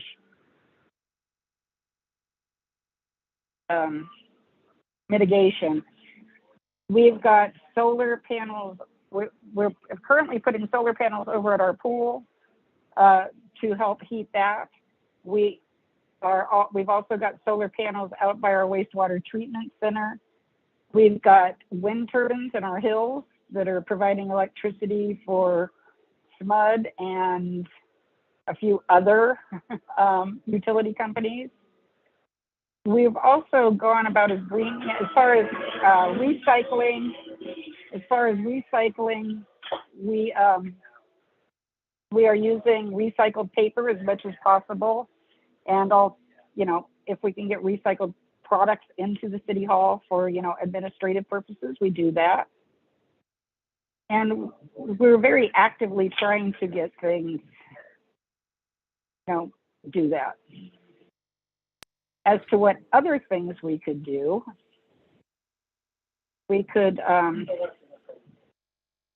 knew what I was going to say. It's kind of a distraction. There's a lot of noise behind it.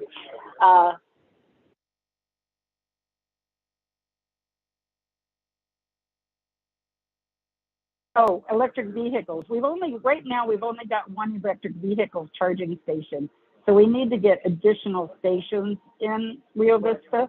And I believe we are starting to look at our Delta bus service, our Delta Breeze bus service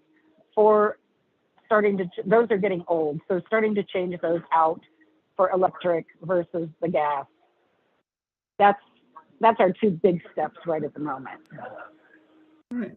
Next question. What is your vision for economic development, and how will you work to include workers across sectors and underserved communities? Right now, the city has hired a consultant for economic development, which the city council pushed for to get a better grip on it.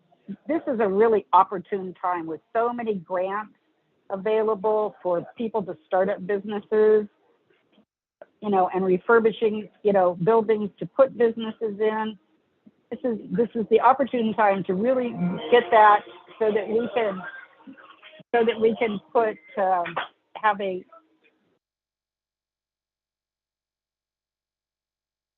once again the music came in the door, and I thought I found the quietest place to do this at. I'm sorry.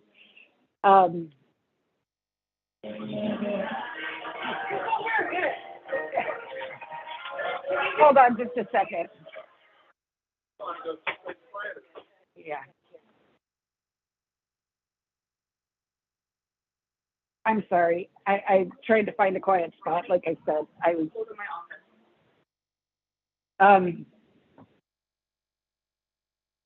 Could you ask me the question again, please? I'm terribly sorry. What is your vision for economic development, And how will you work to include workers across sectors and underserved communities? Okay. So our vision is to increase the amount to invite new businesses into town, more boutique style businesses that will give our residents a better place to shop, more places to shop at, and keep them in town shopping, which will increase our economic, which will increase our tax base, for one thing, and keep our money local. We currently have an economic development team started, and one of the ideas is to use, there's a lot of sports events, a lot of the Mudder, you know, Ironman events. We've got a beautiful set of hills that make for a great running thing, and we think we can hold some events that would also raise some money. But that's all kind of contingent upon having a place for people to stay with, as we don't have a lot of hotel space right now. But those are just some of the ideas that we are working on currently to increase that. As for underserved community, I think Rio Vista's done pretty good. We've got quite a few, we've got two cannabis industries. We've got an endive factory, and we've got a hemp factory. And they have done pretty well at hiring universally, you know, very diverse employees. So I think our little town is better off than a lot of towns. Yes, there's still some problems, but you know, I think that we've done well so far. There's a little bit more work to be done, you know, to bring some more business in that will help those communities.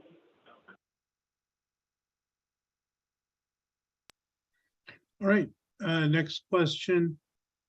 Climate change is here. What ideas or plans do you have to help your jurisdiction handle intense heat, droughts, fires, and flooding? Flooding, we've got the Sacramento River right by us, so that's always a concern. However, we did many years ago, they moved the city up to higher ground, so we're hoping that that's good enough. One of the things that they can do in regards to flooding is they used to dredge the river more than they do now. And they really don't, they dredge it just enough for the deep water ships to get through, but they don't dredge it as wide as they used to. So dredging would help, and that would also create more jobs and whatnot, as well as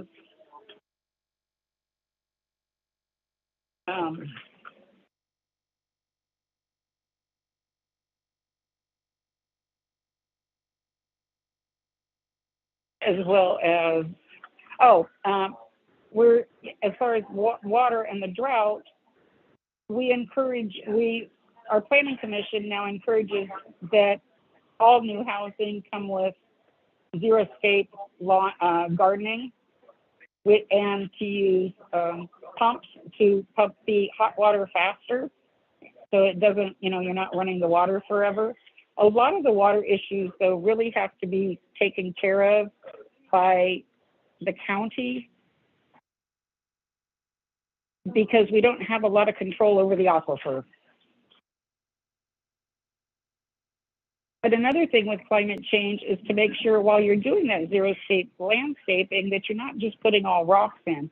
There's got to be a good source of greenery installed. You know, we're advocating trees that use, you know, that are friendly, more water friendly. We're advocating, you know, very drought resistant plants, but you need that greenery to keep it going. All right. Unfortunately, that sound means our question time is over. So 1 minute for your closing statement, please. I really want to thank you for giving me the opportunity to speak with you today. It was like, I was so surprised, you know, to get the invitation, and then it's like, oh my gosh, we've got $5 fight going today. But, you know, it's really I'm really hopeful that my place on the council does help make a change. We've got 3 business people. I'm the only one that doesn't own a business in town that's on there. And I think I bring something towards the lower and middle class, even though I can also work with the businesses really well. I work with a diverse community. So I think I can do the best job that out of my candidate. All right. Well, thank you so much for joining us. We appreciate you taking the time to join us on the phone, and have a good rest of your day. Thank you. All right. I see our next scheduled candidate is in our waiting room. And have we heard from Peter Bergenser at all? No, I have not. I'm not sure. I know they had COVID a couple of last weekend, so I'm not sure what's going on. Okay, well, since we are on time for our next candidate, if we could go ahead and bring Doug Carr into the meeting, please.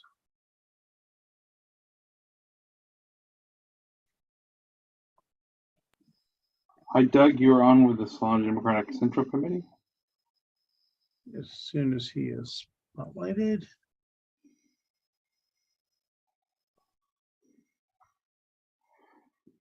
Doug Carr, can you turn on your camera and unmute yourself? There we go. Okay, this is Doug Carr, candidate for Fairfield City Council in District 3. 2 minutes for your opening statement, sir. Well, I'm an old-time resident of Fairfield. I've been here since 1964, came here when I was 2.5 years old. I love my city. I feel that I have the tools necessary to make the changes that my constituents, especially in my district, that have been asking about. And I just want to see it prosper. I want to see the safety be increased. I talk to people that are in Vacaville, and a lot of them are scared to come to our mall. So safety is a big issue with me, and also with the unhoused. And I think I have some of the solutions to these problems.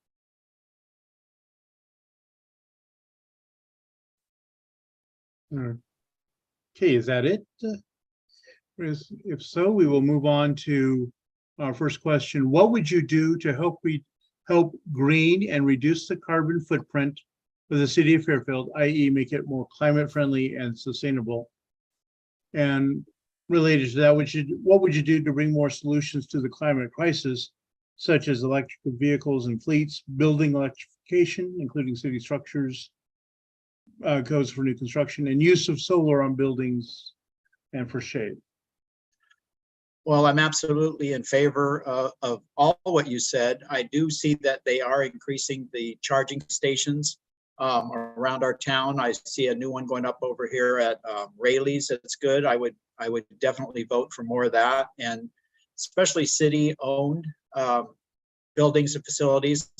Their parking lots, that kind of thing, can all be put solar on it, similar to what they did over here at Kaiser. But I would definitely be in favor of all of that, including maybe even wind. Okay, next question. Climate change is here. What ideas or plans do you have to help your jurisdiction handle intense heat, droughts, fires, and flooding? Well, one thing I would do is also, for sure, support those that have better knowledge than I do on the subject, such as when it comes to the fire. I would depend on the fire chief, the firemen, for that, what they feel would be best, and back them. Another thing would be to get the creeks and stuff around here. They need to be cleaned up somewhat, keep from flooding, these kind of things, because we have the heavy rains now that they say are coming that we haven't had before, monsoon rains. Prepare for that. Increase the maintenance.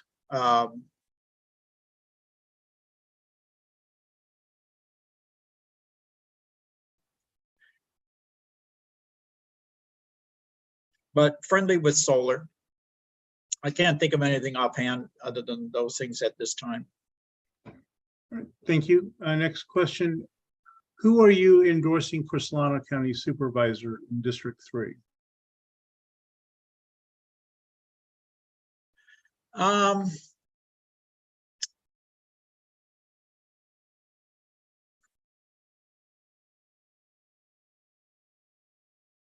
I'd have to probably do more research on it. I'm kind of still on the fence with that. I haven't completely made up my mind yet. All right. Next question. What is your vision for economic development, and how will you work to include workers across sectors and underserved communities? Well, for one, I have my background and where I've been doing for the last 6 years was I was at probation and working with a lot of the population that needs the help that we're talking about. And I have an idea on these day centers or day reporting centers where we have a one-stop shop that they could come in and get assessed. There's jobs, education, alcohol and drug treatment, mental health, these kind of things all in one spot, one-stop shop for that kind of thing. The other thing, as far as what you said for business and stuff, I have some real good ideas about in my district, Solano Mall over here. I'm really going to look into, I would like to have like a fabulous Food Friday truck thing and a venue and expand that. Would also expand jobs for security for our police force and jobs for our county employees as well.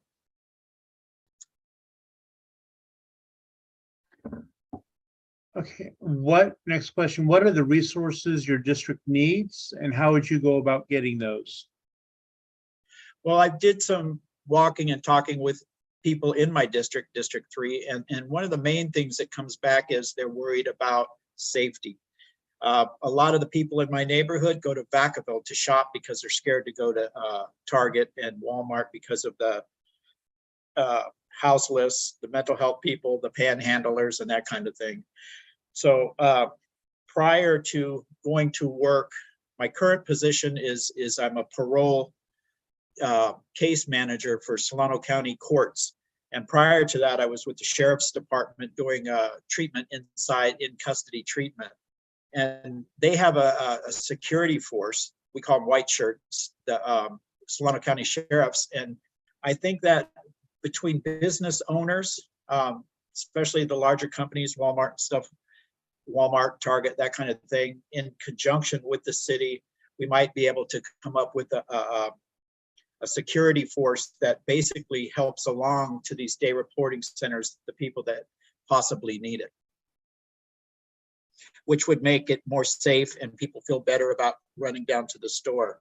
I went down to, I live right between Safeway and Rayleigh's here. And I don't like going to Safeway sometimes because of people screaming and yelling out there. So I go to Rayleigh's and I just wanted, we need to focus on that, the safety of the people. That's what they've asked mostly for. The other thing is to keep the parks and stuff. They were talking about the maintenance, the lighting. A lot of times in the park, especially right over here in Mancus Park, the lights aren't working real good. So I'd kind of focus on that. And they also think it's a very unsafe corridor over here on Holiday Lane by Harbor Freight Tools and that, because all they have separating that the drive and the freeway is a little cyclone fence, usually covered with garbage. And that's mostly what my constituents in it would like me to address. Next question, what additional public transportation would you like to see in Fairfield?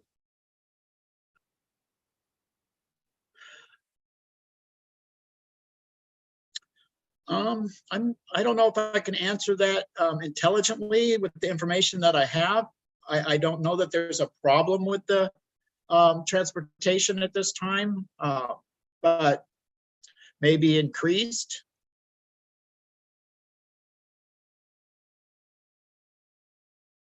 All right, I'm not seeing any other questions in chat.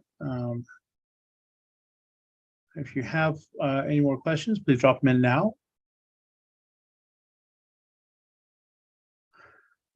Okay, not seeing any. 1 minute for your closing statement, please. Yeah, I've been a lifelong Democrat. I remember as a young kid in high school, I couldn't wait to turn 18 so I could register and vote. And the first person I voted for was Jimmy Carter.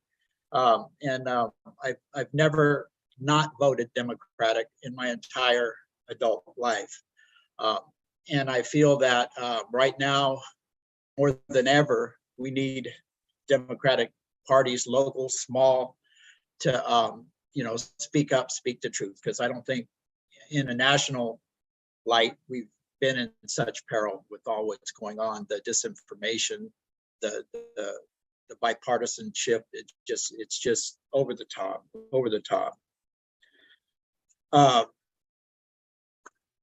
And I can't think of anything else. Yeah.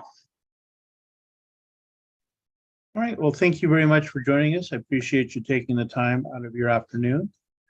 And have a good rest of your day. Okay, thank you very much. Right.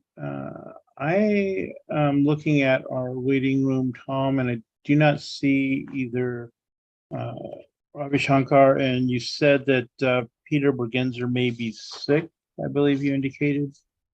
Yes, and Robbie just got on. Okay, well, somebody has perfect timing then, so let's bring in our next candidate for Vallejo City Council. Here, I am bringing him in now.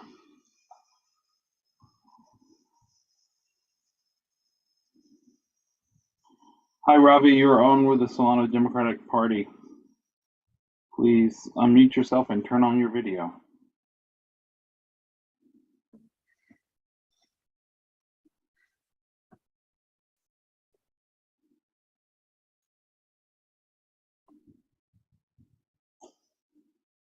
Robbie, can you turn on your video and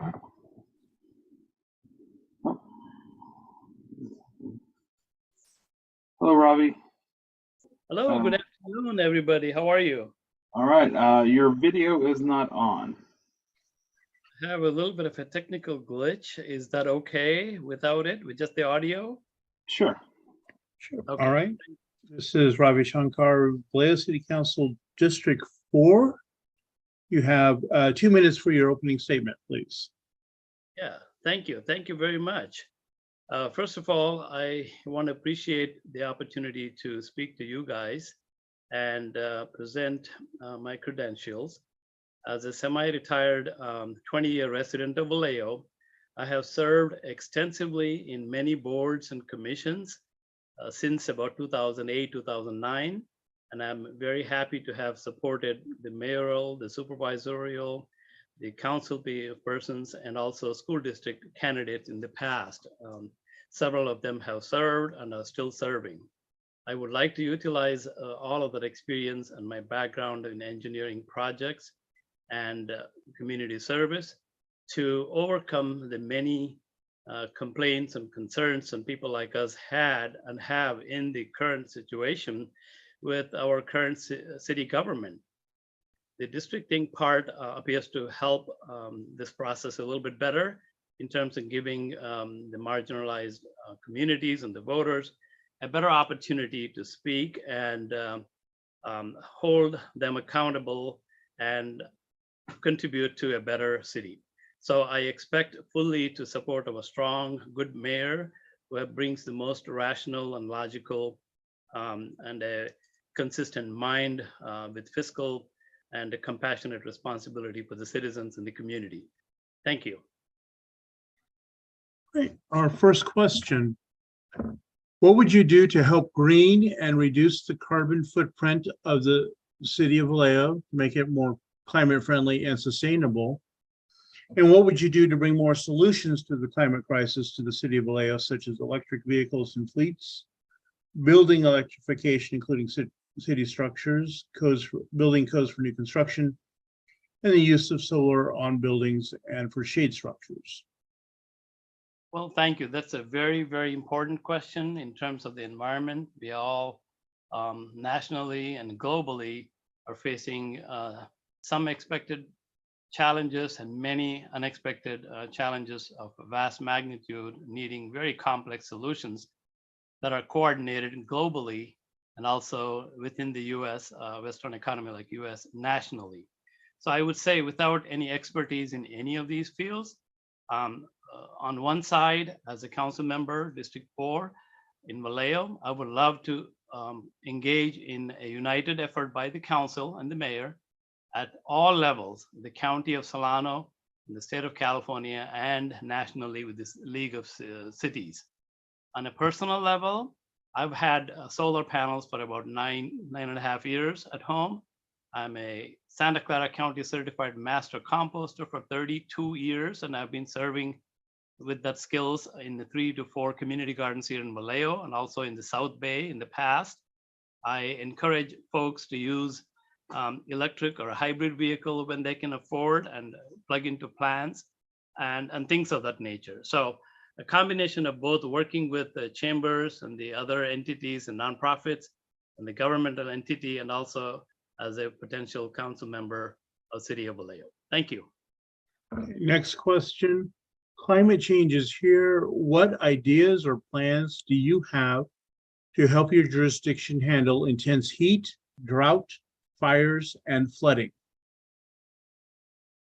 Well, thank you. That's a question that without much of an expert knowledge in it, I'm just going to wing it as a citizen, as a taxpayer, and as someone who understands it with compassion and needs to be addressed in a coordinated level at many cities and the state.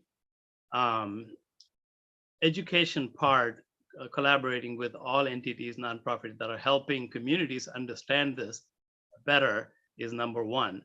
And helping groups of entities that are serving to implement small changes like drought resistant landscaping to water consumption, reducing tools and devices.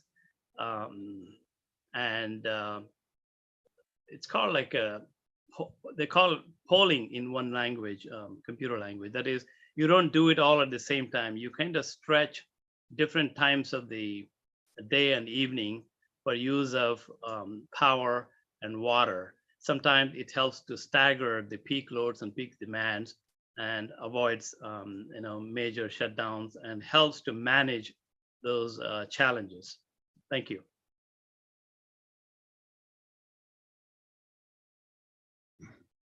Next question. What is your vision for economic development, and how will you work to include workers across sectors and underserved communities? And related to that, how will you engage with labor on policy? Well, it's been a very complex challenge for a long time. One administration of mayor and council after the other, they have addressed it in bits and pieces and had moderate success and a lot of community concern that's still going on. I will focus on 2 or 3 levels of it. Reducing current waste in terms of misallocation of funds and spending needless amount of consulting fees and hiring people that do not really have the interest and the experience to serve our local Vallejo needs. Secondly, I would certainly lobby to tap into, as a city, the county and the state resources that are somewhat unfairly, in my opinion, being allocated to Vallejo over the last 20 years that I have lived here. Thirdly, I would look at both federal and international sources of funding that are available that has opportunities long-term with good planning and consistent execution, the possibility of getting funds and also participation from those 2 entities. Thank you. Okay, next question. Do you support the police building on the waterfront? And how would you help improve conditions with the police department? Yes, not at all. I served on the police advisory board for 4 years under 2 police chiefs. And what I was able to take was from my neighborhood watch group and my active nonprofit fellow board members' concerns, and in general of many people that I meet, business and otherwise. Those concerns, some of it were addressed, some of it were just given away to others to resolve or to look into it. But throughout this process of 4 years, I noticed that the police department union that has a very unfair influence, long old boys network kind of an influence. I'm sorry to use that word, but I can't help saying it because it's the truth. A lot of people know it. Those appear to drag the entire city policy and the police chief and the city manager and therefore the council in a direction that is contrary to what the most people want. First of all, many people have expressed that it is not the right location because it has the potential tourist and the first impression opportunity for the city of Vallejo. Waterfront belongs to the people, to everybody. Secondly, having all the 70 to 100 police and all the facilities in one location is not the perfect answer because their services are needed throughout the city. The old-fashioned model of having them at police stations, as they call it, the substations. Now we can relate to that in terms of a districting. We can have districting wise locations where we could probably serve them better. Third and most important reason, as I have noticed it, the $14 million stealth signing of the agreement to purchase the building by the council, only supported by four of them and opposed by our current mayor, and first time by the vice mayor then once, and then she withdrew a second time. All these, plus the fact that it cost $30 to $150 million, depending on who you ask and what level of development they want to do long term, it is not the right solution. There are other options that needed to have been explored very sincerely and presented to the public and to the council, and that has not been completed or done sincerely with all honesty. Lastly, they did not compare how similar cities with similar police department challenges have dealt with it, like Salinas and a couple other cities that some of our council members went to gather information on there. So a combination of all this, I feel that the current location on Amador, if it is completely taken on a war footing, meaning number one priority, take this on and get this done in 2 years, will cost far less money, and several structures that need to be there are already in their place there. So it appears, in my opinion, to be a better option. I'm not sure about the best option because I'm not an expert in police matters, but what most people feel as a taxpayer, my homeowner, and what I would like from my police department in my city that I live to do. So those are my three phased answers for this question. Thank you. Next question, do you support Measure P? Measure B? P. Oh, City of Vallejo. that is easy. That is very easy. No, I do not support any higher amount of taxes on the people of Vallejo or Solano County because we are already paying a high rate and we have suffered enough in the last 2 years through the pandemic and all the other hardship that we had. We do not at this point need to go that route. There are other ways to creatively reduce the cost, raise the monies, part of the monies, and collaborate and stagger the project and the funds needed so that it can still be accomplished. No, I do not. All right. That is the sign that our time for questions is up. So 1 minute for closing statement, please. Okay. Hi, Thomas. I didn't recognize who it was for a second. Well, thank you very much for this opportunity to be on the Zoom meeting with all of you. I would have loved to be in person, no matter where in the Solano County, but logistics involves getting this done sooner and fairly and with everybody else. So as a 20-year resident of the city of Vallejo, taxpayer, homeowner, as a board member and a commissioner for many nonprofits and city organizations and entities over the last 13, 14 years, I believe my combination of experience and expertise in one or two areas, and my compassionate, calm demeanor and personality that keeps many of these entities keep asking me to serve as their treasurer or serve on their board and continue to represent the common people of Vallejo. And I do believe that I bring the best traits of qualities to the table. I believe together with our compassionate and rational, strong mayor that is consistent to make Vallejo better in the long run would be a game changer for me. If I am elected by the voters, I would serve with the leadership. I would serve with the mentor role that I have done over the years. Thank you very much for this opportunity. All right, thank you. With the exception of Mr. Monroe, who's scheduled at the end of our meeting, that concludes our council candidates for today. We have scheduled on our agenda to take a break until 3 o'clock. I think we will extend that an extra 2 minutes to 3:02, so we're at least getting a 5-minute break in, so that you can do whatever you need to do. Again, for those of you who are unable to stay for the rest of the meeting, the authentication code for the ballots has been dropped in the chat recently and on numerous occasions. And thank you all. And for those of you who have the fortitude to stick around, we will see you again in 5 minutes.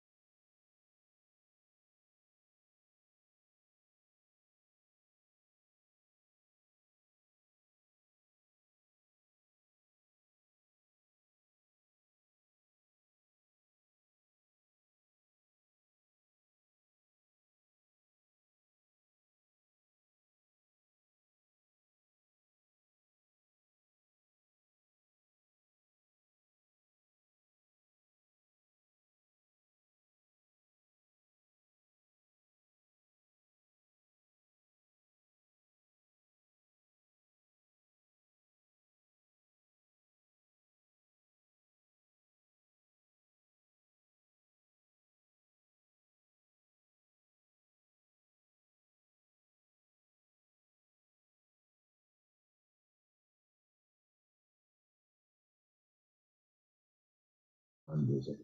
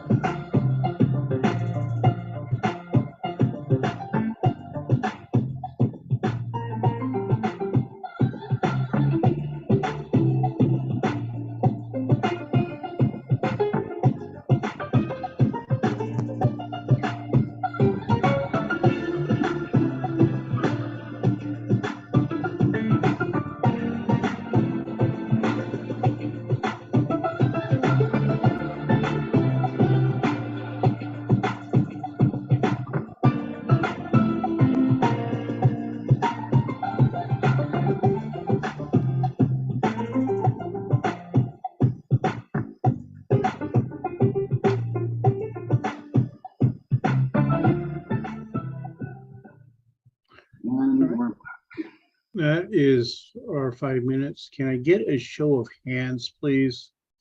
To make sure we do have a quorum before we move on. So please just hit your little button. 1, 2, 3, 4, 5, 6, 7.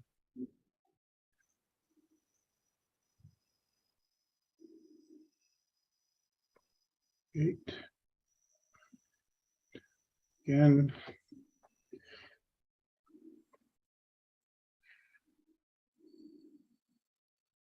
All right. Just a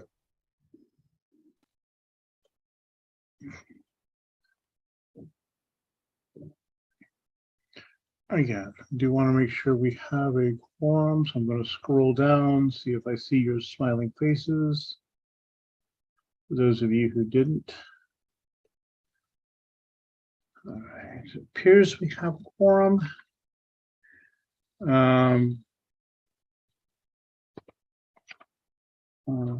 Do want to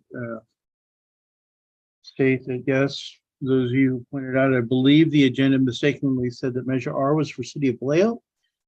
It is in fact for City of Benicia. For some reason, I have Vallejo on my brain in this process. So, the first presenter I have on my list is no on Measure P. And Christina Ariola is going to be representing that constituency. Okay. Because Mike is unable to be with, or Mark is unable to be with us. Okay, if we can go ahead and bring her in, please. And she is Respectfully, Chair.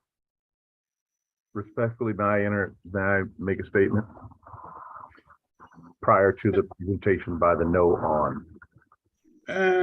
Sure, brief statement, please.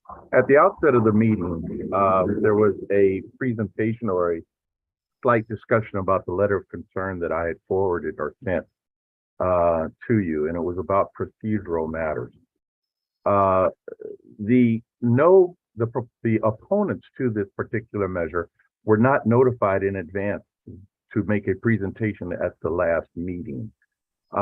Social media is hardly an adequate way to notify constituents or members of this committee even about such an endeavor.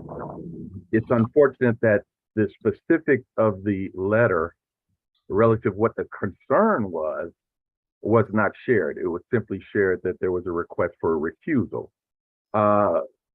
It appears that the machinations that are going on, this is not the first time that these matters have occurred related to other issues. But it seems like there's just this thing that if there is a position held by certain people, that let's squash or quash all other commentary. So I'm really concerned that the parties that were named are not going to recuse themselves based on what I heard at the beginning of the meeting.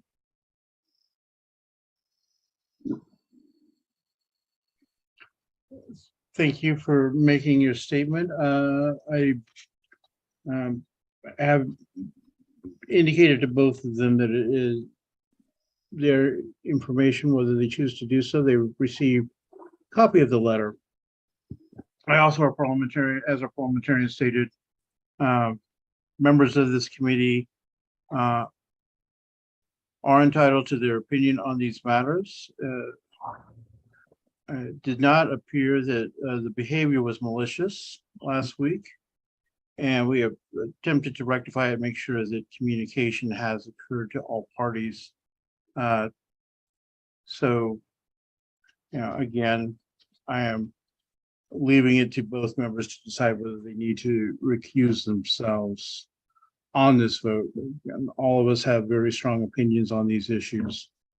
And if we asked everyone to recuse every time someone had a complaint, no one would be voting. So with that, let's bring in the presenter and have her give her presentation, which is no on City of Vallejo Measure P.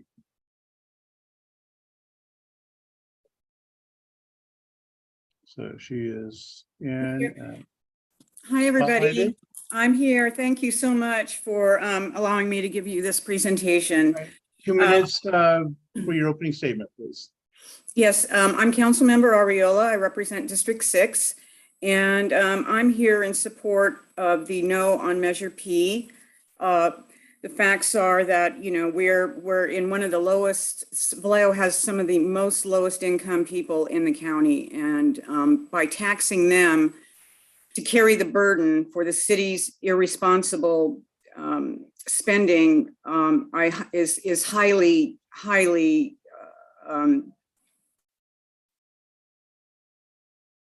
irresponsible to put that burden on our community. So I would like to have your consideration in favor of no on Measure P. We're in a tough situation right now. We still haven't come out of COVID. We've had how many tax measures? Measure B, we're still paying for that 1 cent tax. It has no end in sight. This Measure G was a failure, and now the city's asking the community again for another tax measure that has no end in sight. We can't afford to have this tax. We'll have to learn how to spend within our budget. Thank you. All right, asking people to put their questions in chat regarding this measure. My understanding is, let me ask, this is a general or a specific tax? Could you clarify in what the majority would be to pass it?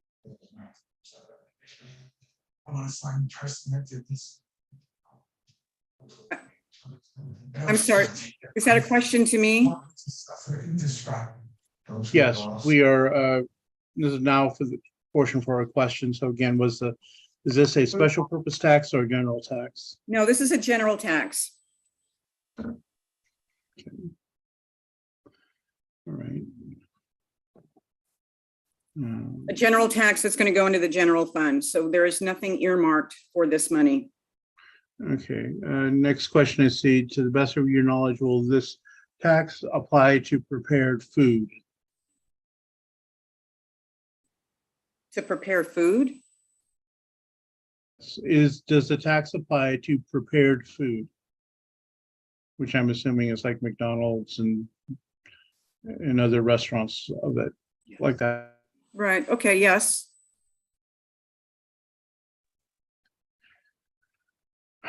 Any other questions for this presenter, please? Okay, next question. So you don't think you as a council person are able to manage or direct the use of funds? That's a staffing question. If staff comes to us for guidance and direction, then you know, that's a different situation. But as a minority on the city council, it's very, very difficult. A lot of my votes, my voting record, in fact, has been very, very conservative when it comes to spending money. And unfortunately, I'm one of two. Sometimes I'm the lone vote on council.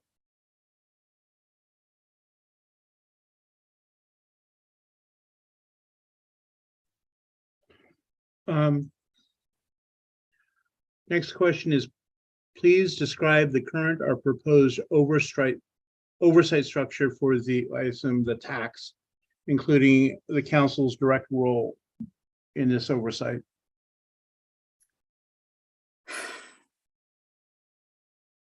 Well, I know that we discussed that at council and that was one of the provisions that this tax measure would require a committee to oversee that, but that can just be ignored.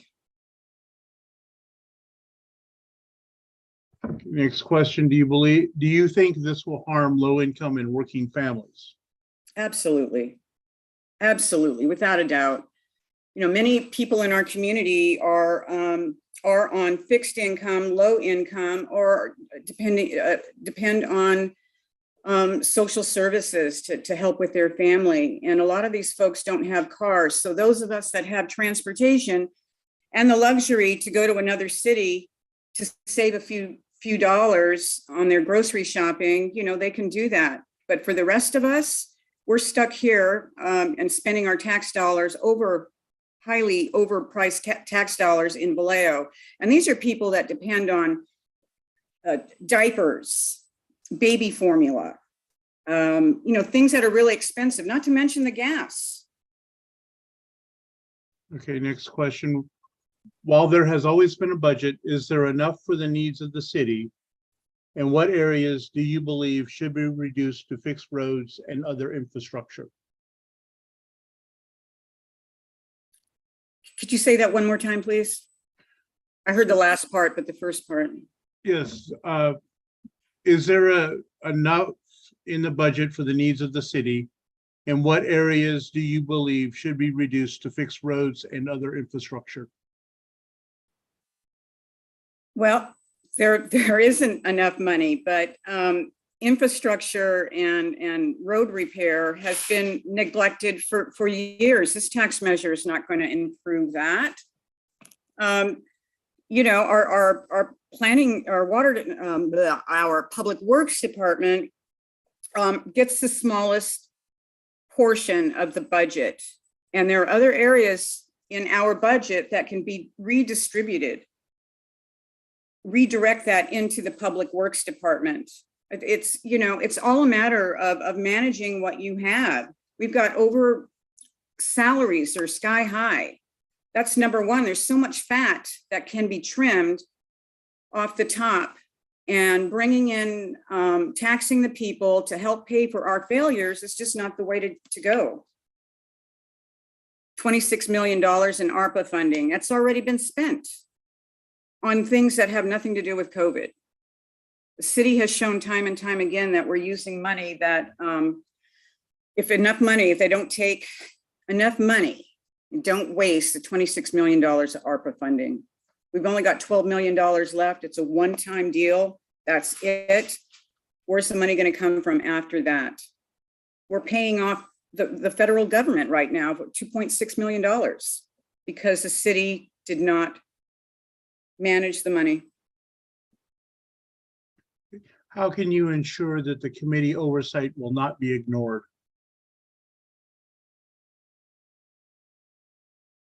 We don't know. I mean, it can't be. We don't even have the committee yet and how it's going to be structured. Would you say that the majority of Vallejoans are lower income? Yes, I would. I can speak for my district, certainly. All right. Let's see. Next question. If, as you say, people are going to other cities, many of which the tax rate for sales is higher, how does this affect those people since the rates are higher elsewhere? They're not higher. How are they higher? We're gonna have the highest tax measure in Vallejo if Measure P passes. And other cities where, I mean, that's all relevant, right? You know, we're talking about Napa, we're talking about Benicia, Walnut Creek, Fairfield, in the county or outside of the county. I don't know. $420 more to buy an average car, that's a payment, car payment, or the tax on a car.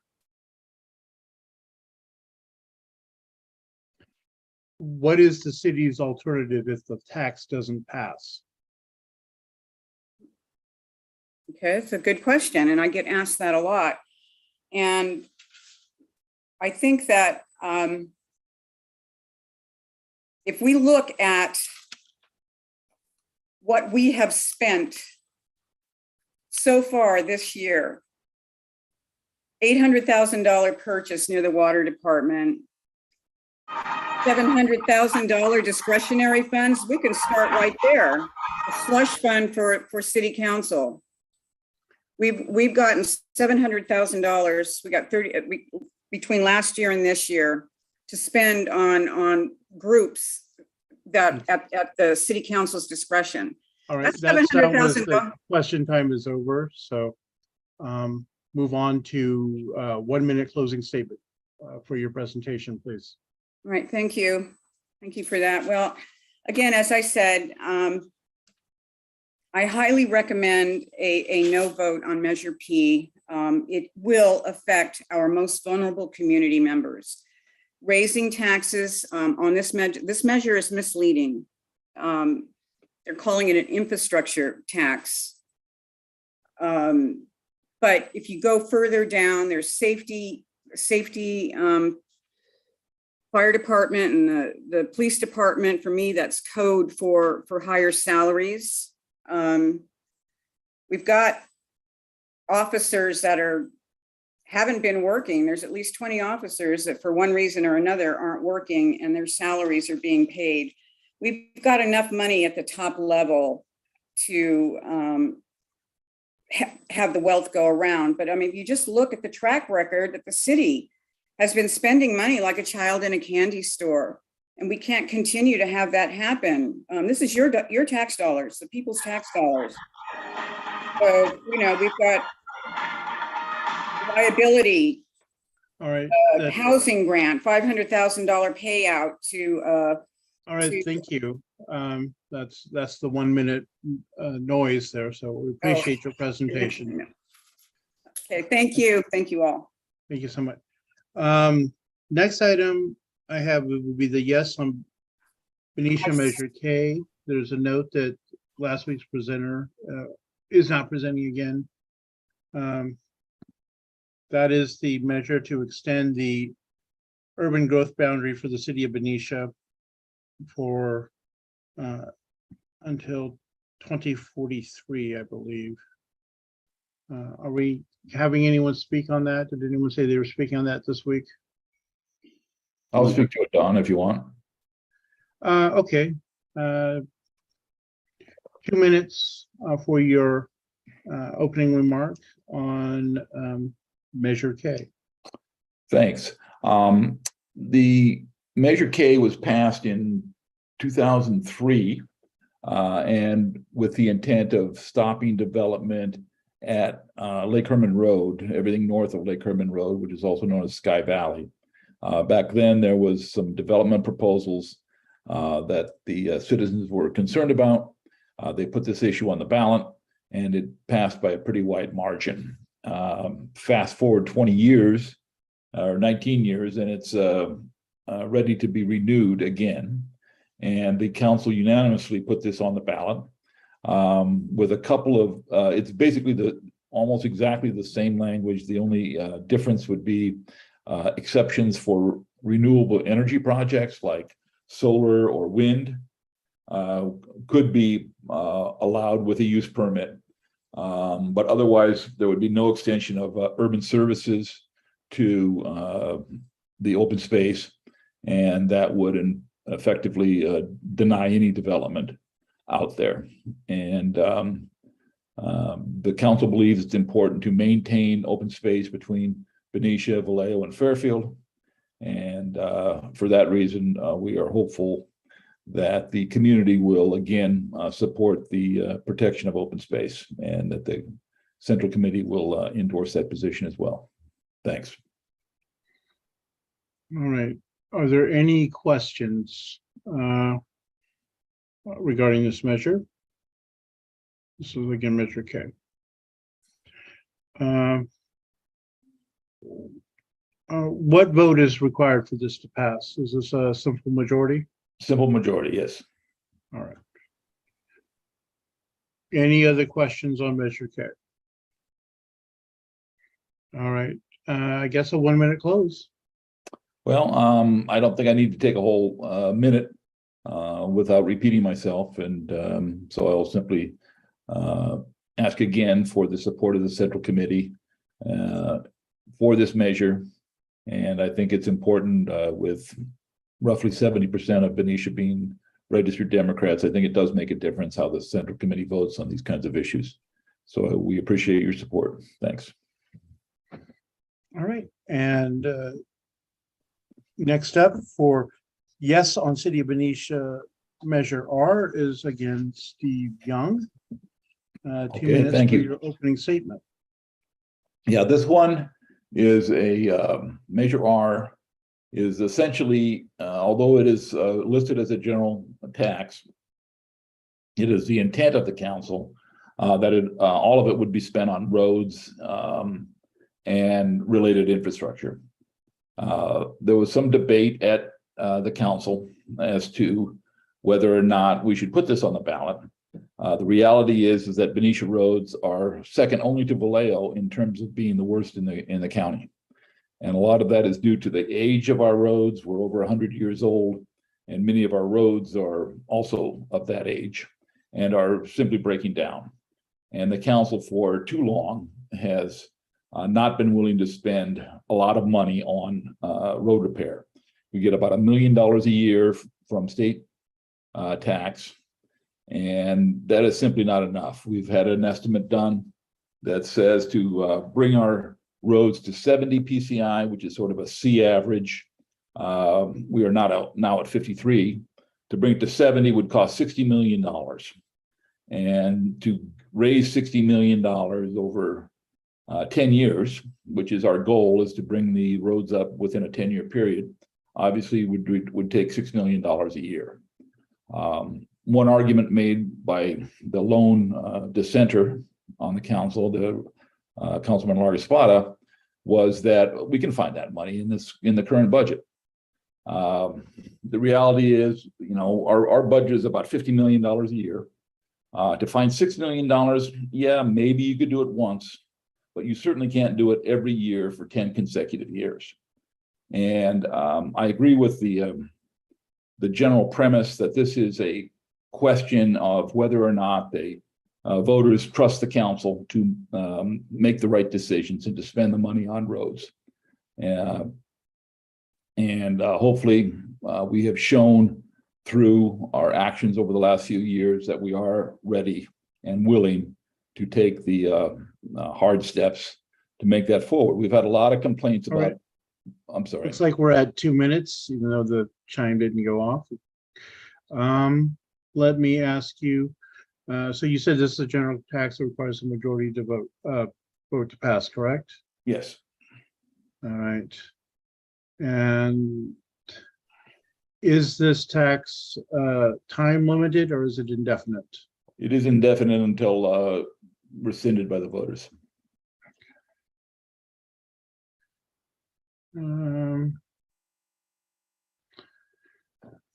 What would be the current or proposed oversight structure for this tax, including the council's direct role in this? Well, we have an economic development board that has been in charge of oversight of Measure C, which is a sales tax measure that we passed about 8 years ago. And there are reports that are done to this economic development board and the council on twice a year. We've added the city treasurer to this oversight board, and that would be the citizen body charged with reviewing of it. The question of whether or not, how can people trust us that it will really be spent on roads? One of the options that's available to the council is to bond with the proceeds, expected proceeds of the sales tax, and do a big bond issue. The argument against that, of course, is the cost of issuance of bonds and the interest attached to them would make it much more expensive in the long run to do that. And so I think the current thinking on the council is that we would, if it passes starting in 2023, we would be able to spend the accumulated sales tax, which would be around $6 million. And $6 million is about as much as we can physically, logistically spend, given the amount of staffing that's required to do this kind of a job. We did $5 or $6 million a couple years ago. It was very well received. And so I have a concern that if we go back to only spending $1 million a year, that there will be some pushback from the community that we're not really taking this serious. People have complained about roads for a long time. This is their opportunity to put their money where their complaints are. Okay, given that this would be sales tax, do you think it would harm low income and working families? Well, sales tax is a regressive tax. There's no question about that. I guess the flip side would be that most of the sales tax in Benicia comes from bars and restaurants and gas stations. Probably for obvious reasons, I think a lot of our bar and sales tax receipts are coming from tourists who come down to enjoy the restaurants on First Street. So a good portion of that tax is being paid by non-Benicians. The reality is that low-income Benicians probably can't afford to eat out on First Street very often. Food is not taxed, although some associated things like toilet paper and other things are taxed. So it is conceivable that this will have an impact on lower income Benicians. But we're hopeful that some of the other projects or programs that we have to assist low income people in our community will help to offset some of those costs. What would be the final tax rate after this is passed? 9 1/8. And I'll point out that that's would still be lower than the tax rate in several cities in Contra Costa. So the idea that people are going to cross the bridge, pay $7 and buy stuff in Contra Costa simply doesn't hold water because the tax rate is at least that high in most of Contra Costa and significant. It's at 10%, I believe, in Emeryville and Walnut Creek. Okay, and we had the next question, what is the poverty rate in Benicia? But that appears to have been answered in chat. Do we have any other questions related to this measure? Don't see any in chat, so 1 minute closing statement, please. Thanks. I understand why this is causing concern in other cities that are trying to do the same thing. And I think it's really a question of, it's almost a direct democracy question. Do people trust the council to spend this money wisely? And my hope and belief is that the people of Benicia do trust the council. But I guess we'll find out on November 8th. But it's important that we can try to get the support of the Central Committee because, as I mentioned earlier, Democrats represent a sizable majority of voters in Benicia. And so we're hopeful that the party could join with Labor, who also is supporting this bill, and help us push it over the finish line. All right, thank you. Next up, yes, on Vacaville Unified School District Measure Q. My understanding is Corey Penrose. You're presenting on that. I am. All right, let's get you spotlighted.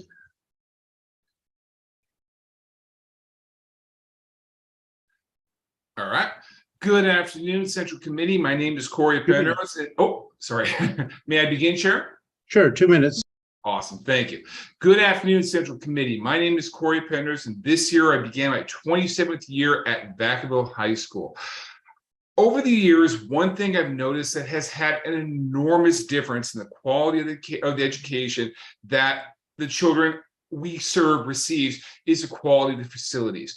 When I first started teaching back in 1996, my school did not have air conditioning. The electrical couldn't even support it. My first year of teaching, I actually had a student drop from heat exhaustion in June during class.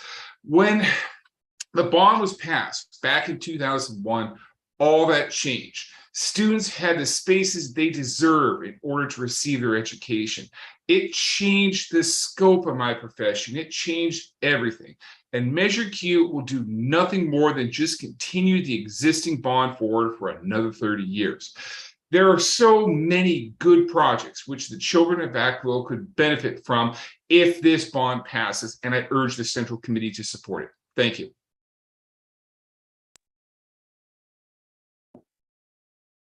All right, do we have any questions related to this measure?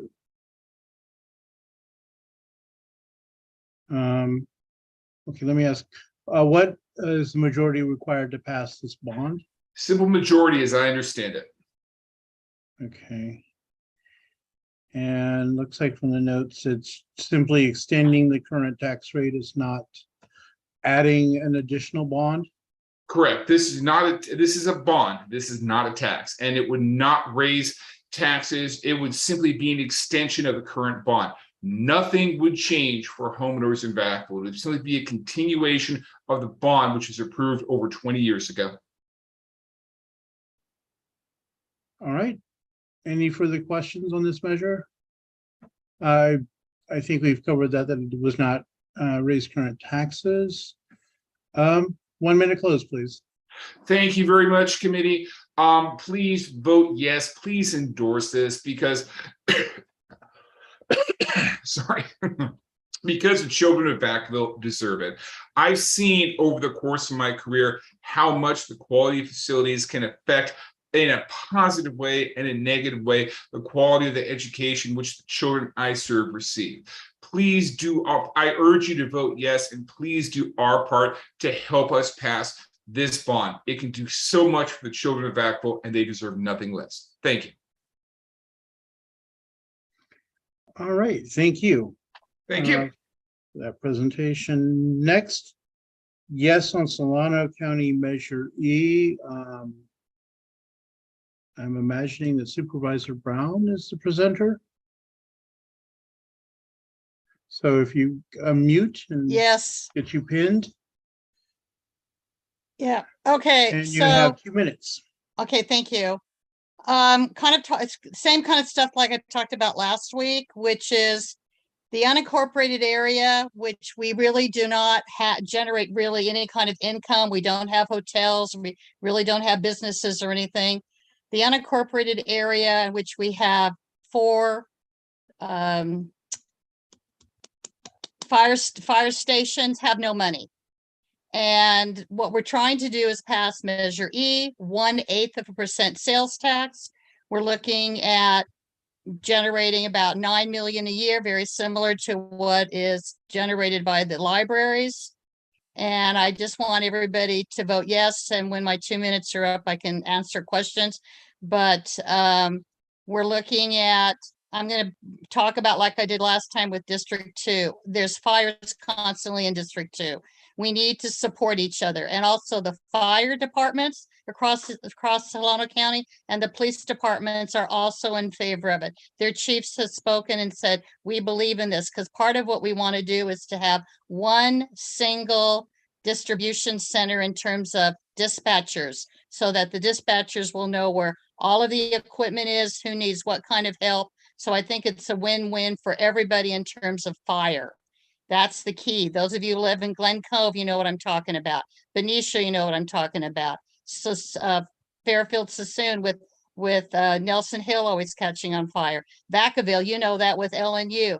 Dixon, all of that. We need to work together, and the only way to do that. So we'll take and use about 5-6 million, do a bond very similar to what Mayor Young was talking about, and make sure that the money goes to where it needs to go, which is equipment, communications, and new buildings, because we have buildings that are really, really old.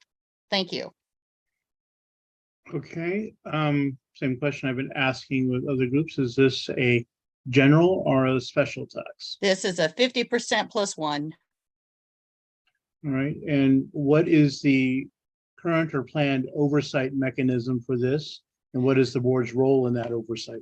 Well, right now it'll be the board on the oversight. So the 5 board of supervisors, with the intent down the road, to set up an oversight that will make sure everything gets spent. But right now it's just going to be the 5 of us making sure that everything is done properly. Okay.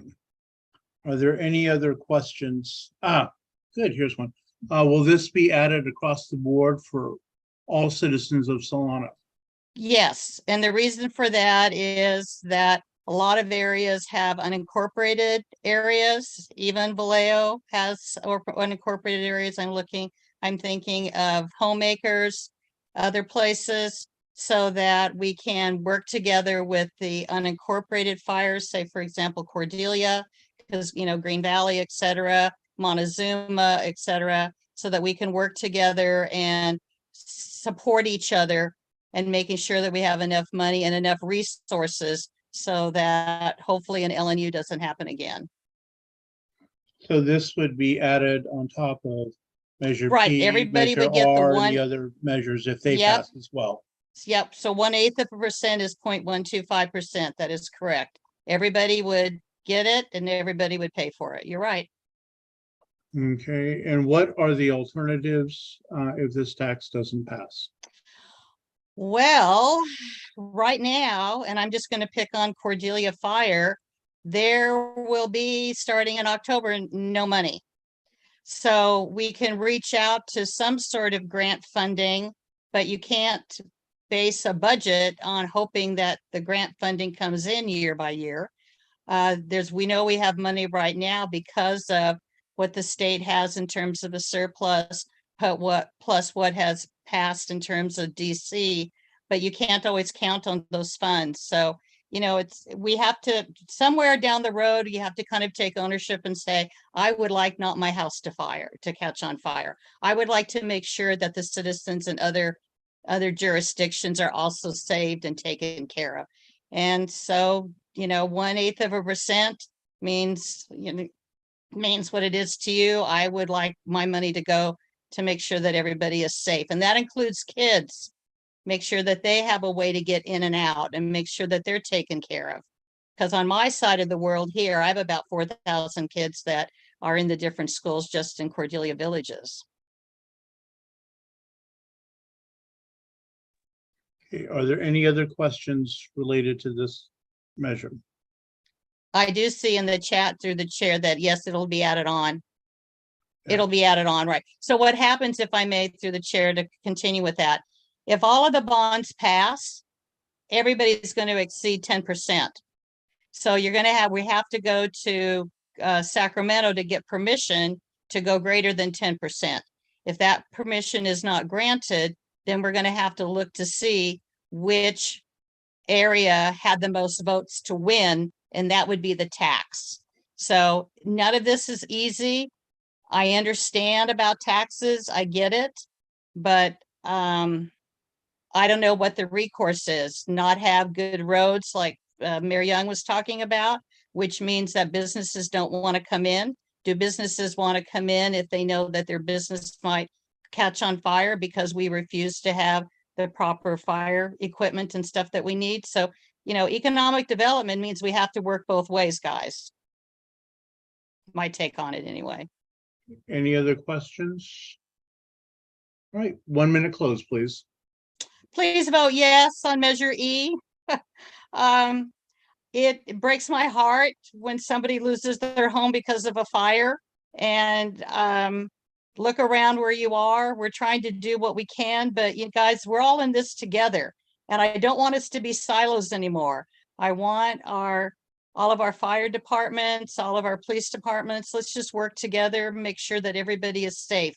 And fire safety is a big component of that. And yes, we need some money to help the unincorporated area because they don't generate any money. As the cities have expanded, that's taken away their tax base. So thank you. All right, thank you. Please take me off, but hopefully everybody sees my Raider cut back here. The Raiders have moved away. I know. Okay. Maybe one day I'll have money to go see their game. Thank All right. you. Next on our agenda is the yes on Measure P for the city of Vallejo. I understand that the presenter will be David Cates. Can you bring him into the room and spotlight him? David, you are on with the Solano Democratic Party. Please turn on your video and unmute yourself.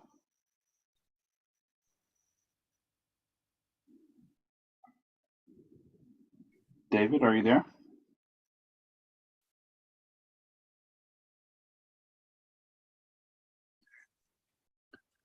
All right. Is he? Get him. All right. David Cates presenting yes on Measure P. You have 2 minutes for your opening statement. Please remember to unmute yourself before you begin.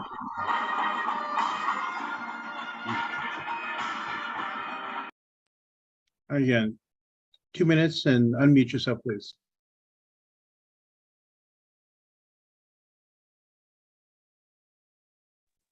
I'm still showing you on mute, sir. Got it. Okay, now? Yes, 2 minutes, please. Okay. My name is David Cates. I'm a 19-year resident of Vallejo here in California, and I am a former economic development chairperson for the Economic Development Commission, and I'm also a former president of the Vallejo Heights Neighborhood Association. So there's the introduction. The 4 Measure P proposal, which I have seen in its detail, I am completely in favor of because I believe that it will bring economic prosperity to our particular town and improve the quality of life that we have here. And I also believe that if you were to say something like we can take it out of salaries that are existing, that's kind of a specious argument because I believe that with collective bargaining, you can't do that. And I've seen the previous tax measures that have contributed greatly to my quality of life. And for example, I have a house here in Vallejo on B Street, and there has been no maintenance done on it except to fill a sinkhole and then also sweeping on the street. And that's it for 19 years. And I would love to see that particular street taken care of, not only streets, but everything else, public safety, youth programs, and other items that are on this particular measure. So I would say that this is something that we should vote for as Vallejoans because it will improve our quality of life. All right. First question, what is the current poverty rate in Vallejo? For me? Yeah. I would assume it's pretty high given Vallejo's economic situation that they're currently in, that we're currently in here. And yes, I would say that that's pretty high. Would this tax impact low income and working families? Well, it's not applied to food at all. So as far as seniors go and low income families, food is still not taxed. If it's prepared food, it is taxed in the grocery stores. So if they were to go out and buy something like clothing at Kohl's or other retail outlets here in Vallejo, yes, they would see an increase in taxes. Okay. What would be the oversight mechanism for this tax, including the council's role? Well, according to the measure, if particular people, for example, Tina Ariola has a group of constituents that complain about oversight and how the city is not spending money appropriately currently, so why should we give them more? That is the clear argument that is from the other side of this no on P measure. And I believe that if you're really interested in this, you should vote for it, and then you should get involved in the oversight, which is in the actual measure in the legislation, that there will be citizen oversight of this. Okay, and next question. What would be the final tax rate if this passes?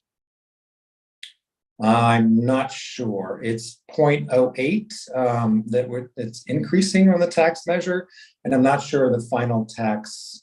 It's going to be less than sister cities like Concord and Oakland. So if someone tells you that we're the highest taxed city in the Bay Area, that is not true. The next question, is there a guarantee that this tax would go to fix roads? That is part of it, is public service, roads, fire, police, and also youth programs. Okay, I think we've already addressed this. Would this impact people buying food at restaurants like McDonald's or Wendy's? I'm sorry, I don't understand the question. So would this tax apply to people buying food at places like McDonald's or Wendy's? My understanding is that if it's prepared food, yes, there's a tax on prepared food that would go into this fund for improving the quality of life here in Vallejo. Next question, how much shopping in Vallejo is done by out-of-towners? I think a substantial part, there's a lot of local business as well, but people do come here from other locations to go to Lowe's, for example, or Costco here in Vallejo, from other communities, for example, Benicia and those other communities, and they would pay sales tax on this new measure. Okay, would this tax impact people buying goods from Amazon? I would think so, yes, because it's a local sales tax and that goes back to the community. Okay. Are there any other questions related to this measure? Okay. Next question. You said it's guaranteed to be spent on roads. Please explain, since it's a general fund tax. Yeah, there's certain stipulations on that. And then if you're interested in getting involved and overseeing this particular tax measure and the funds that go with it, which are projected to be $18 million, which, you know, I have seen other tax measures, previous tax measures. I've been through bankruptcy. I've been through the Great Recession. I've seen what it's like to see no police officers on the streets and nothing getting done from city services. And if you're interested in overseeing this, you know, and making sure that it's spent correctly, there is a transparency provision in this that allows for citizen oversight, and the money is spent locally. And that's why I'm in favor of it. I think it's a great deal for Vallejoans to get out there and improve the quality of life here in the city, which, by the way, will bring economic development if more people find it much more pleasurable to and higher quality of life here in Vallejo. So I would encourage everyone to vote for this measure. I think it's a right for Vallejo. It's the right time. And if not now, when? Because the opponents are always saying that no is the answer. And I think that in the future, I've been here for 19 years. And like I said, I've seen very little street repair and that kind of stuff on my street. I have seen improvements from previous tax measures. But if not now, when? When are we going to help improve the quality of life here in Vallejo? Okay. Next question. Do you know if the county tax, proposed county fire tax would be added onto this measure. I do not know that. No, no. I read the measure, but I do not know if that would happen or not. Okay. Are there other questions for this presenter? Okay. Not seeing any other questions in chat. I'm not seeing anything. So 1 minute closing statement, please. So the closing statement is really, how do we want our future to come together as Vallejoans?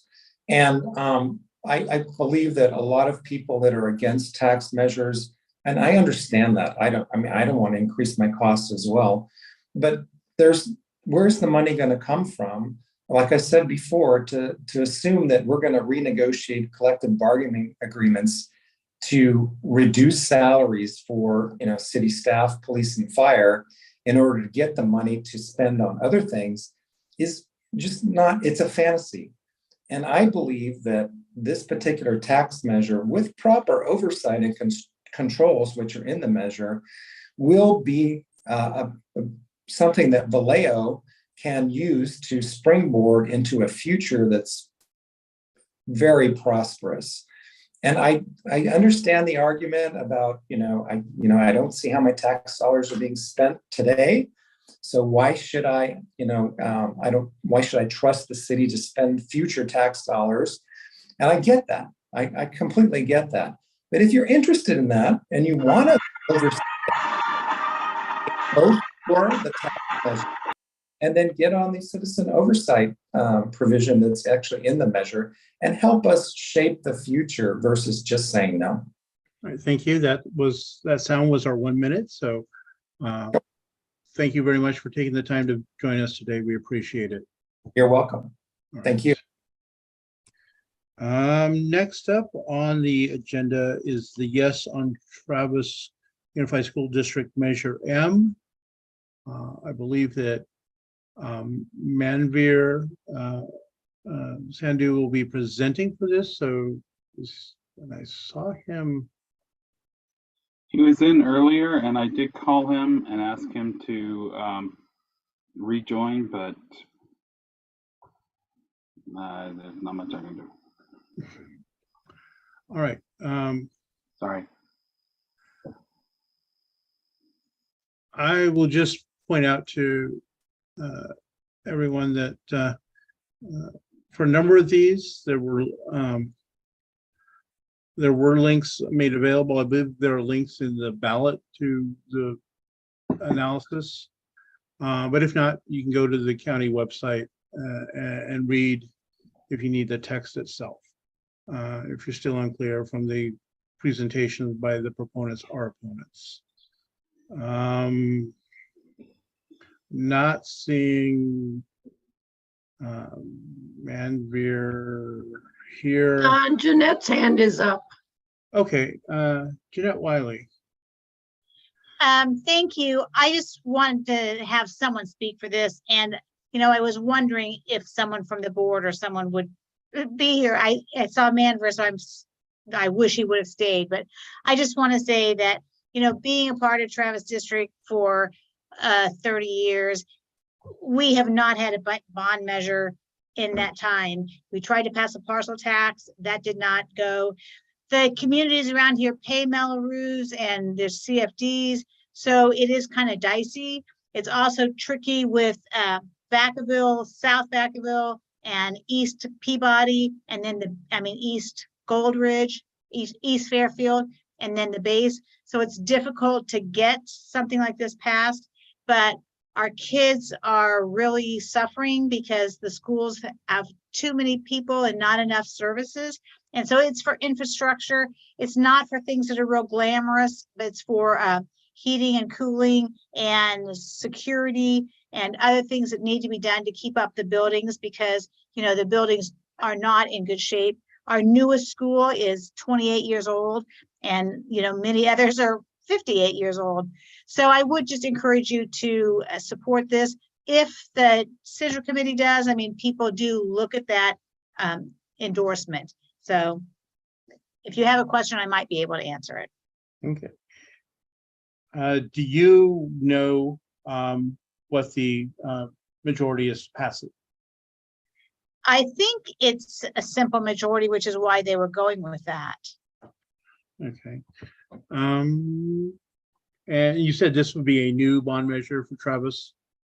Yes, yes. And, I really am disappointed that it just came out. I mean, the board just approved it like, 2 weeks ago or something. I mean, final approved it. They had everything in place so that they could put it forward, but the board hadn't been unanimous until like 2 weeks ago. So now there's a very short time to get the word out to all the voters. But they did poll the people, and I mean, they think it will pass, otherwise they wouldn't have put it on there, but it's going to be a difficult thing to get people to pass. All right. Does anyone have any questions for Jeanette, who's pinch hitting? Okay, I don't see any. I guess a 1 minute close. I will just add one little thing. So we have this big controversial thing in my neighborhood. So I was at the planning commission 2 weeks ago for these apartments being built. And a lot of the people were talking about the condition of Cambridge and how full it is and how people are having classes in the library because there's not enough classrooms. And a young woman stood up who goes to Bandong, and she stood up and said, we really need more. She was speaking against the apartments because she didn't want more people, but she was just saying, that it's really hard for the teachers because we don't have what we need at Bandong and things are crowded. So I just thought it was very great that, a senior in high school, well, she's not a senior, but a student at Bandong stood up and spoke for the school district. So hopefully people are doing that in other places as well. So people will hear the needs of the district. So thank you. And I hope we can support this. All right, it looks like as you were wrapping up, Manbeard has joined us. So we are, well, I guess we'll let him do the official presentation so he has more of the details. So if we can highlight Manbeard. As soon as he turns on. Hey, can you hear me? Yep. All right. Even though Jeanette just did a sort of pinch hitting presentation, if you would go ahead and give the official one starting with a 2 minute opening, please. Yeah, sure. I'd love to. Sorry about the delay on that. Thanks for taking the time to listen to me today. So just wanted to take a moment and tell you that the Travis School District has been out for bond. And really, it's the goal of it is to repair some of our aging schools. The last time the district went out for one was in 1967. Part of the bond is to help upgrade classrooms and to increase the overall general safety of the school district.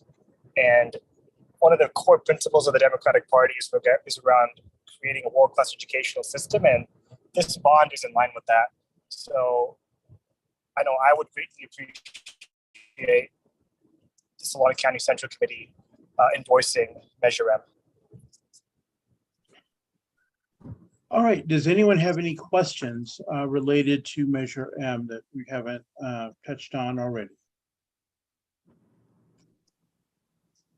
All right, I guess close it out. 1 minute closing statement then, please. In closing,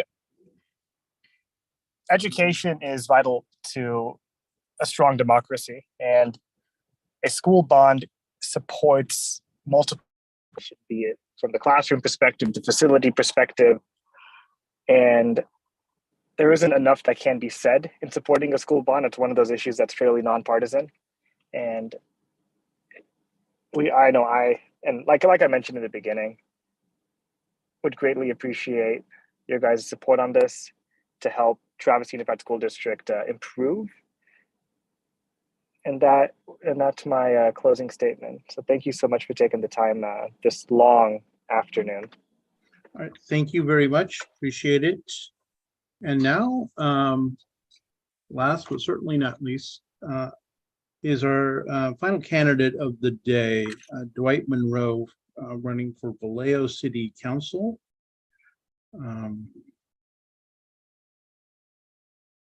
So if you could bring him in and highlight him. Hi, Dwight. You're on with the Solano Democratic Central Committee. Can you turn on your video and unmute yourself? Hey, thank you, guys. And I believe that, yeah, Dwight Monroe for Vallejo City Council District 5. That's correct. And you have 2 minutes for an opening statement. Got you. Thank you, Chair, and thank you, Solano County Central Committee, for giving me the opportunity to speak tonight. And thank you for this interview. It's been a long day. Today, I'm honored to present you guys my campaign ideas, answer any questions that you guys may have for me, give you guys the time and the insight to take the time to reach out to me and speak to me and ask me more personal questions or more questions when you guys feel the need to. But this is a great time to just meet you guys and build a great relationship with the committee at this time. But I'm the best candidate coming out of Vallejo, California for the District 5 seat. When you're talking about a guy that's actually in the community consistently, really helping out these nonprofits and these community-based organizations throughout Solano County and throughout Vallejo specifically, I'm definitely that guy. I'm always at every city council meeting, well aware of what's going on a bi-weekly basis and even on a weekly basis as far as special meetings. It's very important for me to refrain from using the term politician. I truly believe I'm a public servant.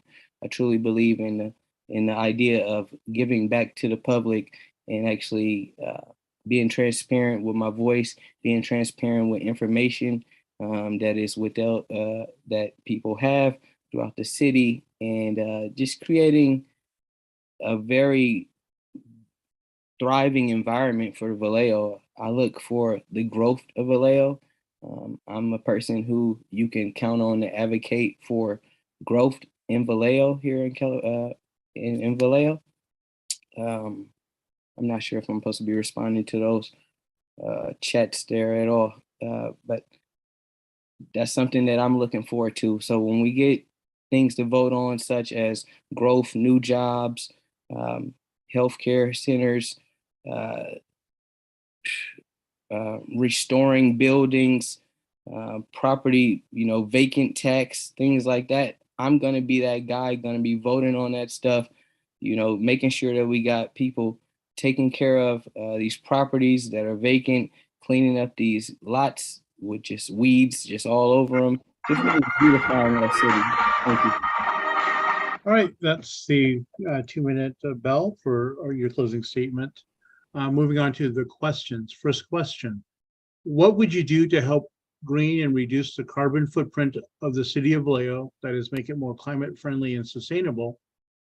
And what would you do to bring more solutions to the climate crisis to the city, such as electric vehicles and fleets, building electrification, including city structures and codes for new construction, and use of solar on buildings and shade structures? Yes, thank you for the question. So I truly believe in promoting green energy. We're living in more of a futuristic world where electric cars are now, they're entering, I can't even say they're entering the market, they've entered the market, and definitely they have a substantial place here in Vallejo and Solano County. Something that I would like to see more is more electric charging stations for our electric vehicle drivers. If you own a home, definitely I believe solar is the #1 option that you should take. And even as a renter myself, I've actually advocated for my landlord to think about getting solar on the house. Electric cars, I like to think about, really getting your feet on the ground, doing cleanups, making sure that you're actually participating in the actual solution instead of just talking about it. I really need to see you out there volunteering and actually caring about the community that we really live in. And it goes beyond just cleaning up your street or the next street over. But I am somebody who is totally going to advocate and emphasize promoting green energy is something that just we need to take more of a hands-on approach as far as implementing policies in the city that are actually going to reflect on Vallejo being a leader in environmental friendly policies. So it's definitely something that I'm all for. Anytime the city manager or anybody brings something like that to the table, that would be something that I would be 100% voting for, as far as, making the ecosystem good and, cutting down on illegal dumpings, things like that. Pollution in the cars. Of course, the alternative is going to, public transportation, making Vallejo a little bit more bike friendly, making Vallejo a little bit more, everybody wants a BART, but they don't understand the logistics of it or understand how much money it's actually going to cost to get a BART. But making Vallejo a lot more transportation friendly. I don't see that many residents taking advantage of Soul Trans. So maybe if Soul Trans is a little bit bigger part of the community, creating a little bit more incentives to get people to stop driving vehicles and actually use transportation around the city. That is definitely things that's going to benefit us in the long run. All right. Next question. What are the most pressing issues in your district? In my district, in District 5, we're dealing with homelessness, of course. We're dealing with bad roads because we live in what I would call a very busy area. One part of District 5 is up and down Sonoma. Redwood is one of our main streets as well. And we also have Tuolumne. So we got very traffic heavy places in Vallejo. So our number one issue that a lot of people, and this is just the response that I get from knocking door to door, is definitely cleaning up our homeless and cleaning up our blight. Second, which I believe is the number one issue, is the economic development. We got a lack of building here in Vallejo. It's a very quiet city. We don't see any new buildings getting rebuilt or renovated, or any sort of urgency to revitalize our city. So that's something that's truly the number one problem for me in this area, especially in my district. I want to see it more lively. I want to see more businesses thriving in our area, where we can possibly deter some of our crime, such as the prostitution that we have. Sorry, one of my eyelashes just went in my eye. Prostitution, illegal dumping, drug use just on our streets, different things such as that. I think a thriving city, a thriving economy is going to kind of deter some of those things. So with economic development coming into play, and that's being one of the council's number one priorities this next year, according to the goal setting meeting, I do believe that economic development's on the forefront. We got to clean up our roads. We got to get rid of the homelessness. We got to get rid of the prostitution. We got some major things going on, but that's just a short list of things that we can improve on as a community, and it just takes time, and we got to do it step by step and take it day by day. Okay. Do you support Measure P? So a lot of people are going back and forth on Measure P, and truthfully, we all cry, everybody in Vallejo is crying out for new roads. We're crying out for more non-sworn officers. We're crying out for everything. We need help right now. But guess what? Measure G did not pass in 2020. So that means that we have 2 years of no new revenue coming in. And everybody's asking for all these new ideas and all this new stuff here in Vallejo, but nobody's writing a blank check. So guess what? The city has to come up with a solution. And the solution right now is the tax. That's how we're going to ensure that we're going to be able to spend money on our roads, public safety, keep our streets safe. They're talking about putting money into the fire department, putting money into the police department to get faster response times, cleaning our streets, working with the unhoused community. There's a lot of different things going on with this measure that is actually going to benefit this community. So respectfully, I do support Measure P on this time at this time.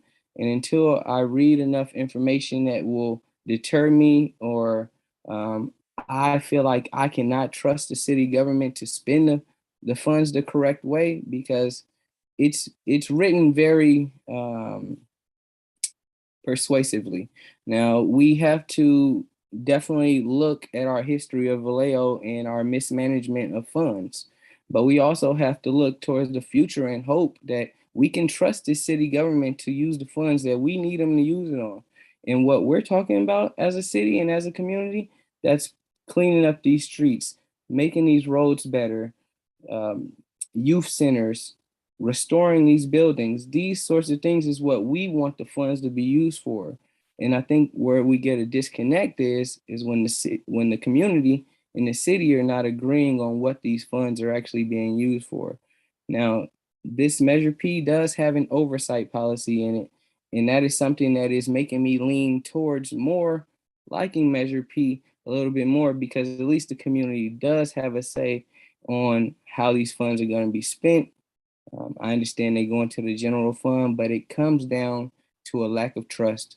And I want to be somebody on that council that people can trust with any information. If they need to contact me regarding anything, Measure P, or anything else going on in the city, I'm going to give you a heartful answer. I'm going to give you a real answer, and I'm going to tell you the facts. And the facts are, we're all asking for more and more and more in Vallejo, but we don't have any money for it. 71% of our budget is used on fire and police. Like somebody else said earlier, we're not going to get, once I heard, you can't give the police and fire anything and expect to get something back. So we got to create new revenue so we can actually spend this money when we get it, which is $18 million annually. It's not a lot of money, but we can definitely do something. All right, one more question. Why were you registered as a member of the American Independent Party? Yes, so I've went back and forth from Democrat to American Independent since the Obama era, pretty much. I can rightfully say I've never voted Republican, but I am a person, and I believe all people should vet every candidate that they even think about voting for. Just because they're Democrat doesn't mean they're good, and just because they're Republican doesn't mean they're bad. We need to look at people in their eyes. We need to interview every person. We need to do our research on every candidate. And at the end of the day, you need to feel who is the best candidate for you and your household. And that's something that truly resonates with me, at least. Thank you. All right, and that was our timer on our question period. So you have 1 minute to make your closing statement. Got you. Thank you. So reason why you should vote for Dwight Monroe Jr. for Vallejo City Council District 5 is because I'm a true independent candidate. I want to stick with everybody who is one to make this community grow, who want to make this community better. The Democratic Party stands with that. The platform stands with making each and every Democratic community grow and better. I'm pretty much going to plead out to the community that we need somebody in city council who is just a regular person, who is not tied up in all these political games, who is not tied up in any labor councils and this and that and bought out by anybody else. You're talking about a regular citizen here, somebody you can contact on a daily basis.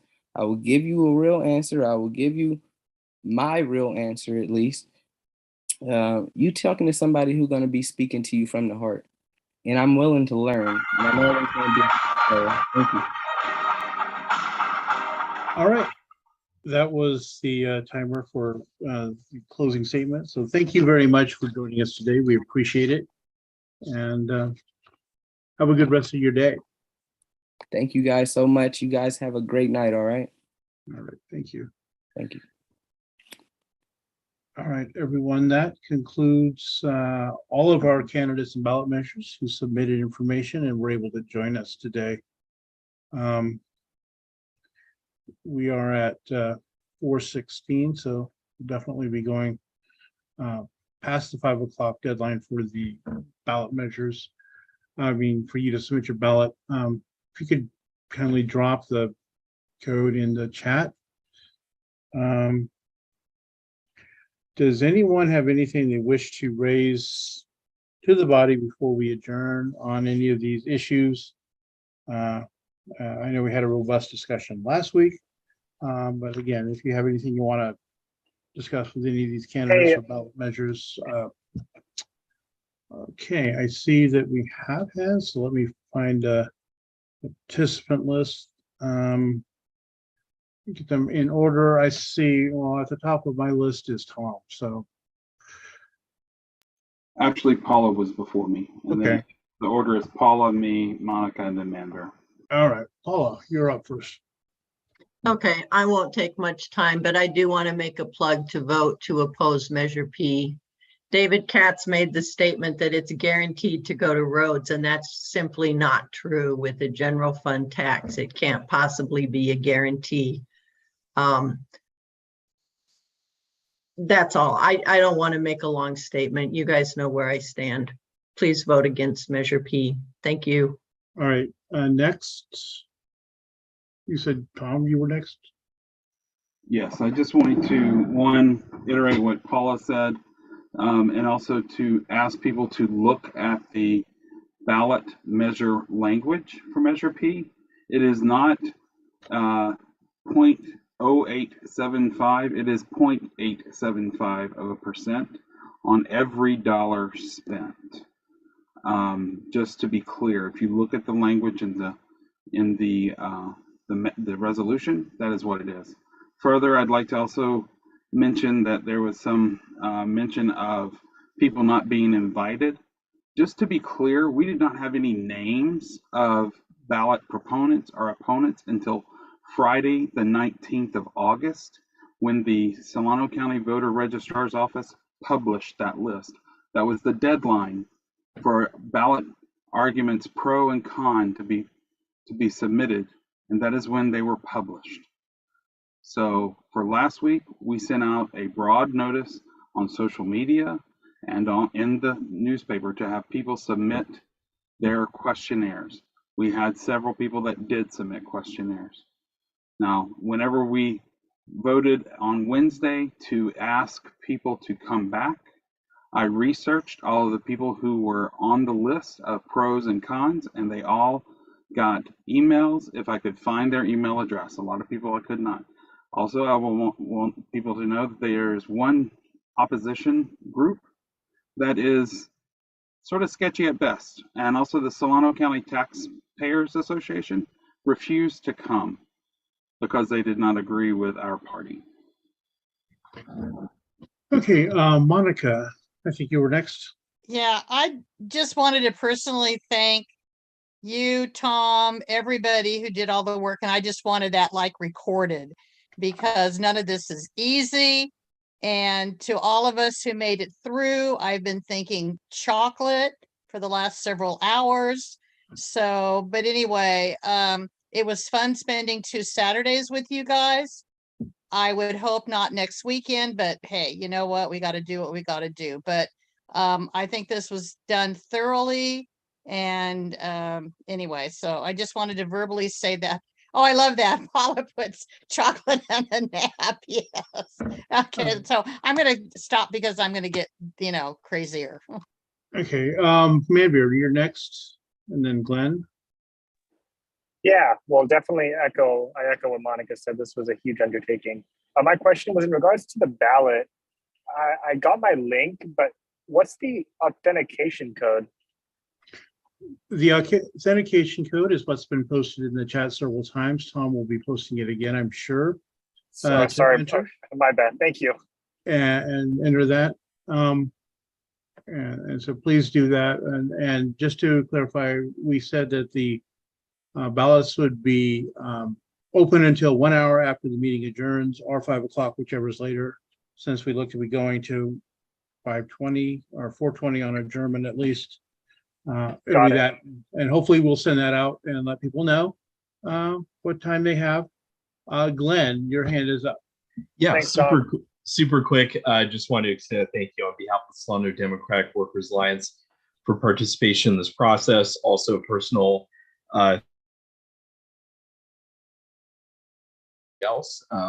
Definitely a very, I think it was a great conversation. Always a pleasure to see all the discussions of the issues. And I think this is my first time as a voting member on this committee in any capacity. So looking forward to the next meetings and looking forward to pressing on into November. Thank you. Any other hands? I see none. I just want to state, I know people have been focusing on the one ballot measure, but for all of the taxes that are on the ballot, they are general taxes. So everyone is saying that they will put it for a specific purpose, but by statute, they're not limited. So, you can take that yes or no as you will, as you're evaluating. I would encourage you to read the ballot measures, listen, think about the arguments that you heard, and make the decision that you feel is best for you and you feel is the best direction for our party. I appreciate the robust discussion. Bonnie, your hand's up.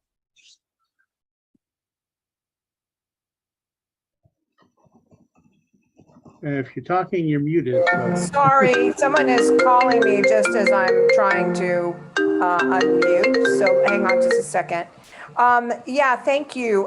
Just wanted to, I see that the bond measure for the Fairfield Suisun Unified School District and the Dixon measure isn't on the list. Can you just say why?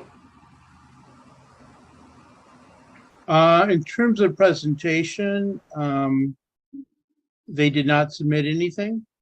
My understanding, at least as it was last month, is that they were on the ballot. I haven't gotten to that section of my ballot. So I can't answer whether or not they were there or not. They are there.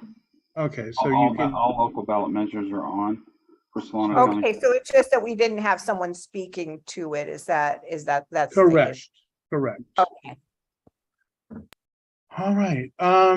Anyone else? All right. Please take down the information if you've not already done it on the authentication code, so that your vote will be counted.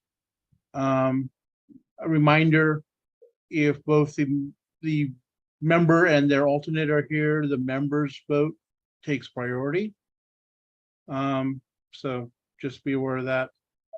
And unless I'm seeing any other hands, we will adjourn the meeting momentarily, and the voting will be open for 1 hour, and then hopefully we'll be able to compile the votes and do the public release of our positions fairly soon. Tom.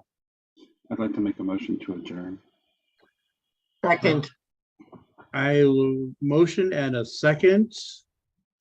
If anyone has anything to say, keep it to yourself. No, I'm sorry. If you do, you can object, feel free, but it's been a long time for me in the chair. So all those in favor, please say aye, raise your hand, or otherwise signify. Aye. Aye. Oh, we have a poll. So hit the poll and